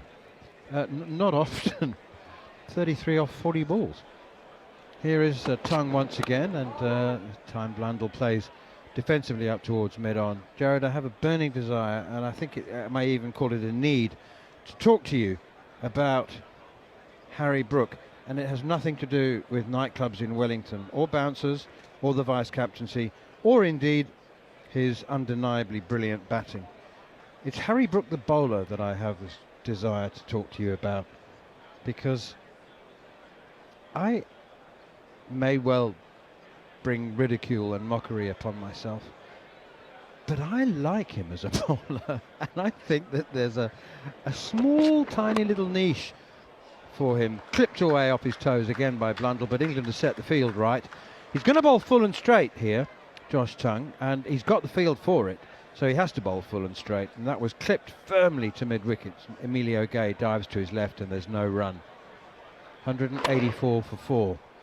I think there's not in every situation in every game, definitely not, but there is always a place in a team for someone who bowls gentle medium pace, provided, you know, they need to do it well. I mean, you need to pitch it up, bowl straight, wicket to wicket, get a little bit of swing outside the off stump, and that's left alone, because fast medium or medium fast is so-so, everybody faces that, but at the top level particularly, international batsmen are not accustomed to facing medium pace, and I just think there's a place for it, and I think that Harry Brook does it rather well. Go on, mock me. He averages 54 in Test cricket. I don't care. I don't care. It's not about that. You know it's not about that. If ever an average was irrelevant, it's the case of a very part-time medium pacer. Swing and a miss. Oh, he's thrown everything at that, Tom Blundell. Gee, it was full and wide outside the off stump, and he's tried to hit the cover off it. And it swung. Started wide, went wider, beat the edge. 184 for 4. That one is taken by James Root. If you're going to mock me, don't use stats. I didn't mock you. I think there is a certain generation of cricket fans, of which I'm probably a part of as well, who misses the part-time medium-pace bowlers of New Zealand's history. No, they were full-time. You know, the odd Australian as well. Mike Gatting bowling. No, is it Gooch? Who bowled seam? Both? Did they both bowl? Well, Gatting very briefly. But he bowled seam up as well, I think, didn't he? Yeah, but Gooch bowled in one-day cricket, yeah. Mike Hussey? Greg Blewett? Yeah. Greg Blewett was probably too good. Was he? Yeah, he's probably more on the Scott Styrus end than he, you know, on the Sourav Ganguly end of that. But no, so I understand it from that perspective. I think it was a mistake to bowl him as long as they did. 3 overs? Yeah. Why was it a mistake? It I wasn't would have expensive. bowled him 1 to see if Mitchell was going to do something stupid, and then I would have brought back a proper bowler. I think that they let the game. There was no pressure on from this end, and I think that was. I think it is eventually going to be a very important part of the game. Sonny Baker continues from the pavilion end, and Daryl Mitchell is forward, pushing that straight back to the bowler. Baker fields and tosses it to Emilio Gay to shine. Tom Blundell is currently, this is his 8th fastest innings in Test cricket history for him. And 3 of the ones that have been faster than this before, he didn't score 10 runs in. So you could argue it's the 5th fastest actual innings that Tom Blundell's ever played. And his strike rate is, what, hovering around 80? Stand by for the handbrake turn. Driven this time by Mitchell through the offside. That's running away across the old practice wickets, and it's very, very hard to haul it back in that situation. But I think Ben Duckett has done it. The third umpire will definitely have a look. The TV umpire will definitely have a look at this. But Duckett set off in hot pursuit, and I have to say I didn't think he had a chance. But Rod Tucker will have a look at it, the third umpire, make sure that he has scooped it back. This time it was Jacob Bethel who accompanied him to the boundary. If he has saved a run, it was a very, very fine effort. Daryl Mitchell at the moment has 3. Takes him on to 44, and New Zealand on to 187 for 4. Yeah, it was a good shot again. We're just seeing England bowl a little bit fuller. We've seen a couple of Yorkers from this end as well, so I think the message has gone out. We've had enough bowling length outside off stump, or even back of a length outside off stump. Here's Baker again, bowls, and that's full and straight. And Tom Blundell half driving, half defending it. He seemed to be caught in 2 minds. I think he wanted to drive, may have misjudged the length, and then had to defend it, as it was a lot fuller, closer to Yorker than drive length. 187 for 4. So you sense a change of tactic from England. They're looking more. That's another Yorker, isn't it? Just after I said it, so it feels like they're attacking the front pad a bit more. 2 slips gully, extra cover, mid off, mid on, quite deep, mid wicket as well, and a leg slip as Baker is in and drives, and this time Duckett doesn't have to chase, but he does have to scurry and tumble to his left. He's quite deep at extra cover, so it was pretty much always going to be a single, and it had to be hit a lot harder and a lot straighter to him for there not to be a single there. 188 for 4 New Zealand. Yeah, it didn't quite time that, but again, Blundell tried to play the full shot there, didn't he? All the way through it. So I think he's playing a little bit differently than he normally would today. He does have, you might have been there, he does have 100 against England that is better than a runner ball. Wellington, 2024. Yeah, that's right. Yeah, second innings, and his career was on the line. Yeah, short and pulled out towards mid-wicket, and he's gone. He's spliced it to mid-wicket. Emilio Gay takes a straightforward catch. Daryl Mitchell cannot believe it, but Sonny Baker doesn't care less. He is absolutely over the moon. Well, I tell you what, as a fast bowler, you give yourself 10 out of 10. I mean, he got it right. It was a short ball, and he's forced the error.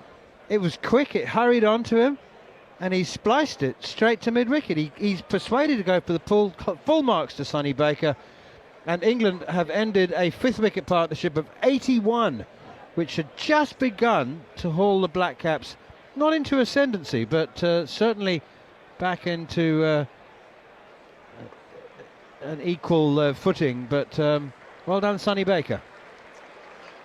Yeah, I think the extra pace played a part. Did you see where he delivered that from, Manners? His foot was miles back from the crease mark, and I'm not sure that was an intentional decision. I think he just did, but you can see again, we talked about this before, the ball kind of just getting stuck in the surface a little bit there, and it basically, I think, hits higher on the bat than Daryl Mitchell is expecting, and it's a very tame end. He was very upset with himself there, and quite right, he got himself in. Ratchavindra also got himself in. Someone has to go on here, We were saying before that if the pitch didn't change, 220 to 240 looked like a good total.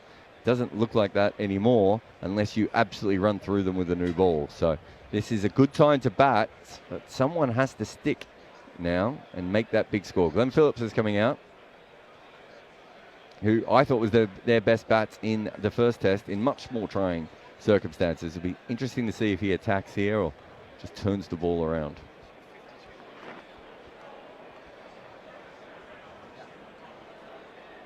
Well, do you know what? He'll obviously look like a fool if he gets out, but I can't help thinking that it's quite a tempting time to launch a bit of a counter-attack. I mean, the innings has been stabilised now, and it's just there are a number of factors to consider. We're coming up to 5 o'clock, so we can actually carry on until 7. So it's not, I would be wrong to say we're approaching the end of the day.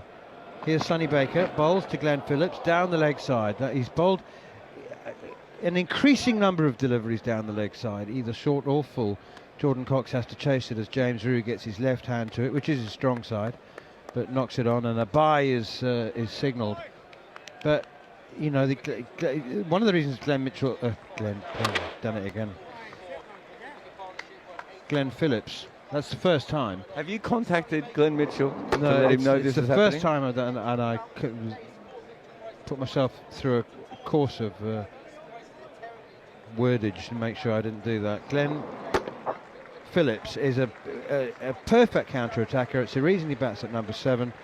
England just, I don't know, New Zealand were 107 for 4, 188 for 5, and I just think that the bowlers might be vulnerable, and it's an inexperienced attack, right? You would think they had almost broken them here, but a quick 30 or 40 from Glenn could change it. Here is Josh Tongue again, and opens the face of the bat, and well, that's just magnificent. Did he even hit that? It's raced away behind point on the offside for 4, and honestly just seemed like a firm push. It just looked like a defensive push to point, and off the bat, that's the way you called it. You didn't realise it was going to be a boundary, and then suddenly, not only was it a boundary, it was a no chase boundary. Just raced away. Staggering that. Honestly, Beat the fielder by 25 metres, didn't it? It looked like he was playing a firm-handed defensive push to me. That's absolutely remarkable. 193 for 5, and Phillips off the mark. Second ball with a 4. This one is back of a length, rises up, hits him on the thigh pad, collected at mid-wicket. Absolutely remarkable. So you must have walked around the ground, maybe not today, but in previous test matches. What's the most unlikely or exotic food or drink that you've seen for sale? You can go for the Vietnamese if you like. That's the one. Sure, here actually. They used to have that duck stand. Yeah, that's here. Yeah, is that still here today? Yeah, duck. That's just behind us, isn't it? Roast duck wraps, roast duck with in a bap, pushed away behind square on the offside once again by Phillips. This time it won't quite hit the boundary, but it stops is stopped a metre short, and they go through for 3 more. Gee whiz, you'd as an umpire, you'd want to get the bat gauge out, wouldn't you? You'd be thinking, where's that coming from? If Kane Williamson, who scored the majority of his test runs in the same direction, had played those 2 shots, the first one wouldn't have been a run, and the second one might have been a single. Actually, no, the other way around, wasn't it? The first one would have been a single, and the second one wouldn't have been a run. Some just timing from. I mean, there is some power there, obviously, but it's mostly timing because he doesn't look like he's trying to hit the ball. Here is Tongue again, bowls. Oh, and this one is a controlled edge. I'm giving him the benefit of the doubt, but he leant forward with very soft hands this time. Opened the face maybe, and it looked like it hit the edge, gone straight to second slip, all the way along the ground. He looked like he was in complete control of that. May have gone a bit finer than he was intending. soft hands edge rather than a controlled edge, perhaps. But he does play with very soft hands. That's, certainly one of the strengths he has as a player. Tom Blundell, 34 not out. New Zealand 196 for 5. Here's Josh Tongue again, outside the off stump. That's a heck of a leave from Tom Blundell. And Josh Tongue's just standing at the top of his follow through and with a smile on his face, informing Blundell that may have been a little closer to his off stump than he initially realised. Yeah, Tongue's angle in bowling on top of his head, as we talked about before, can cause that a little bit. So you will see people occasionally confused when leaving a delivery by him. England still have extra cover and mid-wicket as well as mid-on and mid-off. So it's a full and straight field as that one is dug out. That was very full and very straight. Blundell had to dig it out defensively off the toe end of the bat. The over comes to an end. 196 for 5. Blundell 34. Phillips 7. The man out since the tea break. Miscuing a pull against a bouncer from Sonny Baker was Daryl Mitchell, who departed for 44. That drop on 2 by Jordan Cox at leg gully off Daryl Mitchell. That was definitely a chance, wasn't it? That absolutely definitely carried. And yeah, I think so. Yeah, I marked it down. It was a tough one. I mean, it would have been a really top catch, wouldn't it? But he saw it, and which is not always the case at that position. I was going to say, it's hard to see. Also, if you're a wicketkeeper, that must be a very odd position to field in.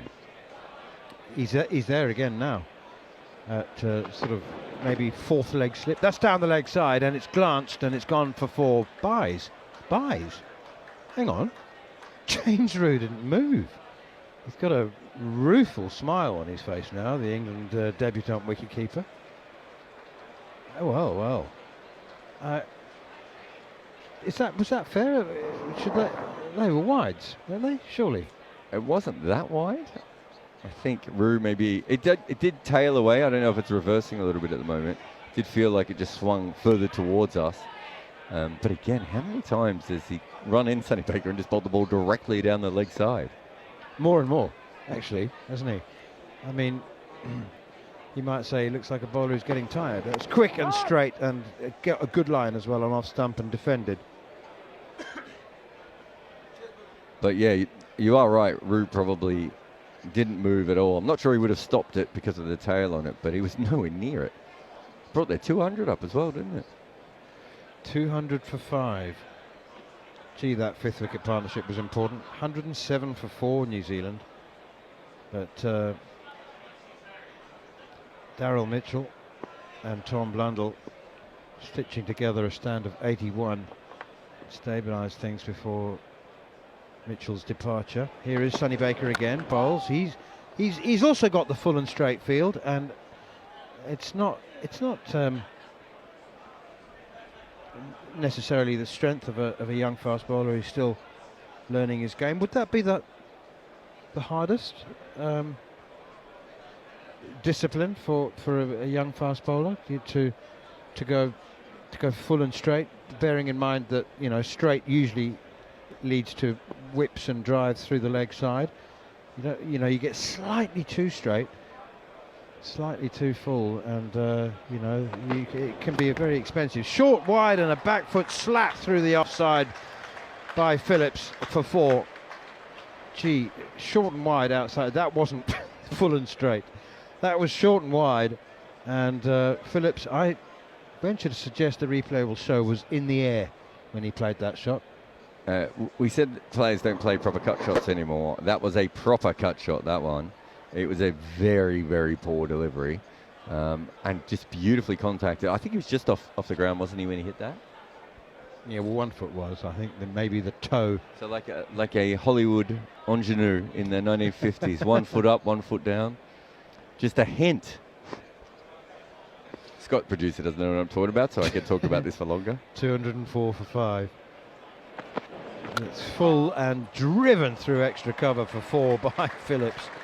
Do you know what? I had a sense that there'd be a bit of a counter-attack from Phillips, and he's duly delivering I mean, again, it was full and straight. That's what he's supposed to be bowling, full and straight.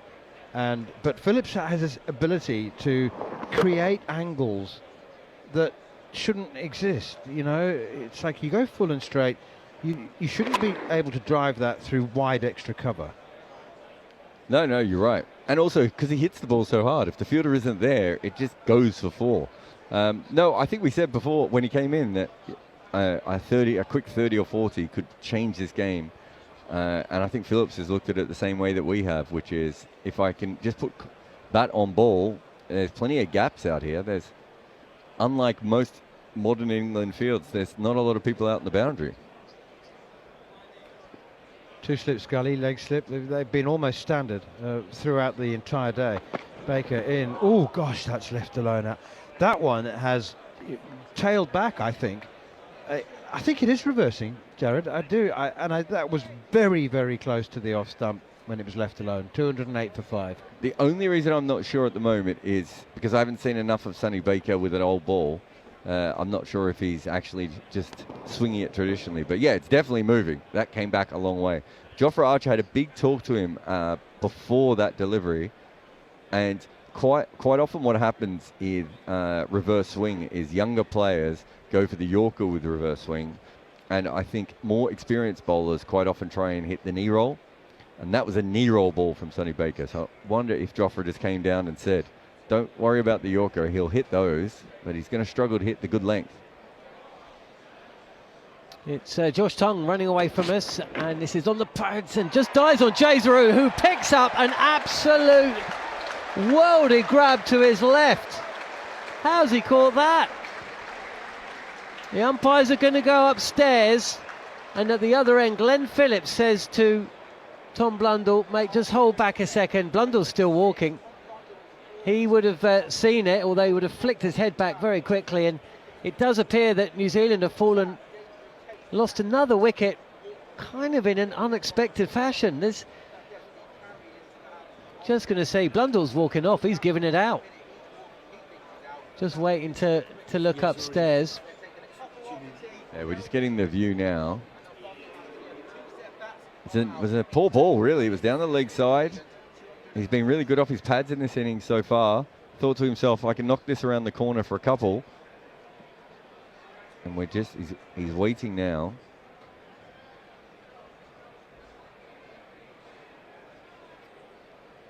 Yeah, we're still waiting for the replay up on the big screen, but the crowd will tell you if the ball has been taken cleanly. We've got an umpire referral for a fair catch. If this is out, this is another wicket which you've got to say has not come down to particularly good bowling. New Zealand are going to be absolutely furious with themselves. Ooh. Okay. Tom Blundell's walking back. He's not walking back with a huge amount of purpose, but he's definitely coming back to be like, that doesn't look like... Now he is. Now he's had a look at it twice. That is not out. Keeper to keeper. Yeah. The code has been broken.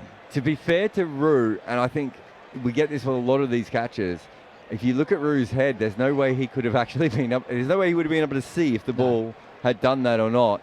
And quite often we blame the fielders. And if you look at their eye line, their eyes aren't looking at it. They're just going on feel.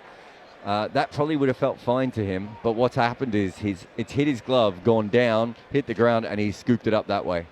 Yeah, it's still a very athletic piece of fielding behind the stumps. It was an athletic drop. Yeah. But huge. He grasped it. Yeah. Athletically. Yeah. Huge for New Zealand, that. Because kind of every time they've made a mistake today, they've lost a wicket. And this time they've finally got away with one here. Here is Josh Tongue. And this time Blundell gets behind the ball and drops it down into the ground. 208 for 5 then here on the Talksport Cricket YouTube channel. Myself, John Norman, alongside Jarrod Kimber. If you're watching us on YouTube, Sam Ellard's behind us. We won't be able to afford him one day. I can't afford him now. Saying that, he has been part of the cricket team for the best part of 8 years now. And we've seen him grow from a young boy to an immature man. Ox. Just seeing a replay of that catch. or non-catch. Tongue again, and Blundell pushes this out to backward point. Gully runs around to backward point, and it's a run. 209 for 5. Glenn Phillips is 15, and Tom Blundell is 35. I'm not sure if you're speaking much about... I'm sorry, sure you were speaking about Sonny Baker. What else were you speaking about? It's been a curious day for him, and we kind of expected that to be the case. What do you make of the fact he is delivering the ball almost by the umpire? So far, behind the crease line. We might have mentioned it already, but I'd like to hear defended again. No run, 209 for 5. I'd be interested to know if he always does it, and that's one of these things with younger players. I've watched a lot of him on MV Play, but I don't get this. You get the straight on, so I'd never picked this up before, looking at him on MV Play, and so from. I don't think he was doing it from this end. Well, I just think it looks like a young player who doesn't quite know his run up. Is the way that there's some concerns. He's got 2 wickets, so. He's doing fine today, but there are some larger concerns with his bowling that I think we need to look at. His tongue picked up and driven down the ground by Glenn Phillips, who has come in against a ball that is now 55 overs old. All the bowlers are into their 2nd or 3rd spells, and that ball was seized upon. And really, New Zealand need to do a bit of seizing. 213 for 5. It was in the air though. It was in the air. We've seen a lot of drives in the air. They haven't, at this end, they haven't had the fielders in catching positions as much as they have at the other end. Weirdly enough, I thought this end was stopping more on the surface, the ball holding and gripping a little bit more. But that was in the air, but it was struck beautifully. This time, this is guided past point, chases on, and it'll certainly be a couple, probably 3. This outfield is decent. This is a good pitch. We've seen a far better contest today. An actual contest. Well, an actual contest between 2 sides on a pitch which has been given. It's given something to the bowler all day, but it's good outfield, attacking fields, employed by Brendan Joe Root. The Harry Brook bowling with 2 leg slips was fascinating. So one thing I would say is we might have at the crease the man with the softest hands in world cricket when playing a defensive shot, and the man with the hardest hands. Does he moisturise? I mean, I haven't touched the hands personally, but Blundell just played a forward defensive shot where he tried to push it, and it barely got to point off the middle of his bat. And Glenn Phillips has now hit 2 3s and a 4 to backward point without actually following through at all on any of these shots. Vastly different kinds of players. We saw so few shots timed, didn't we, at Lord's? Do you remember that sound? Well, to be fair, Phillips was the one who was doing okay there, and he's followed on. He's obviously seeing the ball really well at the moment. Yeah, I wasn't there that day. Sonny Baker continuing, and this is fielded by Emilio Gay. Looks like he's just hurt himself. Done well there, actually. Athletic in the mid-wicket, and probably saved 4. I'm not sure Josh Tongue would have got around to stop that at mid-on. Yeah, he's hitting the ball very hard as well. Now, what are they... Oh, I was trying to work out. I thought Root was saying, come in on the catch to Emilio Gay, but Emilio Gay wasn't moving. So I wondered if they're going to bring mid-on in, but it was just that Emilio Gay wasn't listening. England still with a leg slip in place as Baker is in. This is cut away for 4. It was wide, but it wasn't short. He just threw everything he had at it, and he has decided to hit as many balls as he can, and almost everything has come near the middle of the bat, even the defensive shots, and that just flew away. I'm just looking at Sonny Baker from side on there. That's a different landing spot than he had when he took the wicket. This is just him having trouble with his run-up. This is not a tactic. He was over the other side of the boundary, and Tim Southey came down from the dressing room, and it looked like he was taking on something, whether he was just thirsty. Or maybe he's just cramping up a little bit. Don't know. We may find out. But this is a test, literally. This is pitched up.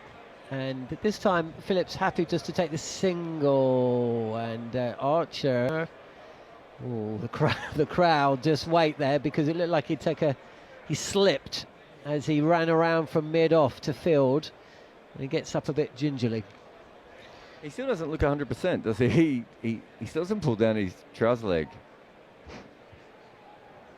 I'm not sure he injured himself poorly, but I do think he hurt himself a little bit there. Yeah, I did. You know, there are fielders who, when injured, seem to go down, and the indifference shown by the teammates is quite stark, right? But on that occasion, all of the England team were slightly heart in mouth, but he looks okay.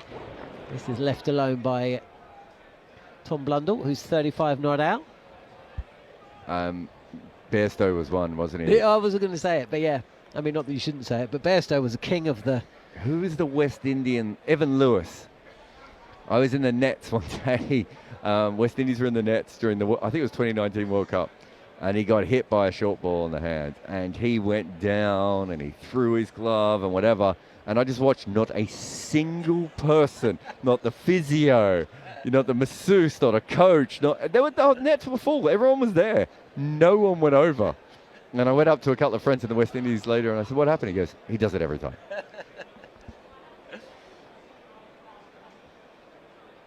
Here is Baker again. And this is pushed into the offside. And the field just caught on their heels a touch. Good running from New Zealand. 2-2-2 for 5. Blundell 36. Phillips 27 from 16. It's a brilliant little counter attacking knock here, and he got them back into a position where they put pressure back on England almost straight away after England got the lucky breakthrough of Mitchell. So if he can stay around for any period of time, I think Blundell's batted really well. It's the best innings I've seen Blundell play in a long time, outside of the island knock. He's been struggling in Test cricket for quite some while. He scored some runs the back end of the England series, but that's December 2024, so you're absolutely right. Short delivery, and Glenn Phillips decides to let this one go through. He is so upset he didn't try and hit that for 6. Did you see his face? He's like, what have I done? It's short and wide outside off stump. I edge that, I would have gone for 6. And he just looked there. That reminded me, have you ever heard the story about Virender Sehwag in the change rooms? And the player said, what are you saying? And he's watching Dravid and Tendulkar, and he's just going 4, 6, 4. And they're like, what are you doing? He goes, I would have hit that for 4. I would have hit that for 6. That's what it's like. Glenn Phillips said that to himself there. I was like he had an out-of-body experience of like, you should have hit that for 6. Well, there's nobody out. Yeah, It exactly. just wouldn't have. There's nobody at third. There's no one at deep point. There's no fly slip, obviously. It could have only gone. Maybe it was just too short and wide. I think he would have had to reach for it so much. It was a bad ball, and I think his first thought was, I don't need to play at this. And then afterwards, he thought to himself, I don't need to play at it, but maybe I want to. Matt Fisher's back. He's bowled 14 overs today, 4 maidens, 1 for 30. Shared the new ball with Jofra Archer. Took his first wicket for England in 4 years. Devon Conway, and he's in now, and that's up on his toes. It could be a run out. If he hits, he's out. And is it Cox or Bethel out there who's fielded a backward point, taken the ball? Blundell is halfway down the track. He's turned, but he knows he's dead if the fielder throws the stumps down at the striker's end. And the ball has missed by miles. It was actually quite a weak throw. I don't think it came out of Bethel's hand correctly. The funny thing is, he actually hits that to the right hand of the fielder. So Blundell was right in thinking it was to the right hand. It's just that it was in front of him, so he could still get to it with his left. Very good non-call by Phillips. I thought they took a run in the last over that they didn't necessarily need to take as well.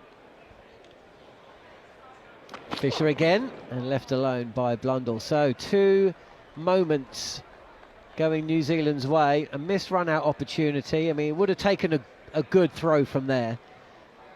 And that technical... I mean, it is a drop chance. It is a drop chance. The James move onto Blundell. Well, it went in his glove and then hit the ground. It's yeah, the but definition. he caught it in his fingertips. That's part of the hand. I know. Because it's a drop chance. It is a drop chance. No, you're right. It did. It fell out of his gloves, isn't it? Didn't it? Would have been a really, really impressive catch. It's gone down, and Fisher is in, and this is left alone again by Blundell. He'll probably just be having a word with himself right now. What's interesting about the drop chance for me is that the over before, Sonny Baker had bowled one down the leg side, and he didn't even go for it, or he didn't even move his feet. And so I think he's a bit of a diver rather than a foot movement wicketkeeper. So Blundell's more of a foot movement kind of guy. And so he will take some spectacular catches is what I'm saying, but I think he will also miss some. But in that case, not, because he's in the wrong position. Yeah, but he still did well to catch up with that ball. This is a touch more bounce and straighter, but third ball in a row. Blundell's happy just to let it go through. Still talking to himself is Tom Blundell after that missed run-out opportunity. You can see it right now. He's just, come on, get yourself sorted. He's 36. He's done the hard work. That's what if you get out now, that's what they always say, isn't it? He did the hard work, Jarrod. 222 for 5. You feel a score of 350 is a must on this pitch to keep in the game. As again, Fisher can't tempt the shot. And it goes through to the keeper, no run. I agree with you that 350 is a must, but I also think that England didn't take full advantage of the new ball. And if this is a new ball pitch, you might be able to get 3 or 4 quick wickets, even if you only end up with 280, 300. Obviously, they want more than that, I would say. But I do think there is an element of that. So it's one of these things that could go very vastly in two different ways. It could be that England's bowled out for 170, or it could be that this is just what the pitch is now, and therefore, they make 550. Fisher, this time Blundell does play, but steered towards backward point, gully. No run, 222 for 5. Yeah, and also what's different with this England team is that, yes, they strengthened the batting with Cox at 7, but then there's quite a drop-off after that, right? So if it is a new ball pitch and they do lose 2 or 3, maybe 4, they haven't got Gus Atkinson or even Ollie Robinson And the other thing is, we haven't really, and this depends on how it goes, we're saying it's a new ball pitch where that's probably the toughest time to bat. But wickets have fallen pretty regularly, and I do think that there is a bit of, I don't know if it's too-pacedness or the balls get stuck in the surface every now and again, which means that if you lose 3 wickets early on, and you then lose a wicket every 50 or so runs, as the great Steve Harmison is here. With a pint glass in his hand. Oh, jeez, he's just smacked me with his bag. Pint of Coke. 2 slips in place with a gully and quite a deep backward point. Still that leg gully with mid-off back, or a mid-wicket and a mid-on, mid-off. One man at deep square leg. As continuing in the sunshine here at the Oval, folding over the wicket to Glenn Phillips, who's 27 from 18, and this is just tucked into the leg side. Partnership at 34. They come pretty quickly as well. So it's dismissal. Jarrod, what did you make of that dismissal, by the way? I want to see it a couple more times. I felt that the ball sort of high on him. Yeah, he hit him quite on the bat. It kind of bounced vertically in a weird way, which kind of what we're with this pitch. Occasionally, the ball doesn't quite through the same speed every time. Here is way for a single. England's bowling attack is very different from New Zealand's bowling attack, isn't it? You'd say? Yeah, they really have more skill-led bowlers, don't they? Whereas England have Tongue and Baker fast bowlers, and then obviously offers a bit of a combination. I think Fisher's a million miles away from like a Paul and Henry, though, is he?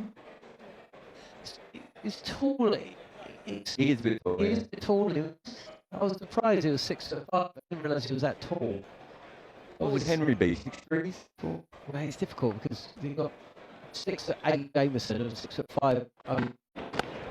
This is punched up to beyond. It's fielded at mid-wicket, no run. I was looking at my notes earlier. A scouting report on that Fisher when he played his first test.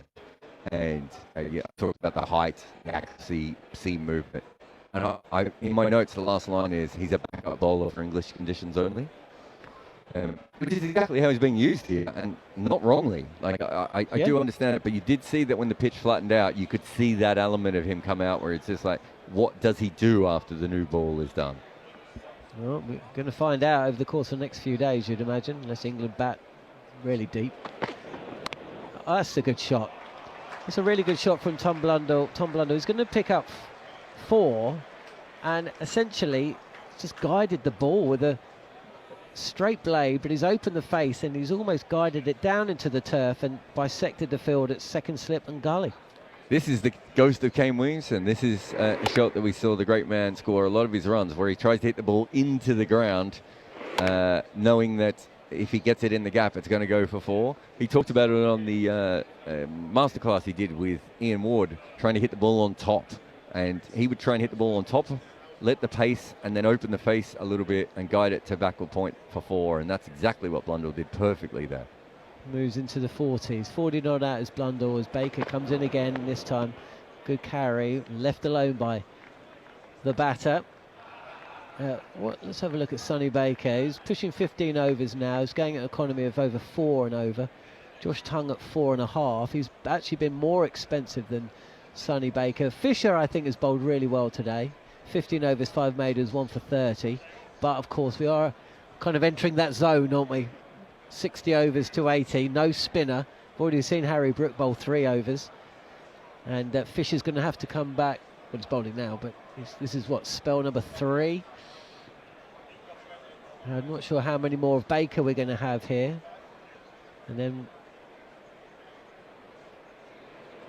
here is Baker, and this is eased into the covers, no run. And it's this session right now where we're going to learn more about the England bowlers than in the first 2 sessions of play. No, definitely. I mean, when we saw Sonny Baker bowl this morning, we said, you know, what a perfect way to start. The pitch is playing up a little bit. It wasn't a minefield or anything, but it was giving you consistent movement and everything. Now is the time when you've got 2 set bats. The sun is out a little bit more. You don't have the spin support, as you said, that you get tested as a bowler.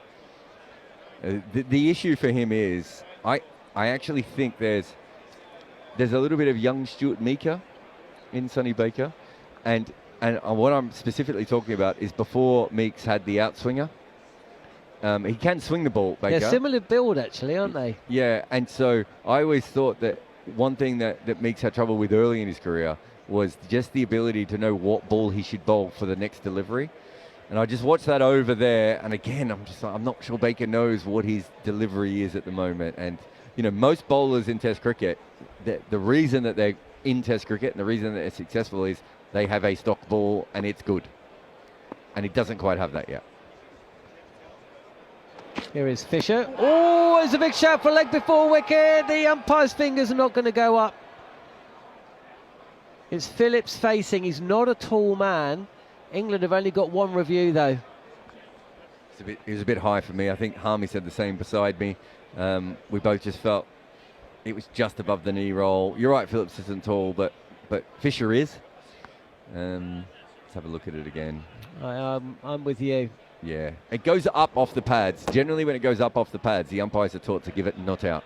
There's a little a training method for you if you've got to coach any of your kids' cricket teams. If the ball hits the pad and goes up, it's generally going over the stumps. That, for me, was an umpire's call appeal. Yeah. You know what I mean? They did a big one with Jofra's leave before. Did you see that? Oh, yeah, that was... Yeah, that wasn't hitting. Anything. No. This is forced through backward point by Glenn Phillips. Again, using the pace of the ball, but it's more than that. It's timing, sweet timing. No fielder out in the boundary. It's been a good area for New Zealand. They moved to 231 for 5. His timing has been ridiculous since he's walked out. We've seen him defend balls for 4, and then when he does play a shot, the ball just rockets away. You forget how fast the oval outfield can be as well until someone hits the ball like that. But that's a very, very good shot, very controlled very different to the shot we saw of Rachin Ravindra earlier, which was a little bit more flappy. That's what the shot that Blundell played in the last over, where he guided the ball into the turf and through the gap. I was thinking of Rachin Ravindra's shot. This is straighter, but Phillips can't get the ball past Emilio Gay at mid-wicket. Jarrod's off. 231 for 5.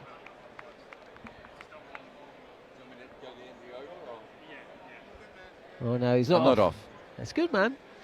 I'm here for me and you another in the 3 more deliveries in our hood. yay. Good times. Although I did almost choke you with this cord. Again. Sometimes I do feel like I smother you with my love.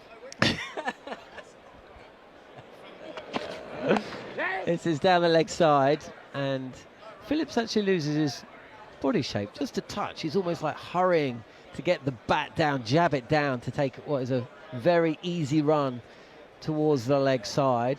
Had that leg gully. Would you say it's a leg gully or leg slip? That's a leg slip, isn't it? It's quite fine.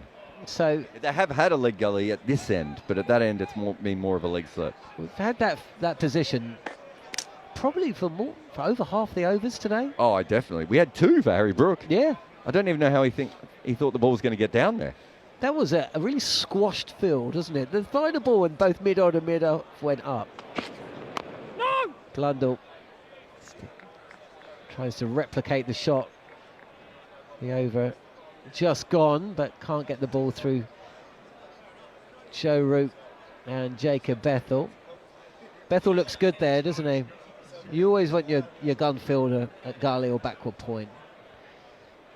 Yeah, he had some trouble fielding in the IPL. I mean, him and every other mammal that was on the field, but he is a brilliant athlete. But it was a bit disappointing his throw before. Maybe he just got himself in the wrong position.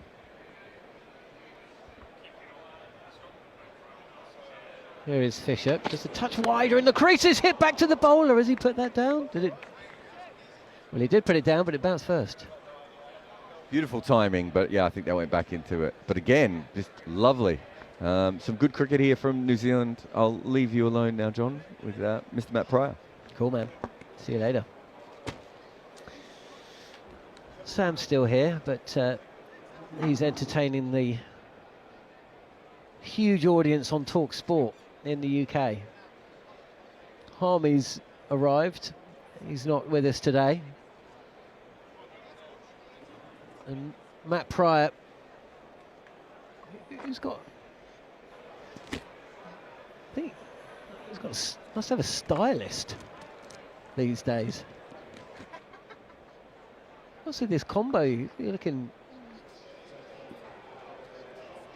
looking like you're off to some kind of a music awards ceremony tonight or something. Matt Pryor's new career in hip hop.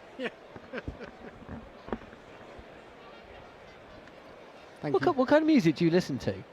You weren't on our bus. We had our Bats was on the bus. We had our, when we were in Sri Lanka.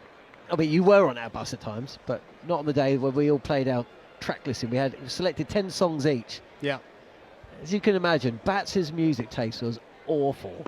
What did he go with? Oh, really basic stuff. I can't even remember. It was terrible. Oh, it's just pulled and it's in the air, but there's not a fielder out at deep square leg. Otherwise, that could have been another really poor moment for New Zealand. A little miscommunication between Blundell and Phillips, who took that shot on. Archer's back, and Archer immediately wants a change in the field here. 234 for 5. New Zealand have thrown away a couple. That would have been the worst of the lot. Yeah, wouldn't have been a good one as the man moves out. Emilio Gay, that is, moves out to deep square leg. That was Archer, definitely animated there, saying, Captain, I want that man out there. If he's going to take it on, let him. But I want the cover, just in case he gets it wrong. Seen a couple of occasions, Stokes, when he was captaining, and Archer having quite a disagreement, and Stokes is refusing to change his field. Archer obviously made a more compelling case in that regard. As Phillips, who has feasted on Sonny Baker so far, just defends. 35 from 25. Yeah, what kind of music? What's your go-to? Home, kids are out, you've got a bit of time to yourself. Open a bottle of wine. I imagine you've got a really good sound system. That, What are you going to listen that to? sounds great, but the reality is it doesn't really happen ever. I don't mind Snow Patrol. I like a bit of Snow Patrol. Oh, okay. All right. Showing your age a bit there. Yes, very much so. Very short That's okay. by Jofra Archer. And left alone by Glenn Phillips. 234 for 5. Short from Jofra Archer, but you can see what he's doing. He wants to make sure that he gets that. If he's going to bowl the bounce, he's got the cover. He's got the fine leg. He's got the deep square leg. Those two men waiting. Saying to Phillips, go on then. You can take it on if you want. Harry Brook is just moving now as well. Another man. That's the third man on the leg side. He's just be a very fine square leg. Still up on the one. So he's got the field set for the plan. The important thing is if he does bowl the bounce, he commits to it and gets it above shoulder height. Okay, well, Phillips is ready for that. And it isn't short, it's a little bluff from Archer. And Phillips isn't tricked, just pushes it out to mid-off. Who's at mid-off? Is that Josh Tongue?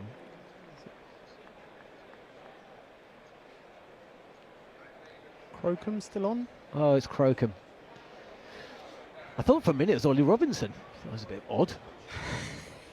Can't Can you imagine that? Can't play, can't bowl, but you can field. He's going to be sub-fielder. That would be a statement from the dressing room, wouldn't it? Yeah, wouldn't it? Just. He would have, well, he bowls beautifully most pitches, but I think, again, this would have been one that he would have enjoyed. It's Archer. Again, it's not short. It's pushed to mid-wicket, and Phillips is down the track, but Blundell's sends him straight back. 234 for 5. Robinson, a guy you would have seen bowl fair amount over the years. Yeah, absolutely. Down at Sussex. But you know what? The biggest thing was his change of attitude, and he made that statement quite early on in the season that he'd gone back, learned some lessons. He was quite honest about it as well. It's very easy to blame selectors and blame the coach, but actually to go back, look in the mirror and go, hold on, I maybe didn't quite get it right, but I'm adamant I want to get it right this time. Yeah, I'll go with that. I was at that press conference, I think he said it more than once actually, as this ball is defended into the mid-wicket region. 234 for 5. It's is that a maiden from Jofra Archer? No, there was 2 runs from the first ball, of course, which was a skied pull. Yeah, he was made Red Bull captain, wasn't he, Ollie Robinson, this year? Paul Farbrace has done a terrific job. I mean, if not for the 12-point deduction, they'd be top of the Division 1. They're only 1 point off it. They've won 4 games this season. Surrey have won 1. And, yeah, done really, really well. Manners is back. You could talk about Sussex, or you could talk about Jofra Archer, of course. You would have seen bowling for Sussex as well over the years. Well, Sussex's form on the pitch has been outstanding. Hopefully, trials and tribulations off the pitch will be sorted soon as well. As we have a change of bowling. Fisher on. Blundell on strike. He's played nicely, Blundell, again today. He has a little let off on 34. That's punched off the back foot by Blundell through the offside. That's a lovely shot. Timing's perfect. You mentioned how the whole of the square extends almost literally to the boundary, and these old pitches, the ball runs very quickly, and you don't need to hit it very hard. Just sweet timing, and they've gone through for 3 more. New Zealand move on to 237 for 5. Sunshine now, late afternoon sunshine. Just a little overcast for an hour or hour and a half or so, but blue sky in abundance once again, and it's just been the most perfect day temperature wise, and just enough of a cooling breeze, but mid-20s has been absolutely ideal. Here is Fisher once again, and that's defended, blocked by Phillips, straight back towards the bowlers, fielded at mid-off, and there's no run. Time for spin, Matt Pryor. Time for Joe Root or Jacob Bethel? Feels that way, doesn't it, Manners? Ball's 61 overs old. Certainly not doing as much now. It's not swinging or seaming. Feel like now's the opportunity for a spinner to come on. I'll give Bethel a bit of a go. Right-handers. Flicked away. That's full and straight from Matt Fisher, and just be a single down towards deep backward square leg. And they go through for another easy single. So often the day's play, whatever day it is shaped in the last hour, isn't it? I mean, you've got an extended day today. You've still got an hour and 20 minutes to go, but so there must have been many times in your career where, as the what do you call yourself, the band leader behind the stumps, you want to make sure that everyone just maintain focus and just don't lose control in the last hour when everyone's a bit tired, and full and straight right up in the block hole. Yorker attempted, and you just sense that England that another wicket or two, but if they don't manage to pick up another wicket or two, just don't let New Zealand get away, because they have in the last 45 minutes to an hour. Yeah, they have. Blundell and Phillips played very, very well. Phillips in particular taking the attack to England. 36 now not out, 31 balls. And you're right, Manners, you've got to keep the intensity up, you've got to keep the energy up, keep the legs pumping. Here's Fisher again, and that's full and straight, good length, defended by Tom Blundell. So have you already commented, have you already been asked about the James Root moment on Blundell on 34? No, I haven't yet. Go on then. I would be fascinated to know. I mean, the technical aspect, or would he have known that the ball was grounded? Yeah, for those who don't know, let me just give. So he's edged it. Tom Blundell's edged it down the leg side. Rue's gone left-handed, strong hand, and here is Matt Fisher again, full and wide outside the off stump. To my mind, it wasn't like he threw the ball up and he was just all celebration. It just seemed like he might have had a doubt, and he was happy to let the process play through. So yeah, the umpire's review. Tom Blundell's walked. He's got to the edge of the boundary. The umpires reviewed it, and it showed that the ball had made contact with the ground at the same time that he caught it in the end of his fingers. So yeah, technical and. Yeah, so I think firstly, I've got no issue with Root. You throw your hand out, it's a sharp chance down the leg side. I don't, as you say, he didn't really celebrate, did he? He didn't go crazy throwing the ball in the air. I think he knew it didn't feel quite right. And it absolutely right. The umpires sent it upstairs and the right decision was made. The ball had clearly made contact with the ground. From a purely technical perspective, when you see him trying to stretch for the ball, his fingers start pointing at the ground. That's the poor technique position if you're going to take a one-handed catch. Jofra Archer's back into the attack. Bouncers first up, left alone by Phillips. What you're wanting to do in that situation, and it's all about your legs. It's all about getting your legs very, very low, or getting your body very low, so you can almost move parallel to the ground. No matter how low the ball goes, you're still able to get parallel to the ground with your forearm. So in this case, his left forearm would be parallel with the ground, and you keep your hand in a position where your fingers ultimately are pointing horizontally. And that is a much stronger position to be able to then catch the ball. The minute you don't get low enough, which is you lose energy in your legs, you end up throwing your hand up and down. You almost create a bit of a Sydney Harbour Bridge type look. Archer in again, down the leg side. Quick, but harmless, and left alone by Phillips. 238 for 5.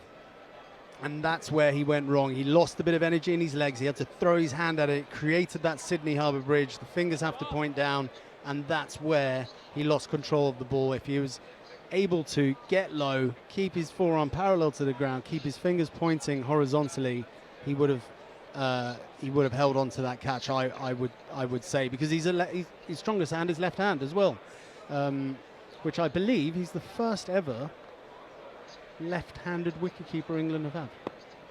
There you go, Manners, there's a stat. That's amazing. Archer in again, and this one steered away towards Gully, fielded by Cox. I hadn't heard that. That's extraordinary. In 140 years of Test cricket, they've never had a left-handed wicketkeeper. And I'm going to throw Shieldberry under the bus here, because if that's not right, he told me that. But I imagine journalists of Shield's stature, he would have that stat right. Well, I'm definitely going to follow that up. That's amazing. Do you know, when you were describing that low body position and you diving with your fingers parallel to just here is Archer once again, and that's a very good bouncer, really good bouncer. It followed Phillips as well. He's actually played it sensationally well. The result is a bye because it swung after it left past the batsman, and Roux wasn't able to get. It was quite similar, actually, quite low to his left. It wasn't. He parried it, and it's a bye. But that's a really good bouncer. But when you were describing that, my quads and my core started aching. Just it's just the thought, the strength that you need. Yeah, and it comes back to your point you made. This is the time, right? Late in the day, or later in the day. Still an hour and a bit to go. But this is where all the work in the gym comes to the fore. You've got to make sure that, especially as a wicketkeeper, you keep in the same positions, you're keeping your legs pumping, you're getting up to the stumps every ball. Can you do it? You know, anyone can do it for 50 overs, but can you do it for the full day? And often at the end of the day, when the sharp chance comes, that's when the half chance comes. So you need to be absolutely ready for it until the very last ball is bowled. Quick delivery from Archer. This is great cricket. And Tom Blundell's really hurried, leaping onto the back foot, hits him on the pad. Has deflected out towards Bethel in the gully. There's a misconception by many people who maybe don't understand what is and isn't and can and can't be done in a gym. You know, they say, oh, he spends so much time in the gym. They have this sort of picture that it's lifting weights and building muscle. But it's so often, it's just doing things like quad exercises and core, you know. It doesn't necessarily involve weights, but it's. I mean, he's played a lot of cricket, James Roux. He played 64 first-class games, but there'll be, you know, years ahead of conditioning to come. That's down the leg side. It's glanced away by Blundell. I think it might have been off the thigh pad, confirmed by umpire Adrian Holdstock. Leg bye is the result. That one disappearing away between Roux and leg gully, down to the boundary. New Zealand 243 for 5. Tell you what, if they don't lose another wicket before the close of play, and they're 280 odd, they'll have, I think, won the day. Yes, without a doubt, without a doubt. 280 for 5 haven't been put in this morning. Ball swinging around. New Zealand will be very happy, I'd suggest, very happy indeed. England have now got an hour to really put their foot down. And hopefully this is where, you know, Joe Root, obviously hugely experienced, will be speaking to his team, saying, right guys, now's not the time to take the foot off the gas. We've got to double down. Everyone dig pretty deep. It's been a long day in the sun. But if we have a good hour now, it really sets us up well for the rest of this match. If we don't, you suddenly find yourself behind the 8 ball a little bit. Yeah, it's drinks, the last drinks break of the day. Let's talk about Joe Root then briefly. He was never going to let England down. He was never going to say no. He was asked to take over the captaincy.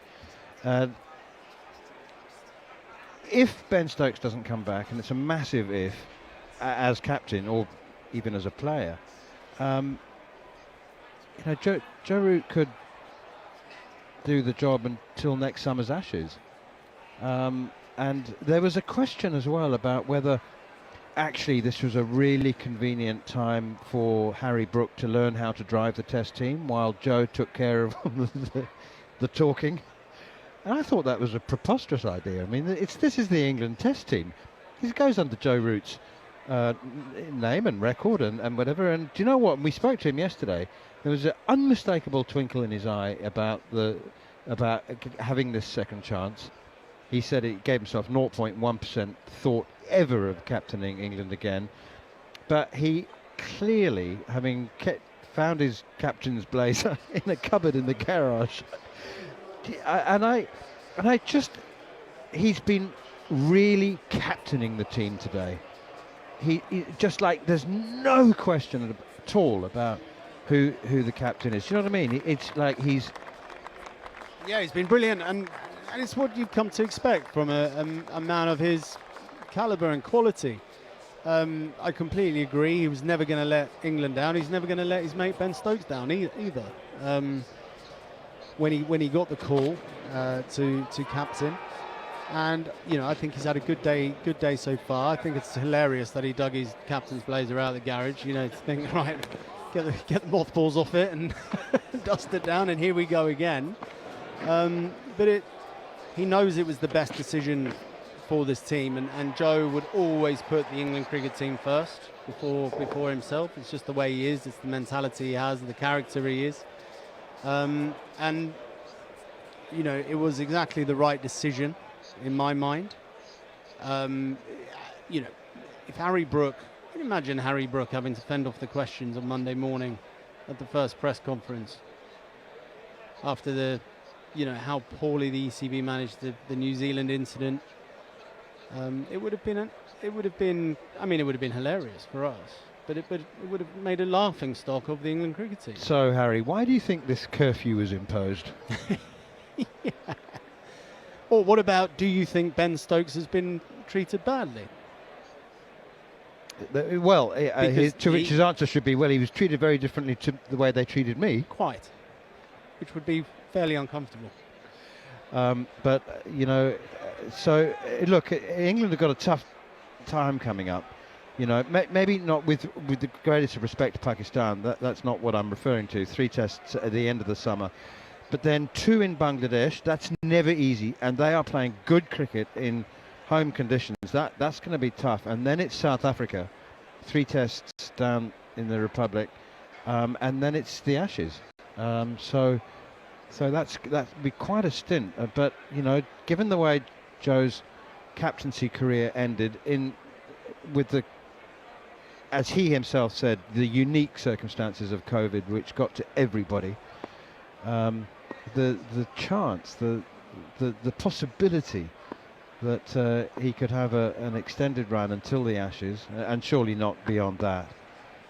I don't know. I don't think he would mind. Here is Fisher again outside the off stump after the drinks break. Starts with a very wide one outside the off stump.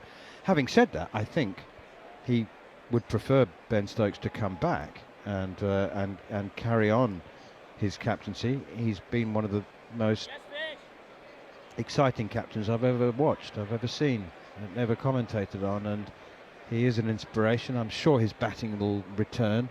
He's bowling brilliantly, and he's committed body and soul to the job for 4 years, and this is absolutely not the way for it to end. Here's Fisher again outside the off stump, and it's left alone by Phillips. What was again, I think, rather sad, and I don't want to drag you into murky waters at all, but it was just, I thought, a bit sad that Brendan McCullum and Joe Root neither was able to offer any word of support for Ben Stokes in their press conferences, in their pre-test match press conferences on Monday and Tuesday. And I think that was clearly an instruction, and I find that sad. Outside the off stump, left alone. I mean, Joe and Ben Stokes are terrific friends, and there's no shortage of respect between those two. And and Joe was given many an opportunity to say whatever. I'd love to see Ben back. We'd all like to see Ben back. Hopefully Ben comes back at Trent Bridge. All of those things, and he, I think, according to instructions, just said that's not for me to comment. That's for people in higher places than me to comment. But he was asked for his personal opinion, and anyway, what will happen will happen. And as I said, it would be a disproportion of enormous proportions if he was that was his last act as captain. Full and wide outside the off stump, and a slap drive from Phillips past mid-off and races away to the boundary. They've got a full and straight field, haven't they, with mid-on and mid-off, extra cover, mid-wicket. Full and straight is what seems to be the order of the day, but are you going to run the risk of that? I mean, that's a fine shot. You are, but it's a very, very good shot. Absolutely crunched it. Got man on the drive, Emilio Gay there, positioned quite straight drive man. An extra cover just behind him to his left. Beat them without them moving. Fisher again outside the off stump, that's left alone. I like the deep backward point as well, because that's a Phillips spot, isn't it? He doesn't mind the odd slashing slap drive. I mean, of course he's there. Everyone's saving runs, but I think he's deep where he is for the slash drive, full and wide. Yeah, very effective position. So you're thinking if you are looking at throwing your hands at it with that man slightly closer, you think, well, you know what? If I just throw my hands really hard at it, I'm going to get over him. With him slightly deeper, there's always a bit of risk. Left alone here outside the off stump, much closer to the off stump, so Phillips leaves it alone. 40 off 40. He's a counter-attack brilliantly. What a player to have coming in at number 7. New Zealand 247 for 5. On the subject of number 7s, I'm sorry to just keep asking you questions. I'm working you hard, I know, because you're going to have to go and carry on working for the PCA in a moment. But Roux and Cox, top order players both. Jamie Cox was named at number 7 when Jordan Cox was named at 7 when Jamie Smith was going to play. And then Jamie Smith was given the test match off to be with his second child and wife, or partner. And it seems that Roux has also going to be coming in at 6, and Cox has opened. You know, he's opened and batted 4. He's never batted 7. I don't know. I suppose it's a toss-up, really, isn't it, between the two? I would always have my wicketkeeper batting at 7. Not just based on the ability of, could they bat 5, could they bat 6? Actually, they should be able to bat 5, 4, 5, 6. But for the balance of the team, the ability for a wicketkeeper then to bat, because let's face it, they're being picked on their batting prowess more than the wicket-keeping prowess. Otherwise, they would go for a Folkes, for instance. Archer continues from the pavilion end. Huge bouncer. Oh, it's so huge that it's called wide by Adrian Holstock, the umpire. Rightly so. So, Roux comes in as wicketkeeper batsman. I would put him at 7, and Cox would bat at 6.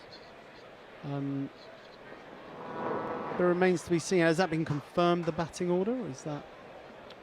It may change. That's what has been advertised. That's all the official team sheets that we've been given has got James Roux at number 6. Here is Archer again. Bowls short, pulled powerfully, kept his rolled his wrists as well. Tom Blundell has got a single out towards deep square leg. I suppose, you know, it's a long tail as well, and Roux and Cox that don't have a great deal of experience of batting with the tail. I mean, I would like Roux to just have that extra bit of time to prepare for his batting as well. If he's done the wicket keeping, that you're just out of the game for a little bit longer. You know, if a few wickets fall early, you're suddenly getting your whites back on, you're getting your shoes back on, you're getting your thigh pad and your inner thigh pad on. Just having a bit more time out the game is going to help him. Oh, Archer with another snorting bouncer which floors Phillips. He ends up on his back, flat on his back. That's because it didn't bounce as much as the previous one, which sailed harmlessly over his head. That one didn't get up. He realised it was going to hit him unless he hit the deck himself voluntarily, and that's what he did. And he did it very quickly. He actually played it brilliantly. It's a fantastic bouncer from Archer. He's got that flick of the wrist, very late flick of the wrist. His action doesn't change. What makes it so hard to play from a batsman's perspective is Jofra Archer's action for his short ball really doesn't change that much. It's just a little last second flick of the wrist. Pushed away defensively by Phillips now as Archer goes back of a length. That was a magnificent bouncer. Archer is this is his 4th spell, and he's as quick as he was at 11:30 this morning. So no problems with his conditioning and his little break at home in Barbados after the IPL. He was bowling every day. I mean, people think, it's crazy, isn't it? Oh, he's gone to Barbados, he's having a holiday after the IPL. He bowled every day. No, he went home. For goodness sake. Lots of other people go home. His just happened to be in Barbados. Punched off the back foot now by Phillips to cover, fielded by Ben Duckett. Yeah, it's a real bugbear of mine when people sort of assume that these guys don't work hard, don't train hard, don't care. That's the one. Obviously, he just doesn't care. That always used to get me, because I can assure you there are 11 people in this cricket ground that care more than anyone else about how England does this week, and it'll be the 11 England cricketers. And Archer's preparation, he will have taken it very, very seriously. Here he is again, bowls. That one is down the leg side. Well grabbed by James Rue this time, and he was much lower there. His body position was much lower, but you just don't get this far in cricket without caring and without working hard. You just don't. You might have the odd sort of selfish cricketer who cares from primarily a selfish point of view, but you still need to be a supreme athlete, really, with great physical and mental strength to be. Oh dear me, that one's gone horribly wrong from Jofra Archer. That's a bouncer which is taken by Joe Root at first slip.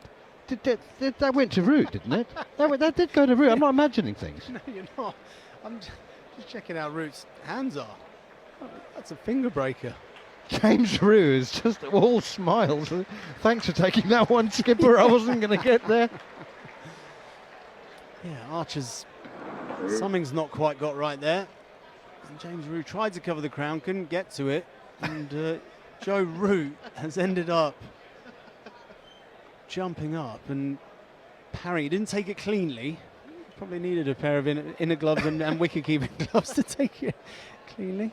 Did a good enough job to stop the 4 byes. Gee whiz, here is Archer again. He smiles as Archer. England have got a fly slip in now. I was going to say third man, but he's finer than that, Matt Fisher. I think he is a fly slip, primarily there for the catch. The over comes to an end with a single as Phillips gets, I think, an inside edge as he tries to pull it down towards Fisher. And the 250 on the board for New Zealand now, 252 for 5. This has been a 107 for 4. They're in trouble at 107 for 4. 81 run partnership then between Darrell Mitchell and Tom Blundell. And now supremely valuable runs as well. So 107 for 4, 188 for 5, and now 252 for 5. So 145 runs for the last couple of wickets, and I wonder, I'm sure Joe Root's thought about it, giving himself or Jacob Bethel an over or two of left arm spin, 2 right-handers in, change the tempo. Here is Matt Fisher, keeper standing up to Glenn Phillips, and gets back and across and pushes it out towards mid-wicket. So Matt Fisher bowls at, I think, a couple of miles an hour quicker than Ollie Robinson, but he's been at around 80 consistently. Jofra Archer's bowled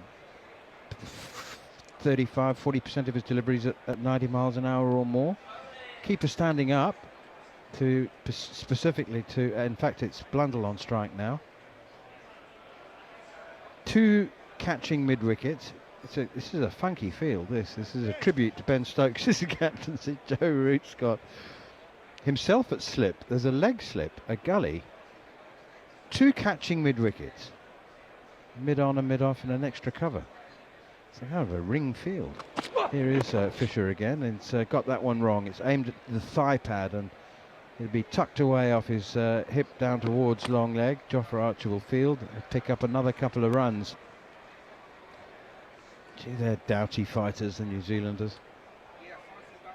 Really, really good cricket from them. It's an investment session in the morning, wasn't it? 11:30 to 1:30. Both teams were just sort of shadow boxing, really.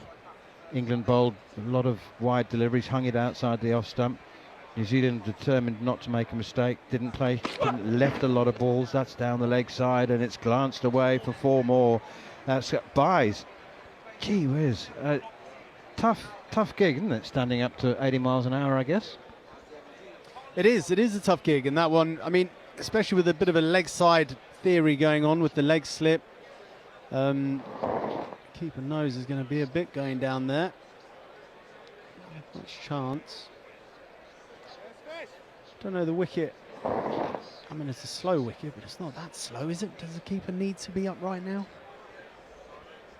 That was wide, though, wasn't it? Gee. Here's Fisher again, and back and across goes Blundell, clipping it out to the straighter of the two catching mid-wickets, Emilio Gay.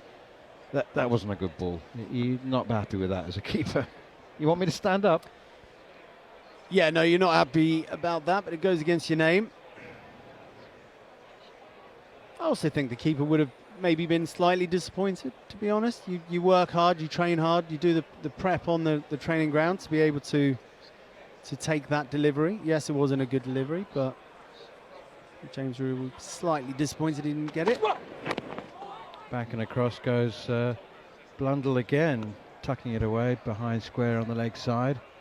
And there's no run. The over comes to an end. Matt Pryor's heading off. It's been an absolute joy to have him back on air with us. New Zealand are 258 for 5, with Matt Fisher bowling from our commentary end, the Vauxhall end. Bright sunshine now. The shadow from the JM Finn grandstand is casting a shadow at our end as Fisher is in again. That one also played defensively, blocked into the offside, and there's no run. So just a recap of the day. Tom Latham, the captain, departed for 27. Opening partner Devon Conway made 9. Henry Nicholls 24. Rachin Ravindra, a stylish, classy 33, and he'll probably hate me for saying that because that's what he was known for so long, making stylish and classy 30s and 40s. He did it again today.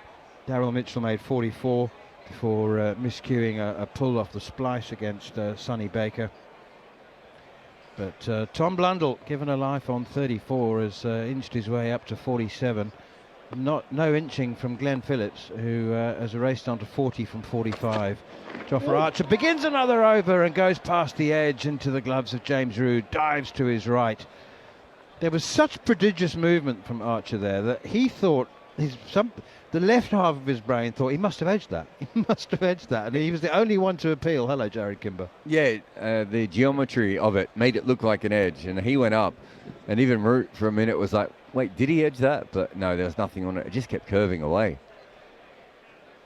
See, in the old days, man, as your partner could fall asleep with you on air or disappear or whatever, and you could just cover by reading out all your notes. But now everyone could just see that you were left here alone.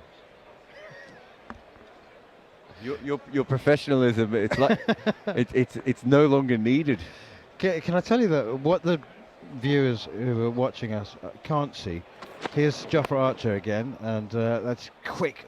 Gee, it's good to watch him bowling this quick at 6 o'clock at the end of the first day, and it hits Phillips on the thigh pad. What people watching on the stream can't see is Sam Allard here, what he's got on his laptop, because he's watching the Portugal Democratic Republic of the Congo football game. I mean, to be fair, I watch like 4 sports at the same time, so I can't really have a go at Sam for that. Have you seen the kits that the Democratic Republic of the Congo players come into the ground? No, not the ones that they wear. The kits that they have when they're going through the airport and everything. Google it. They've got these bags. We've got these leather bags with animal print on it. I'm telling you, Sam, look it up. Use your computer for something good for once. Meanwhile, the cricket has stopped because did something break? I think Glenn Phillips I don't know what it was. That's the thing. Is it chin strap on helmet? Or is it he's putting gloves? sunglasses on. I thought just for a moment, he didn't pick that last ball up. Whoa, Sam Allard is not happy with this. Have a look at this gear. When was the last time after Gordon Greenwich that you saw a batsman batting sunglasses? Asanka Gunasinha. Sanka Gurasena. He did it quite regularly. Good call. Good memory. Who else? I know a lot of players did it in Australia because of the reflection of the pitch. And guess what? The sun's just been covered by a cloud as soon as he's put his sunglasses on. It's because Jeremy's walked in. He's brought the long white cloud with him.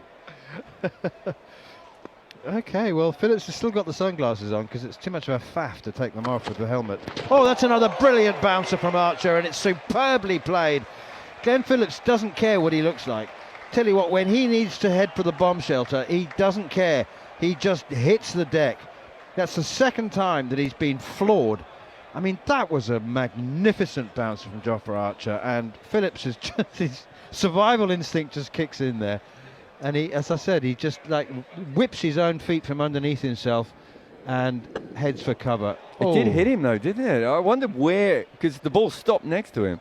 It's hit his right shoulder and just dropped to the ground. But as you said, he tried to get out the way of it. I'll tell you what, that's he's bowling quick at the moment, Jofra Archer. Here he is again, bowls another bouncer, takes off. Roux takes an excellent one-handed save.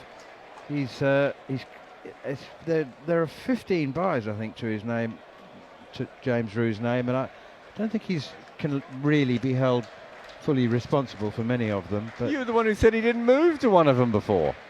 Well, yeah, that wasn't good, was it? He didn't move. I mean, but Matt Fisher's bowled a couple of very loose deliveries. Portugal won. The beautiful suits of the Democratic Republic of the Congo in their leather bags. Sam didn't like them, by the way. He wouldn't wear any of that kit. 0-0. Here is Archer again, bowls, quick one, fuller, and Phillips defends it, no run. Two questions. How old is Cristiano Ronaldo, and is he playing or is he on the bench? He's playing. He started. He's got to be 40. Is he 40? 41. 41. Yeah, but he's optimized himself to peak athletic performance, hasn't he? Here is Archer. He really is bowling magnificently at the moment. There's an appeal for a catch behind. It's a back of a length delivery. Archer cannot believe it. He is vociferous in his appeal. Everybody else, I have to say, was a little bit less enthusiastic. No ball anyway.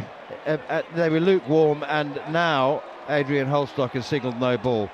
So it wouldn't have mattered. That wasn't the reason that England weren't backing up Archer's appeal, but it didn't look quite right. How old's Messi then?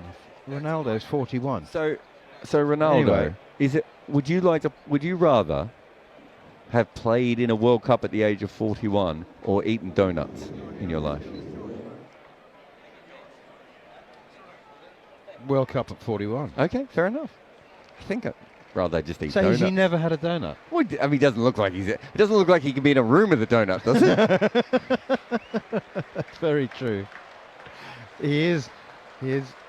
Yeah. Did you see the slightly freakish? Isn't who's the American quarterback, Tom Brady? Tom Brady. He did a speech about stuff. Here's Archer. He is bowling gas at the moment. That's another very good lead from Glenn Phillips. Back of a length rather than out-and-out bouncer.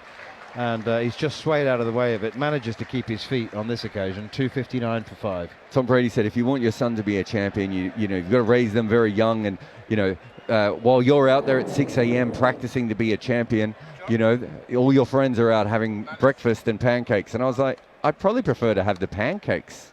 I'd probably prefer a sleep in and the pancakes rather than just be Tom Brady. Sometimes pancakes are good, Sam. I don't know if you've ever eaten pancakes before, Sam. John Norman coming back in. I will remove myself for Mr. Coney. Is Jacob Bethel bowling?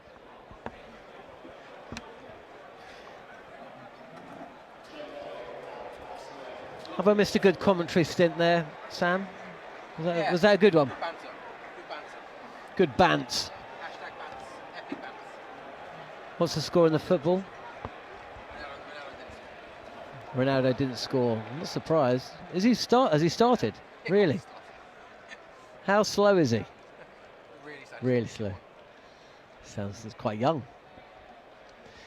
Jacob Bethel about to bowl his first delivery with a slip in place. There is a, well, I'll tell you the field in a second. First ball, it's a bit of a drag down. Ooh, and just tucked away, but fielded by James Roux, runs across to square leg.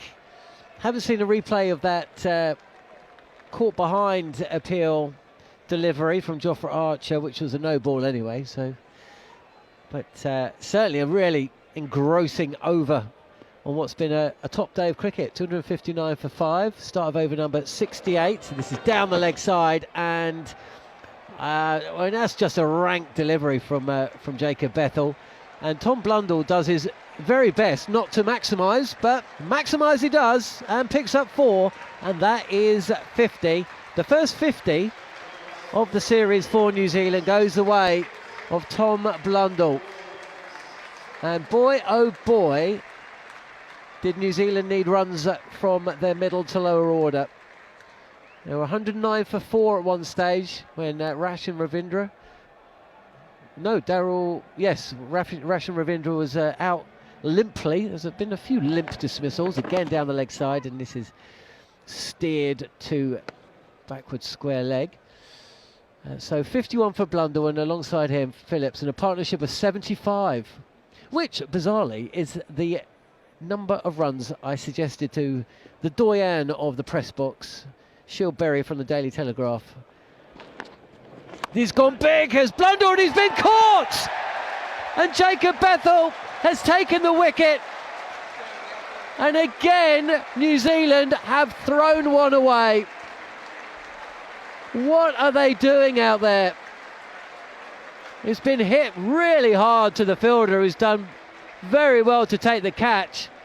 Joe Root, I think it was. But Blundell could have hit that anywhere, and he's picked out the fielder. And New Zealand are 6 down, 263 for 6. Big slog sweep from Tom Blundell, and he doesn't quite get it up and over. Root, is it? I think it is. Root. There he was in a sort of a mid-wicket position. He tried to go over the top, but hasn't managed to get it through. He's just got there to his 50. Worked very hard, came in at 107 for 4. And then he's got the New Zealand side through to 263 now, and they really had them at their mercy in a way. We've seen some interesting cricket in the last kind of 35, 40 minutes, haven't we? We've seen 7-2 fields from Joe Root. We've seen some short bouncer fields, and I thought that was a reasonable policy, because certainly Blundell in particular seemed interested in playing hooks at that time and kept on trying to get on top of Archer, who was the main and the principal man who was delivering them. Whereas Phillips has been going under them and looking a little bit uncomfortable, but you know, it hasn't been a bad policy from that end. And now that Bethel has come on, and in the first over, without having a look at him really for too long, he's got his boundary to get himself to 50, but he's now been dismissed and brought out Smith to the wicket. Yeah. Oh, that's poor cricket. Really is. 263 for 6, and after doing all that work to get himself in, set, he's given a life when dropped by James Roux behind the stumps. Tough chance. And 2 balls after reaching 50 is mistimed a slog to mid-wicket, and that brings the all-rounder Nathan Smith in. That's another drag down. It's touch hurried on. The crowd are engaged, and it has been a kind of day where the crowd have been engaged all day. It's been a good day's cricket. New Zealand, though, will feel that they've given away 1 or 2. And now Nathan Smith is coming up against a guy that they both made their debut together at Christchurch, November 24. But it was Smith bowling to Bethel, not the other way round. Oh, he's wrapped on the pad. He goes up for a leg before, but he's indicating to his team it was sliding down. Just one review for England, remember. They've burnt a couple. That's the end of the over then. Bethel strikes in his first over. And New Zealand now 263 for 6. And we've got 45 minutes remaining in the day.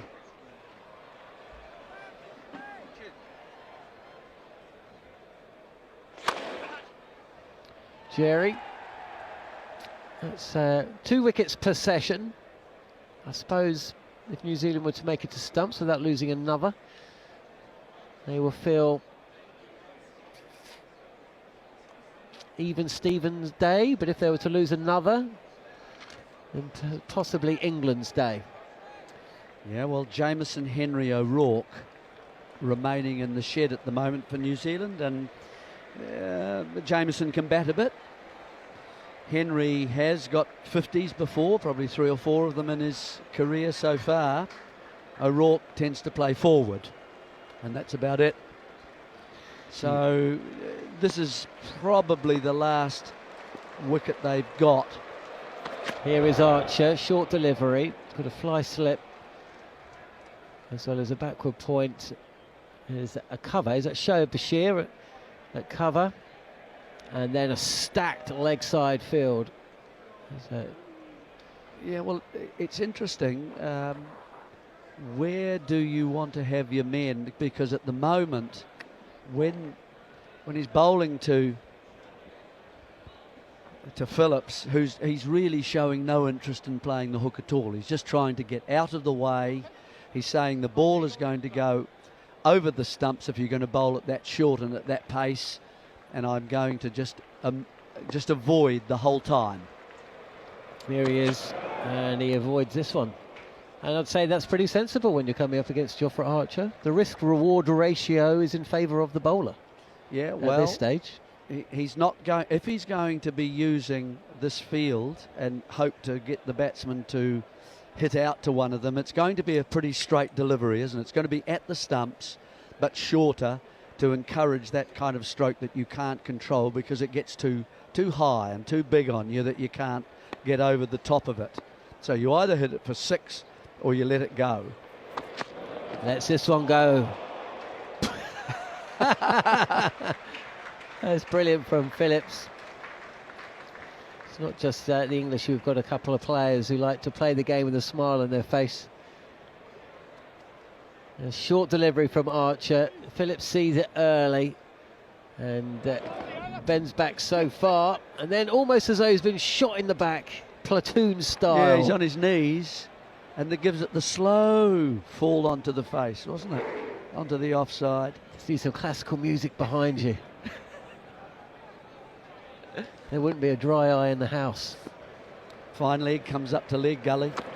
And again, he's tempted with a short one, and once again he ducks out the way. So now we've got actually a slightly different leg side field.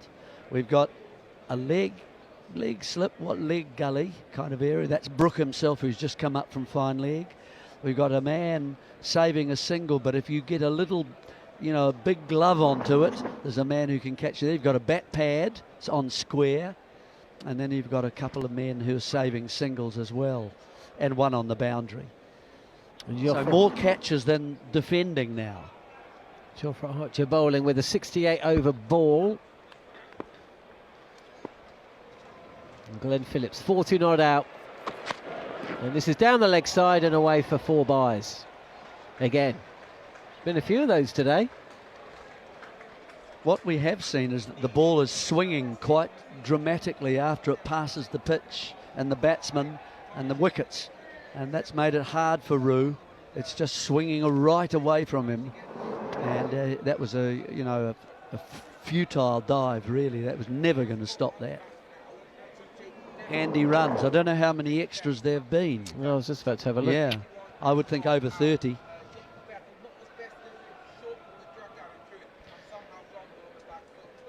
And handy batsman, really. Let's have a look. 39. Oh, another short delivery. This is super straight. And Phillips has almost dived backwards. And now he's given the old Evel Knievel thumb in the air. This is terrific. He gets to his feet, huge smile on his face, and he's batting in sunglasses. And now he's taking them off. He's having a drink. Yeah, he's determinedly not going to use the bat when it's short. Sometimes, of course, you've got to be watching still very closely because you might get a full ball, like a Yorker, at the stumps, which is not a bad idea sometimes, just to vary that as a bowler. Archer has been very accurate. He's kept it very much at the stumps, not going too wide outside off stump, which brings a big cut in. There is a man down at very fine on his field, which is sort of very deep first fly slip, if you like. Jacob Bethell to bowl his second over. He's picked up a wicket.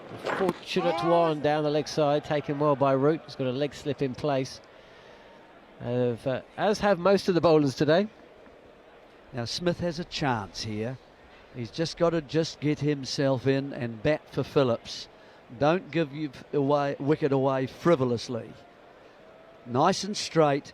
If it's outside leg stump, it looks like they're going to go into the leg. Another man in close on either the offside or the leg side, probably leg side first. Yeah.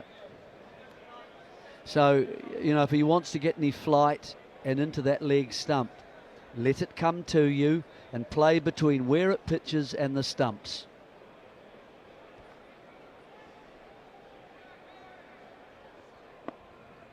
Shadows starting to lengthen here at the Oval as Bethell readies himself. We've only had 69 overs today. We're going to be short again. This is, again, very leg side.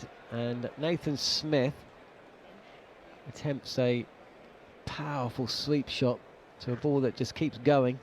And once again, Roo keeps smartly behind the stumps. This is in and around off stump, and Nathan Smith gives himself a little bit of room to cut the ball to cover points.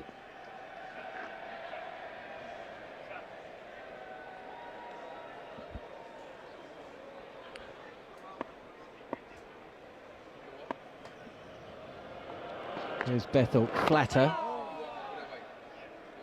And again, defended on the back foot this time by Nathan Smith. I mean, this dismissal of Blundell has just changed the whole complexion of the day for New Zealand. It has. Now we've got Smith knows that he's got to hang around and get as many runs as he can and form a partnership between himself and Phillips. And he's ready here. Oh, he's hit on the pad. But again, it's not going to go on to hit the stumps. But asking questions of Nathan Smith is Jacob Bethell. I don't know how he's missing that. There's no turn really whatsoever. How is he not hitting that with his bat? That's the second one that he's missed. Saw the batters on both sides missing. It's just going on with the arm, isn't it? Going down the leg side. It's not turning. And I think actually Smith's playing for turn. I think that might be what he's doing. Oh, this has just popped up to bat pad on the bounce. And that's the end of the over. 267 for 6. Yes, you wouldn't call that secure defensive play from Smith. Smith isn't really looking to score. There's not big shots coming in, but there's sort of half pushes, which means that, if you do get an edge, it might just go into a pad and carry somewhere, or you turn it slightly if it's leg side and you've got a leg slip there, you might just get one and a little edge, and that could bring about his wicket. He's just got to let the ball come to him, not try and clip it at this stage. Get himself in, give Phillips some confidence at the far end that he can last. New Zealand haven't got a lot of runs here. They need another partnership of 40 or 50 between these two to feel a bit more comfortable when they get over 300. They certainly need that. Yeah, it felt like 350 was the minimum. Jarrod Kimber was saying on commentary that score of 280, 300 on a new ball pitch possibly keeps them in the game. And of course it does if there are early wickets, but you don't want to just be relying on new ball wickets. And Phillips again with forward, another short delivery which he this time crouches to, but he's got fielders on both on and off sides close to the bat now.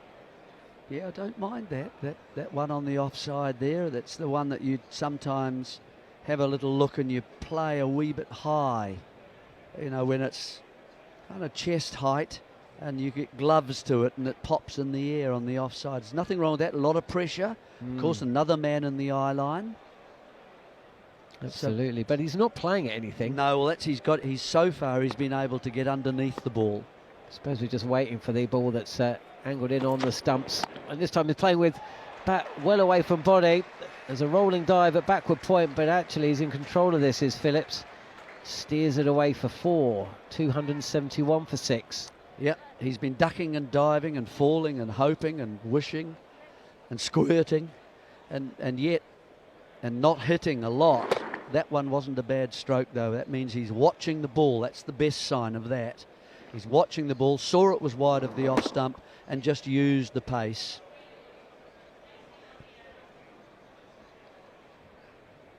.271 for 6. Can New Zealand get through to stumps without losing another? We've got another half an hour of play as Archer is in and Glenn Phillips allows the ball to hit him on the base of the back. Again, he's refusing to take the ball on when it's pitched short. Yep, he's just allowing it to hit him.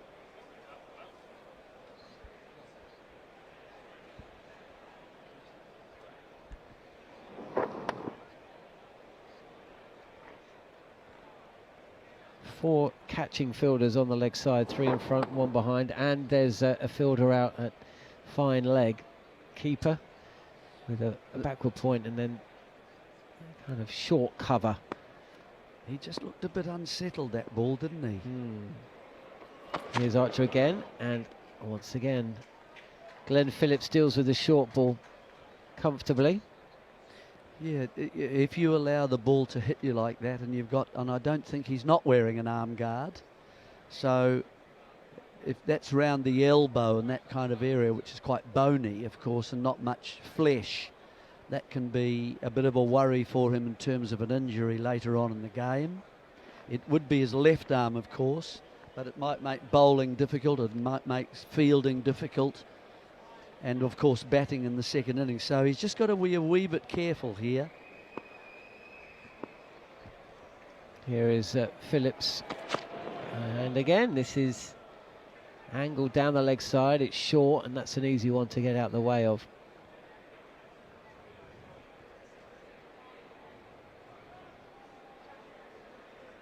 There's been something on this game all day, in a good way, you know. Yeah, I think England have done in the circumstances. Fine legs coming up now to catch as well. That's Brook. England done quite well, haven't they? They on a pitch that's relatively placid. It hasn't really nipped heavily all day. Nothing like the Lord's surface. Thankfully. Round the wicket now. And Archer again. He's around the wicket, and once again it's short, and Phillips just lets it go through. What New Zealand need here, I reckon, John, is that they are able to change ends a bit, and for Phillips to face the left arm spin. Of course, that leaves Smith. How would he cope with? You need to have a little chat at this point. Say, would you be comfortable? And this is where you've got to be really honest as a team, and the players out there just saying, look, if Smith says no, I'd be uncomfortable with that. I'd be uncomfortable with that at the moment. I don't think I'll face Archer, thanks. I'd prefer it at this end. And you've got to go with that. I don't think you can say, no, well, I can attack him and hit him. Yeah, New Zealand just feel a little stuck here. They're not able to rotate the strike. And boundaries are hard to come by when you're ducking out of everything or just trying to block. And this time, oh, that's a real painful one. and Emilio Gay has worn it, I think, on the back of the leg, maybe just above the calf. He's at short leg, and Nathan Smith has nailed this pull or sweep, and Emilio Gay is still hobbling. I don't think, looking at, you might be able to see better than I can, Joe, I don't think he's got all the protection that you get with those big pads underneath your trousers. You can normally tell when they're wearing those. So he's going to go off. Yeah, it's that's a painful blow there. You haven't got time to see that, because normally what you'll do is you watch the backlift. Actually, Jerry, now he's getting them. Yeah, now he's got the protective gear on. Well, that should really go on straight away. Maybe he wasn't expecting him to play the big shot, but that was dragged quite a lot down, wasn't it, by Bethel? Yeah, there's been a couple of drag downs from Bethel, and the majority of these dismissals have been going towards the leg stump or in a leg stump line. There is a fielder at backward deep square leg. It's Jofra Archer out there, but not a lot else of protection. Tom Blundell has perished trying to play through mid-wicket. I mean, he's going to be replaying that shot in his mind for the rest of the day. And it's Smith who's still on strike and still yet to get off the mark after 9 deliveries. It's a good ball from Bethel. A little bit more loop, drawing Smith forward. No, turn. And pushed out to the offside. 271 for 6. But this is a problem for New Zealand. There's still another half an hour to go, just shy until stumped. Can they score another 10, 15 runs or so? Down the track comes Smith. Gets himself into a bit of a tangle, actually, and in the end just kind of covers up, lets the ball hit his pad, and it pops out and is fielded. He's not looking happy there. Not really coming down either, is he? It was a shimmy, but only a little, half a stride, really, and not finding contact with the ball, allowing the ball to come into him and get near the inside edge. He'll be ruining that missed opportunity with the sweep. This is a little bit better forward and just clipping it to short leg. But the point you made was New Zealand are getting a bit cast, and they are, where they're not going anywhere within this last half hour, and quite often in a 6-hour match, in the day, you work all day hard for that half hour. Exactly, over 70 to 75, and now could be that England come out tomorrow with that second new ball just a few overs away, fresh bowlers, and New Zealand not too far away from where they find themselves now, maybe even with a wicket down. Certainly you wouldn't be surprised the way that the wickets have fallen today. This is short wide, and that will allow Nathan Smith no real timing to get off strike with a single, which is fielded by Josh Tongue at backward point.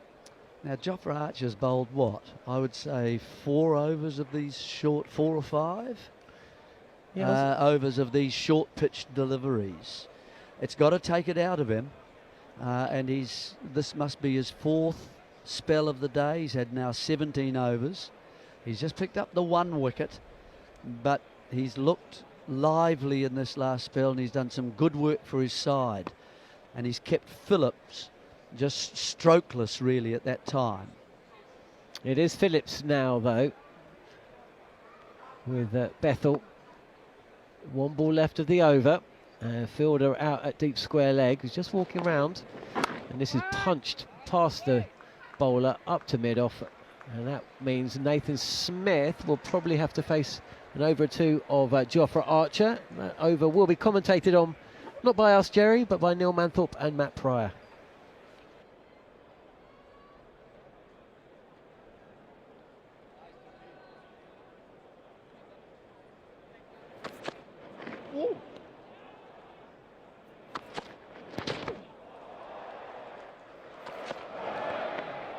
Thank you very much to John and Jeremy for guiding us through the penultimate half hour.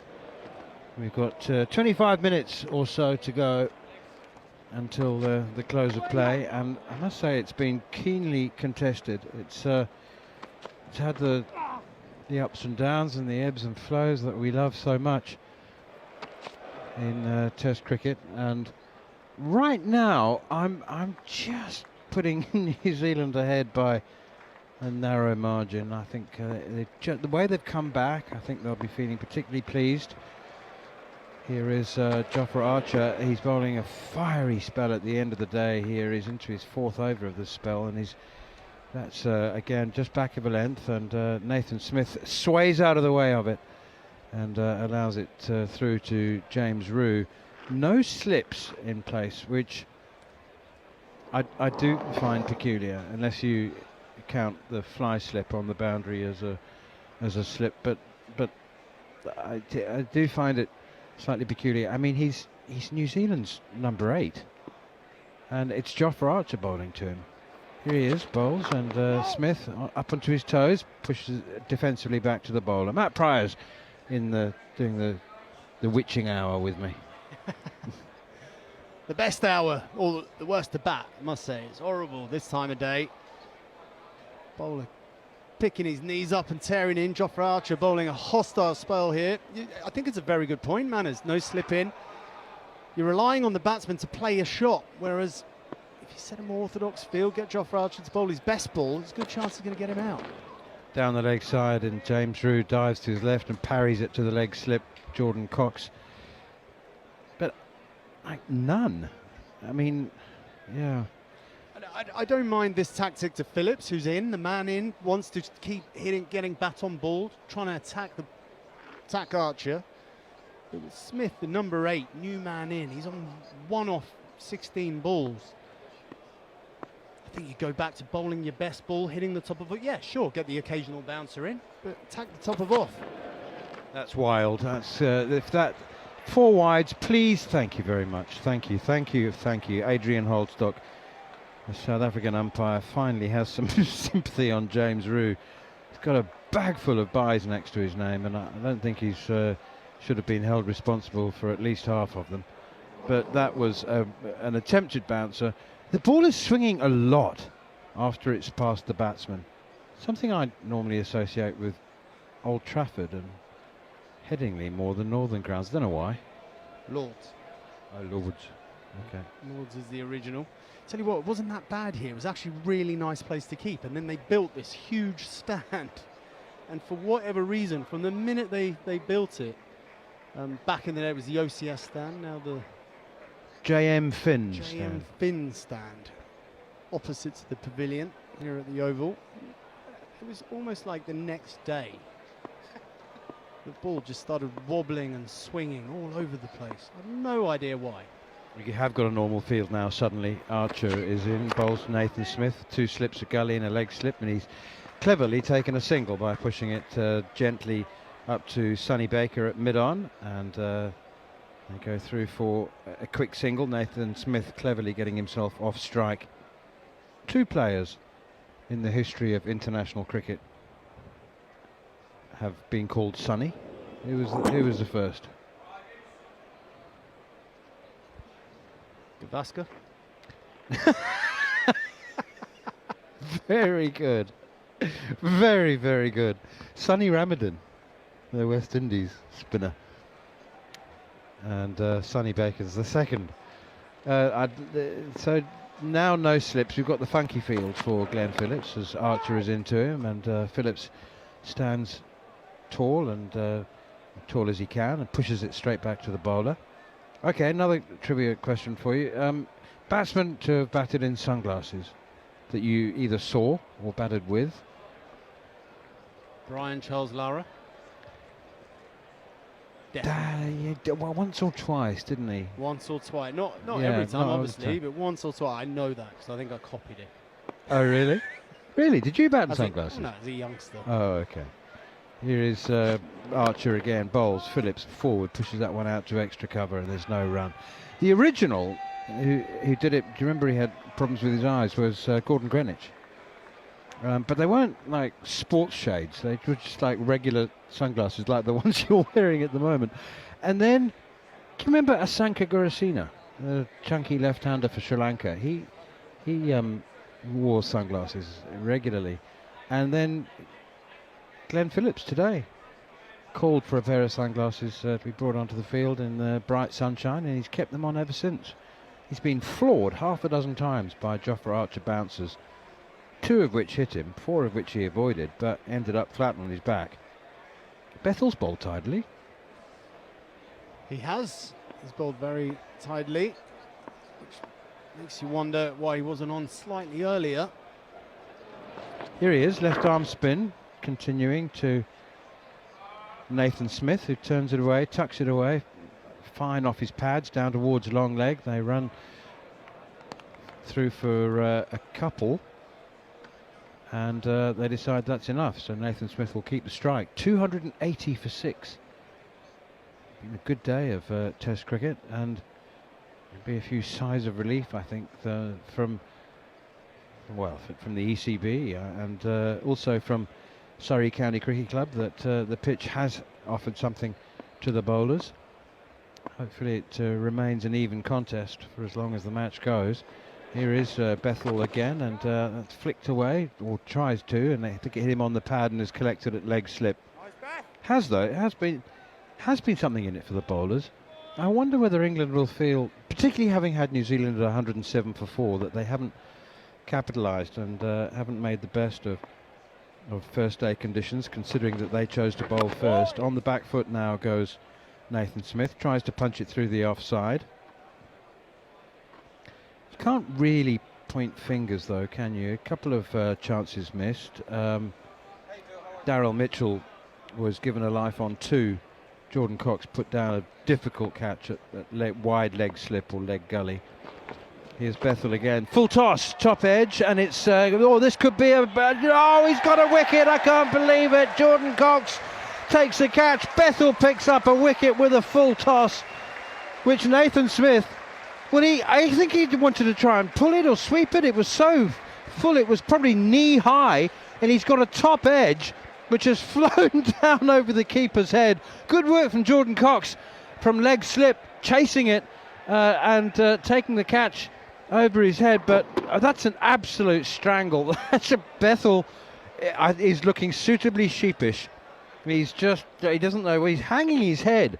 You don't celebrate the wickets like that, do you? But hey, what you can't. It counts. They all count. Yeah, he sort of tried to celebrate and then I think stopped. It's like, oh my goodness, how lucky have I got there? It was an absolute rank full toss. I think the batsman was surprised about. Didn't know what to do with it. Almost, do I whack it out the ground and hit it 20 rows back, or do I just parry it round the corner for 4? And in the end did neither. Got a top edge, it looks like, to the very, very grateful Jordan Cox. Leg slip, running back. I mean, I want to say a good catch, but it really was yeah, a good catch. Just tracked back a little bit, didn't have to do a great deal, but 2 hands to it. It was a remarkable passage of play. But Bethel gets the wicket. New Zealand 7 wickets down now for 280. Well, when I said he's bowled tidily, what I actually meant was he's got tidy figures. Here is Bethel continuing to the new batsman, and a different prospect in Kyle Jameson, the giant. 6'6" of him, prods forward to his first ball and knocks it away defensively. It was interesting because Tom Blundell decided that Bethel was a part-timer and should be treated as such. Tried to slog sweep him in his first over and hold out to mid-wicket. Jameson now plays defensively. And I was wondering about that, Matt Pryor, because you know, there are people going like, oh, what a stupid shot. How can he do that? How can he get out of it? But it's positive cricket, you know. It's like, yeah, let's not let him settle. He is a part-time. Sentiment. The only thing I would change, if I was Blundell having played that shot, was it the right shot to play? Played some slog sweep. So Bethel was not really turning it, bowling quite quick, darts.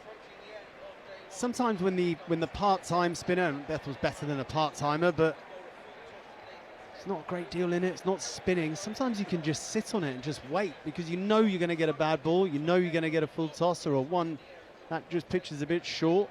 So actually you don't have to try and do too much. That's the only thing that I would say Blundell will be sitting in the dressing room going, did I need to play that shot?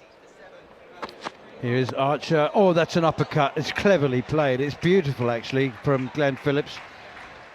It's very much a shot born from the shorter formats of the game, or the shortest format, but it's a bouncer.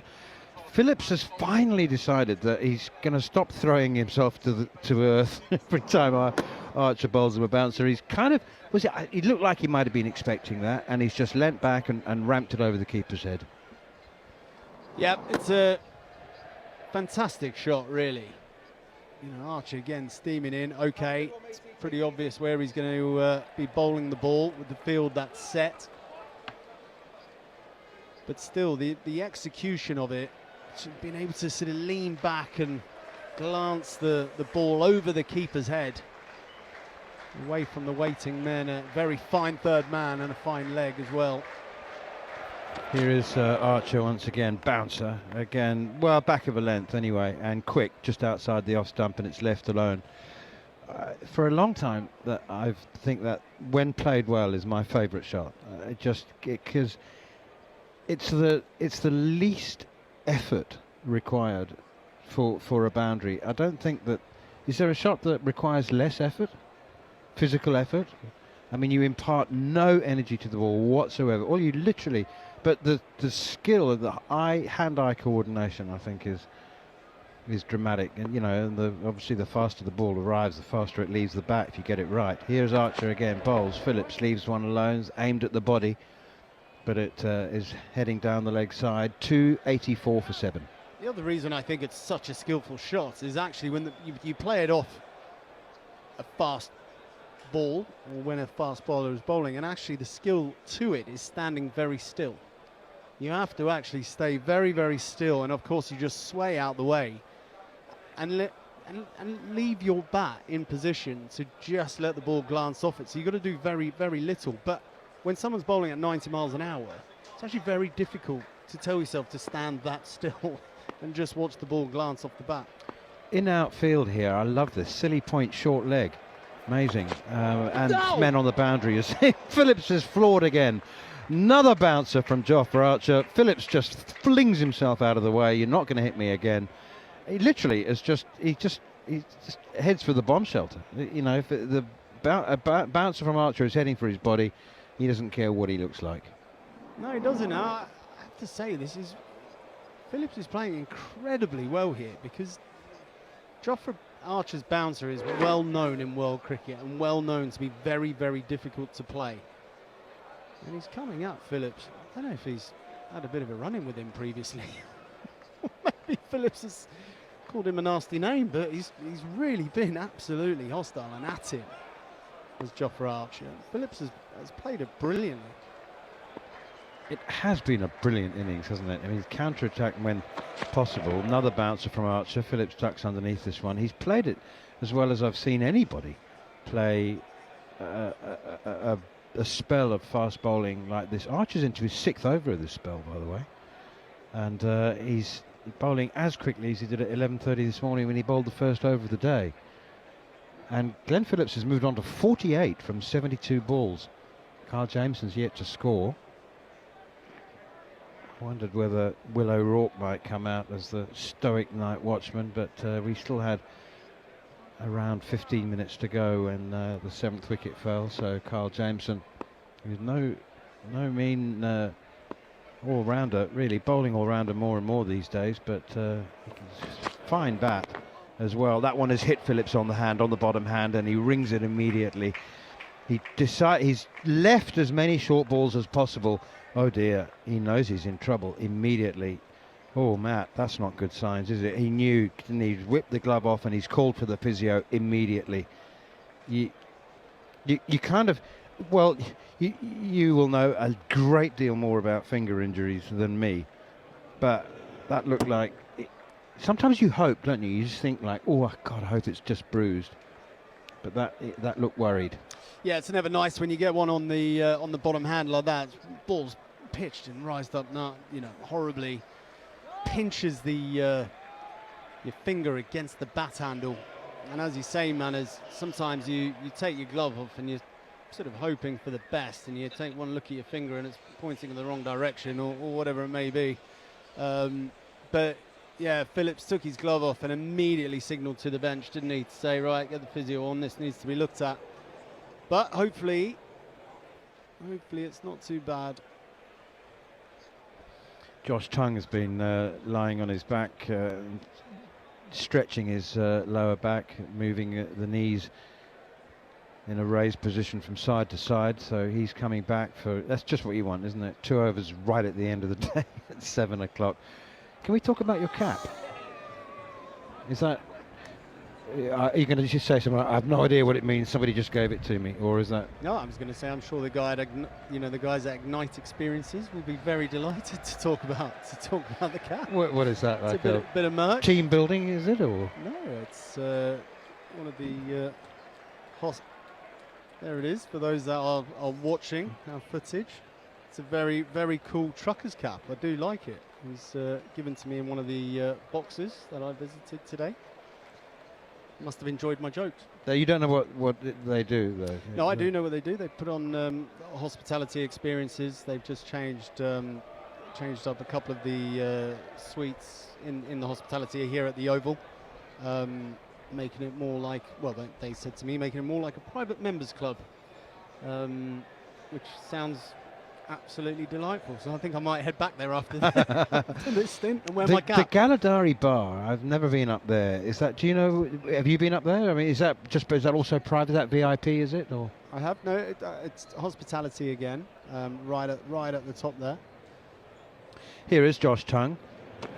Back into the attack, and the ball's moving all over the place at the moment. That's short, and Kyle Jameson left it alone, and again the ball swung dramatically after it passed the batsman.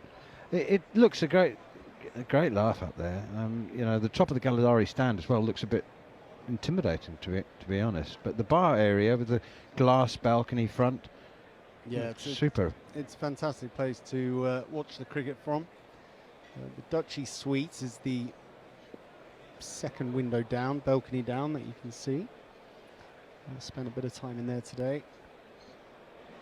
Here is Josh Tongue again. It's bounces all around at the moment from Archer and from Josh Tongue. Now that he's come on at the Vauxhall end, that one is left alone by Kyle Jameson.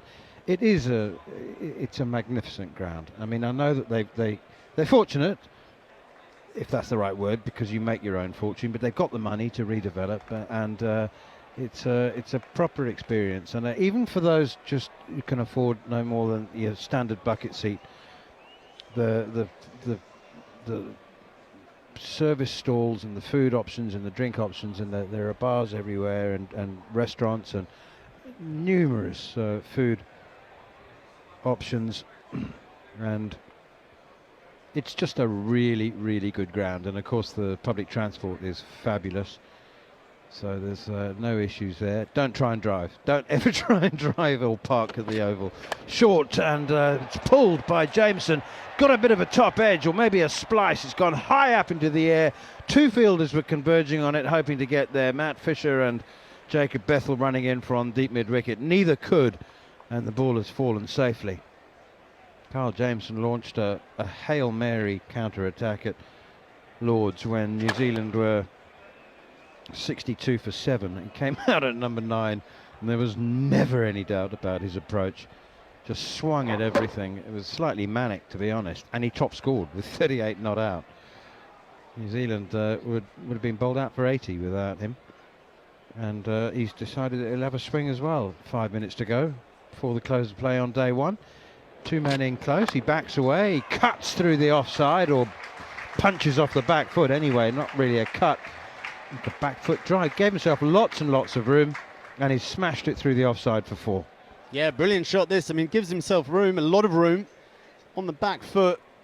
Obviously the room that he's given himself has freed up his arms, and he's been able to hit it very cleanly in the air, but nowhere near the fielders. No chance for them. I was just about to say, I thought Glenn Phillips, after the last shot, which was a bit manic, lacked a bit of control. Glenn Phillips walked down and said, hey, come on, mate, let's see it through this evening, so we're batting tomorrow morning. But maybe he didn't. Maybe he said, carry on.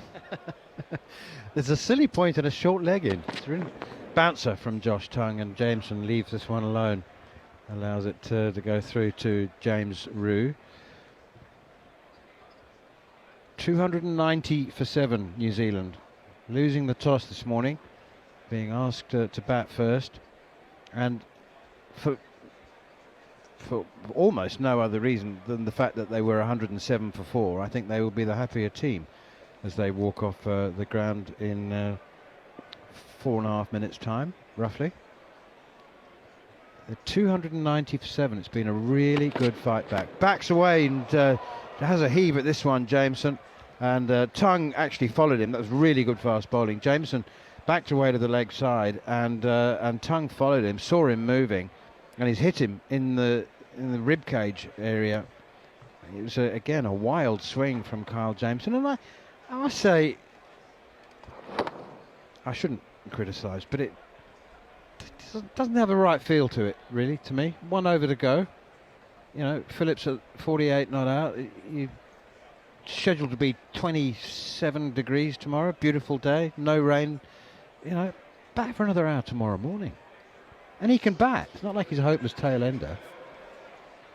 Doesn't feel quite right. You wouldn't enjoy this if you were in the balcony, I don't think. No, not at all. That's why I sort of joked, but I was also being serious. If I was out there batting, you know, having fought as hard as Glenn Phillips has as well, taken a couple of blows, fended off Jofra Archer as long as he has, 48 not out, kind of going down to your mate and saying, buddy, just suck it up for a couple of overs here. We can dust ourselves down and come again tomorrow. It's going to, as you say, it's going to be cracking the flags. It's going to be a beautiful day for batting.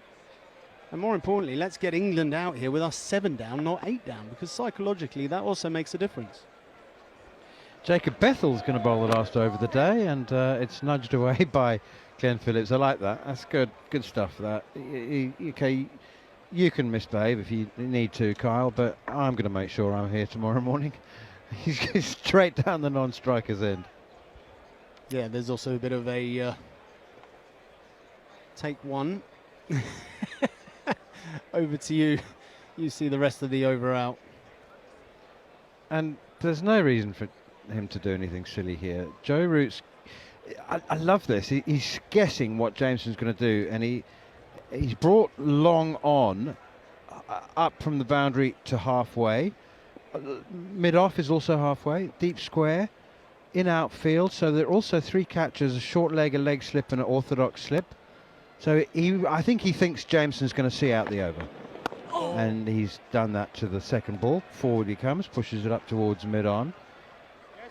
I like it. I enjoy the fact that you've got to guess what the batsman, especially with a guy like Jameson. Yeah, I'd be tempted to bring the deep square leg in, up, and make him hit across the line. Oh, that's a long hop. Does bowl a few of them, does Bethel, but it skids on. It's a quicker one, and Jameson plays defensively. It wasn't a long hop, but it was short, and it skidded on, and he defended it. And that's exactly why I'd bring that man up, because you want Jameson hitting across the line with Bethel bowling very flat and very skiddy. It's only got to slide on and hit the pad, and it's going to be pretty close. The angles for the left-hander as well is always going to be hitting the stumps. Ben Duckett's come into catching extra cover as well now. Bethel in once more. Jameson on the back foot, punches it out to Emilio Gay at mid-wicket. One other thing I'd say, Manners, is if I was out there batting, if you had said one more from Archer or Bethel, I mean, I would want to face Bethel all day long, right? Yeah, absolutely. It's a bit odd that he's bowling the last one. Yeah, I don't think Archer, he bowled 6 in that spell right at the end of the day. I just don't know whether he had another one in him. Bethel in again. That's defended once more by Jameson behind square on the offside. And there's no run. Maybe he did. Maybe Joe Root just thought, hang on, let's change the pace for the last over of the day. Let's see if we can tempt Jameson to do something rash. Mid-off has now come in to save 1. So it's only mid-on and deep square leg now. It's a low full toss from Bethel. Jameson pushes it straight back to the bowler, and there is no run. And well, Ben Duckett is strolled over to Jacob Bethel, extended his hand and given him a sincere handshake for his 2 wickets at the end of the day. The second one was extremely fortuitous, with maybe a full toss between knee and thigh height. But Bethel finishes the day with 5 overs, 1 maiden, 2 for 8. I mean, it's transformed the day. You know, New Zealand were bossing it really, and those 2 late wickets from Jacob Bethell have left. Well, I still give it to New Zealand, but marginally. I mean, it's like a 55-45 day. Do you think, Matt Pryor? Yeah, I think. Yeah, firstly on Bethell, I think New Zealand will be slightly disappointed with how he got his wickets. A poor shot from Blundell, really. I understand that he wanted to take the attack to Bethell and put pressure on him. Absolutely get that, but probably the wrong shot to choose, particularly in that time. And then, oh my goodness, the second one, a full toss, was an absolute gift. But yes, I agree. 291 for 7 the day finishes, with New Zealand having been put in to bat. I think Joe Root, the captain, would have loved a couple more wickets or even to have bowled New Zealand out. I think New Zealand, on the other hand, will be very, very happy with their day's work. And they did have to work hard. The batsman at time was very attritional. The pitch, it was swinging, nipping around. But they built a platform, and Glenn Phillips finishes 49 not out, having faced some hostile attacking bowling from Archer. A lot of short balls, got hit a few times, ended up on the deck a number of times, but he's still there, 49 not out, and I must say it was an outstanding contribution from him. Well, hello and welcome to Following On. I'm John Norman alongside Matt Pryor for the next 10 minutes or so. Jeremy Coney, former New Zealand skipper, will be the impact sub to replace Matt. We've had a proper old school day of Test cricket, I think. 291 for 7. Glenn Phillips unbeaten at stumps, 49 not out. There'll be a few rueful Kiwis tonight who will look back at their dismissals, no doubt.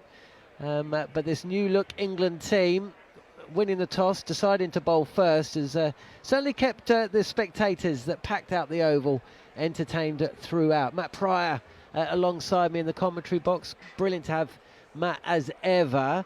Where shall we start, Matt? I suppose we should start with England and the bowlers.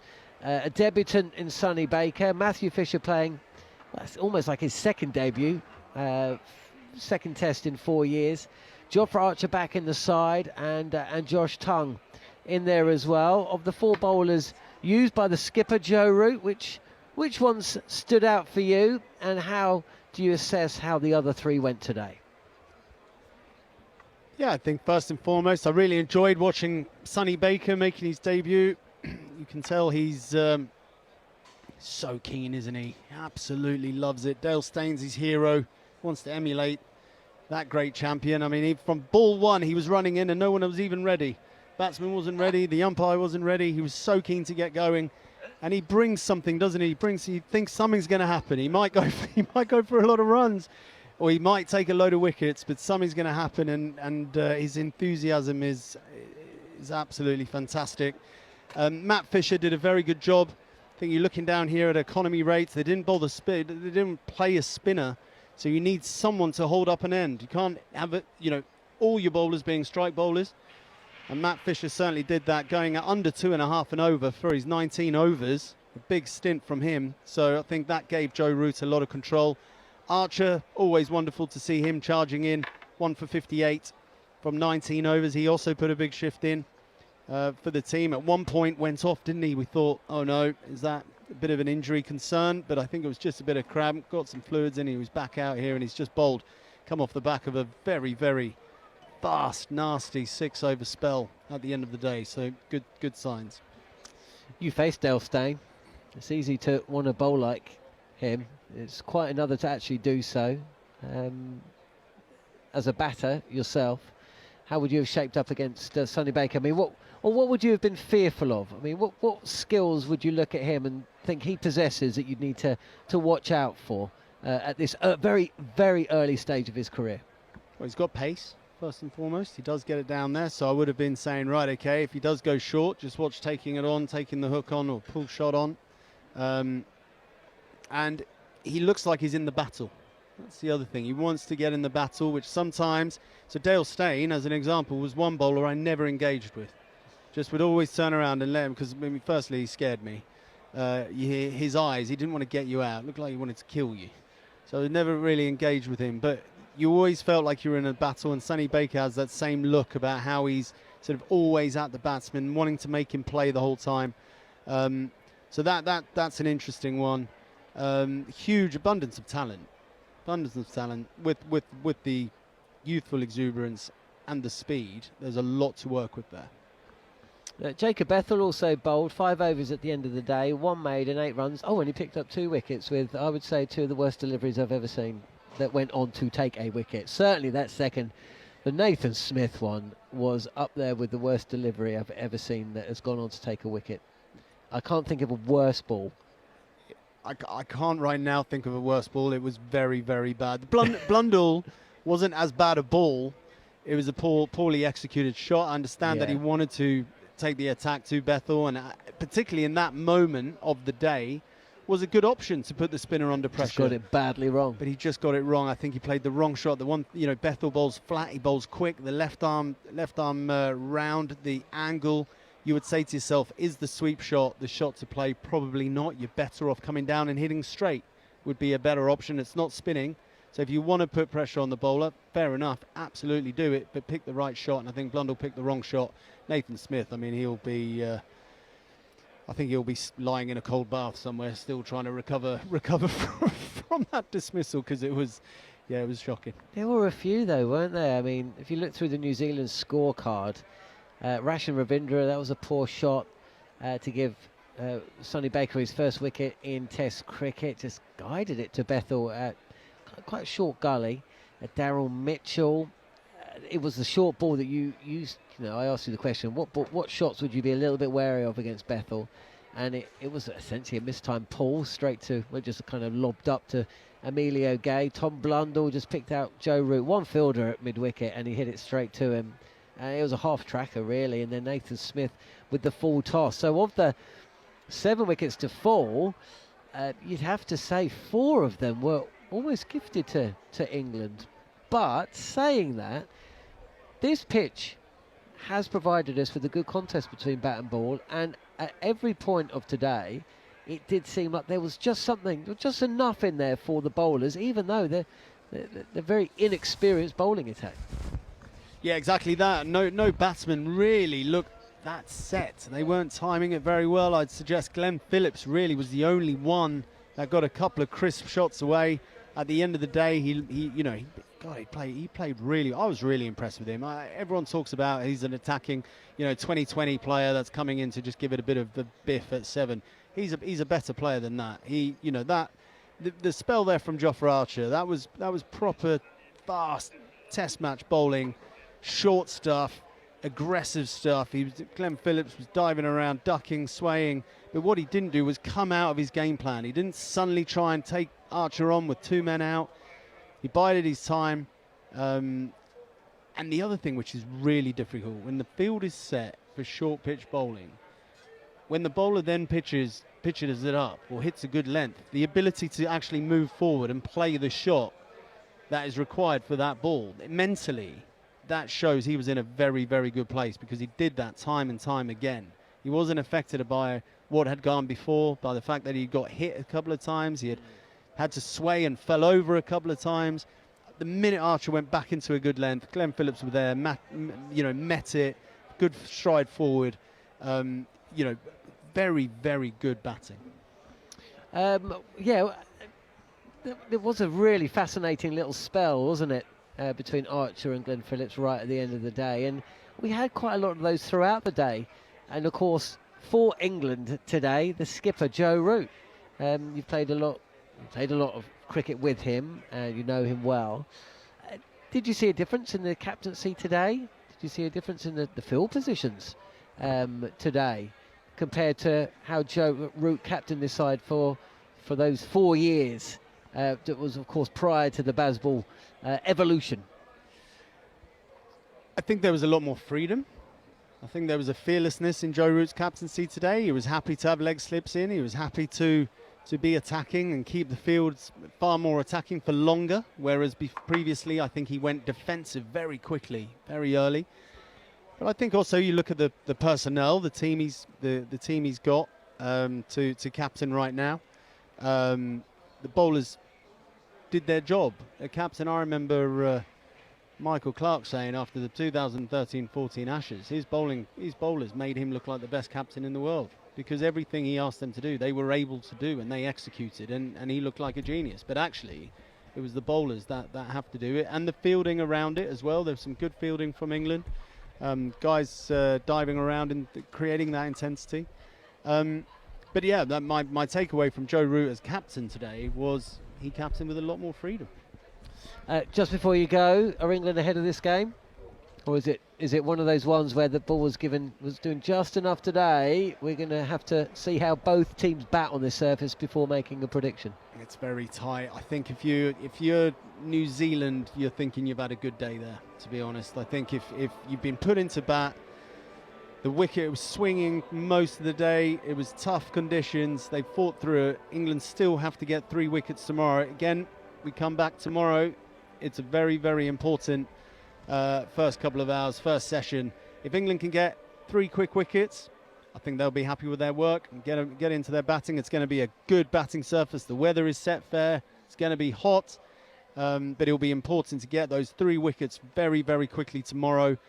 Keep New Zealand somewhere around 300, not much more than that, and then get into building a very, very big total. If England can do that, then yeah, absolutely, I think they're in a good position. But if New Zealand come out tomorrow and manage to bat a couple of hours, bat till lunch, I think, yeah, very much on as even, if not New Zealand lead.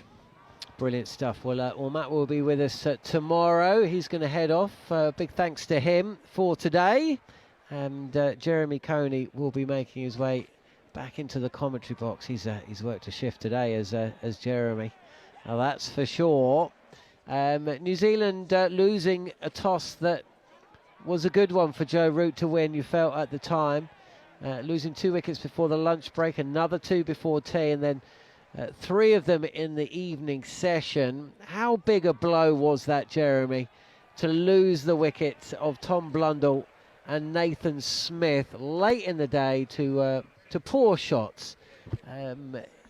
That's just, if New Zealand had got to stumps 5 down, almost would have felt like it was their day. Now Matt's giving it their way. I'm not quite so sure. No, I think I'd feel it. Overall, New Zealand worked hard to get into a position where Blundell and Phillips were having their partnership. And it was going along quite nicely, and they were looking like perhaps getting close to the target they were today at 290 for maybe 5. And that would have been very handy indeed, a recovery. But when you start looking at each of the actual individual dismissals, John, I think New Zealand overall, there's a lot of looseness and players a little bit out of touch and a wee bit out of form. Working hard, some of them, to try and stay in, and just others playing loose, you know. And I'm afraid you can't deny that. I don't think Latham, I thought, was got out. A ball that was aimed from around, coming around the wicket from Archer, and I thought he swung it back. He thought he could get it away into the leg side, but then it moved, and he was too late to realise that, and it hit the back of the bat, and a very good catch by Bethel in the gully, two-handed. Conway, a ball that was outside his leg stump, was short. He managed just to get a glove to it. Maybe it was kept a little bit low, I'm not sure, but he gloved it through to Ruin, gave him his first catch. Nichols got out, I think, by Tongue coming around the wicket, jagging into him. It was just a wee bit quick for him. He was late with the ball, late with the shot, closed the face a little bit and played it into his stumps. Ravindra got a ball from Baker and just kind of loosely played it and steered it almost into the cordon. So that was a slightly weak dismissal, I thought, and I thought he also looked a bit frustrated that he wasn't able to score faster today. So maybe he's kind of shot a ball stuff, I thought, a wee bit. Mitchell had to work hard. His dismissal surprised me a wee bit because he clothed the pull that was high up on the bat and just found short mid-wicket. You got Blundell, who had batted hard with Mitchell and were developing that partnership we were talking about, and then faced Bethel in his first over, had got a boundary, and then he tried to slog sweep and couldn't get it over mid-wicket. So that was another costly dismissal by New Zealand batsman. Phillips, 49 not out, has worked very hard. Had to handle the majority of the short pitch bowling. Decided early, I'm not going to hook. And then we had a really interesting section of play really towards the end of him trying to get out of the way, get underneath. He got in some very awkward positions but stuck with it. Got hit a couple of times and is still there. So well done him. Handled the short ball in the end. Nathan Smith, a really loose, full toss from Bethel. Bethel ends up with 5 overs, 2 for 8. And both of them were gifted to him, I'm afraid. Got a back of the bat, and Cox running back from sort of a close-in catcher on the leg side at leg slip and took the catch to dismiss Nathan Smith. So, and let's forget, extras are very handy. 44 runs in the day's play for New Zealand to get them up to that 291 for 7. I think New Zealand's slightly behind because of all those strokes, and I think tomorrow the pitch is going to be easier. I'm always a little concerned when I look at a scorecard where I see a batter caught down the leg side, a batter caught a diving gully, a batter caught again at gully, a batter caught at short mid-wicket, 2 of them actually, and then one, the full toss wicket. These weren't wickets which you saw, the one catch behind the stumps was one down the leg side. Right? Yes, correct. There was no one caught at first slip. There was no one caught at second slip. No. Nothing went there all day. Now, is this just indication that this pitch is just a little, maybe just a little, today, I'm not saying it's going to be it for 5 days, just a little too pace, maybe just holding in the pitch. I agree. You think back on the fields that we've watched today, it's been close in men, it's close cover, close mid-wicket, 2 on the leg side, the ball not quite coming on, and batsmen playing it round and not being able to control the amount of bounce, drives going in the air, caught mid-wicket. There's twice, one from a slog sweep, one from a pull stroke. I think you're right. I think the bounce hasn't quite been as true as but I think with the sun on this, it might just improve. Yes, I think that the morning session is going to be vital for New Zealand and also England. England will have a couple of bites of the cherry, Phil, unless something really, really dramatic happens at the top of their order. But Glenn Phillips, we were here at Lord's, after New Zealand lost 6 wickets early, they were in dire straits, and the feeling was they needed Phillips to come out and play a little cameo. He was out first ball he faced, and it was left to Jamieson, who today was taking on the short pitch bowling. Can New Zealand come out tomorrow? Can they bat 45 minutes or an hour and add another 50, 60? Because they'll bat quickly, because there's no point hanging around anymore. So if they do bat an hour, 350, then they've got an hour, fresh bowlers, before the lunch break to make their inroads. Well, I mean, I'm not Nostradamus. I can't look into the future like that. But I would have thought with the new ball, you'd have to say after a night's kip for the English bowlers that they're not going to find it easy against that new ball. They'll rely very much on Phillips. I think Jamieson looks as if he's made his statement. He's going to play aggressively against the faster bowlers. And then, of course, you've got Henry, who can hit, but it's not, I don't think it's a guarantee. What you can guarantee is that O'Rourke will come forward and he'll play little forward defences, and quite well, actually. So there is a chance perhaps a little bit there, but it won't be a big partnership. I think really it rests a lot on Phillips if New Zealand to get through to maybe if they can bat an hour, which is maybe 13 overs, maybe they can get 3s. So let's say another 40 runs with a few extras thrown in from what we've seen. So we're talking about 340, which will give them a few overs to put pressure on England. And let's not make a judgment before we've seen the 2 first innings. I think that's the way we've got to view this. If this pitch is a little bit more difficult than we think. Brilliant stuff. Jeremy, thank you for your time today. We will be back tomorrow. I'm going to be sitting this one out, but I'll be back for day 3. Melinda Farrell will be in alongside Jeremy, Matt Pryor, Jarrod, Kimber and Neil Manthorp. 3 overs until the second new ball is due. 3 wickets England need to bat, and of course plenty of intrigue and interest into how day 2 will eventuate. But for now, thanks for joining us throughout the day on the Talksport Cricket YouTube channel and via the podcast feed on Following On. But that is it for now.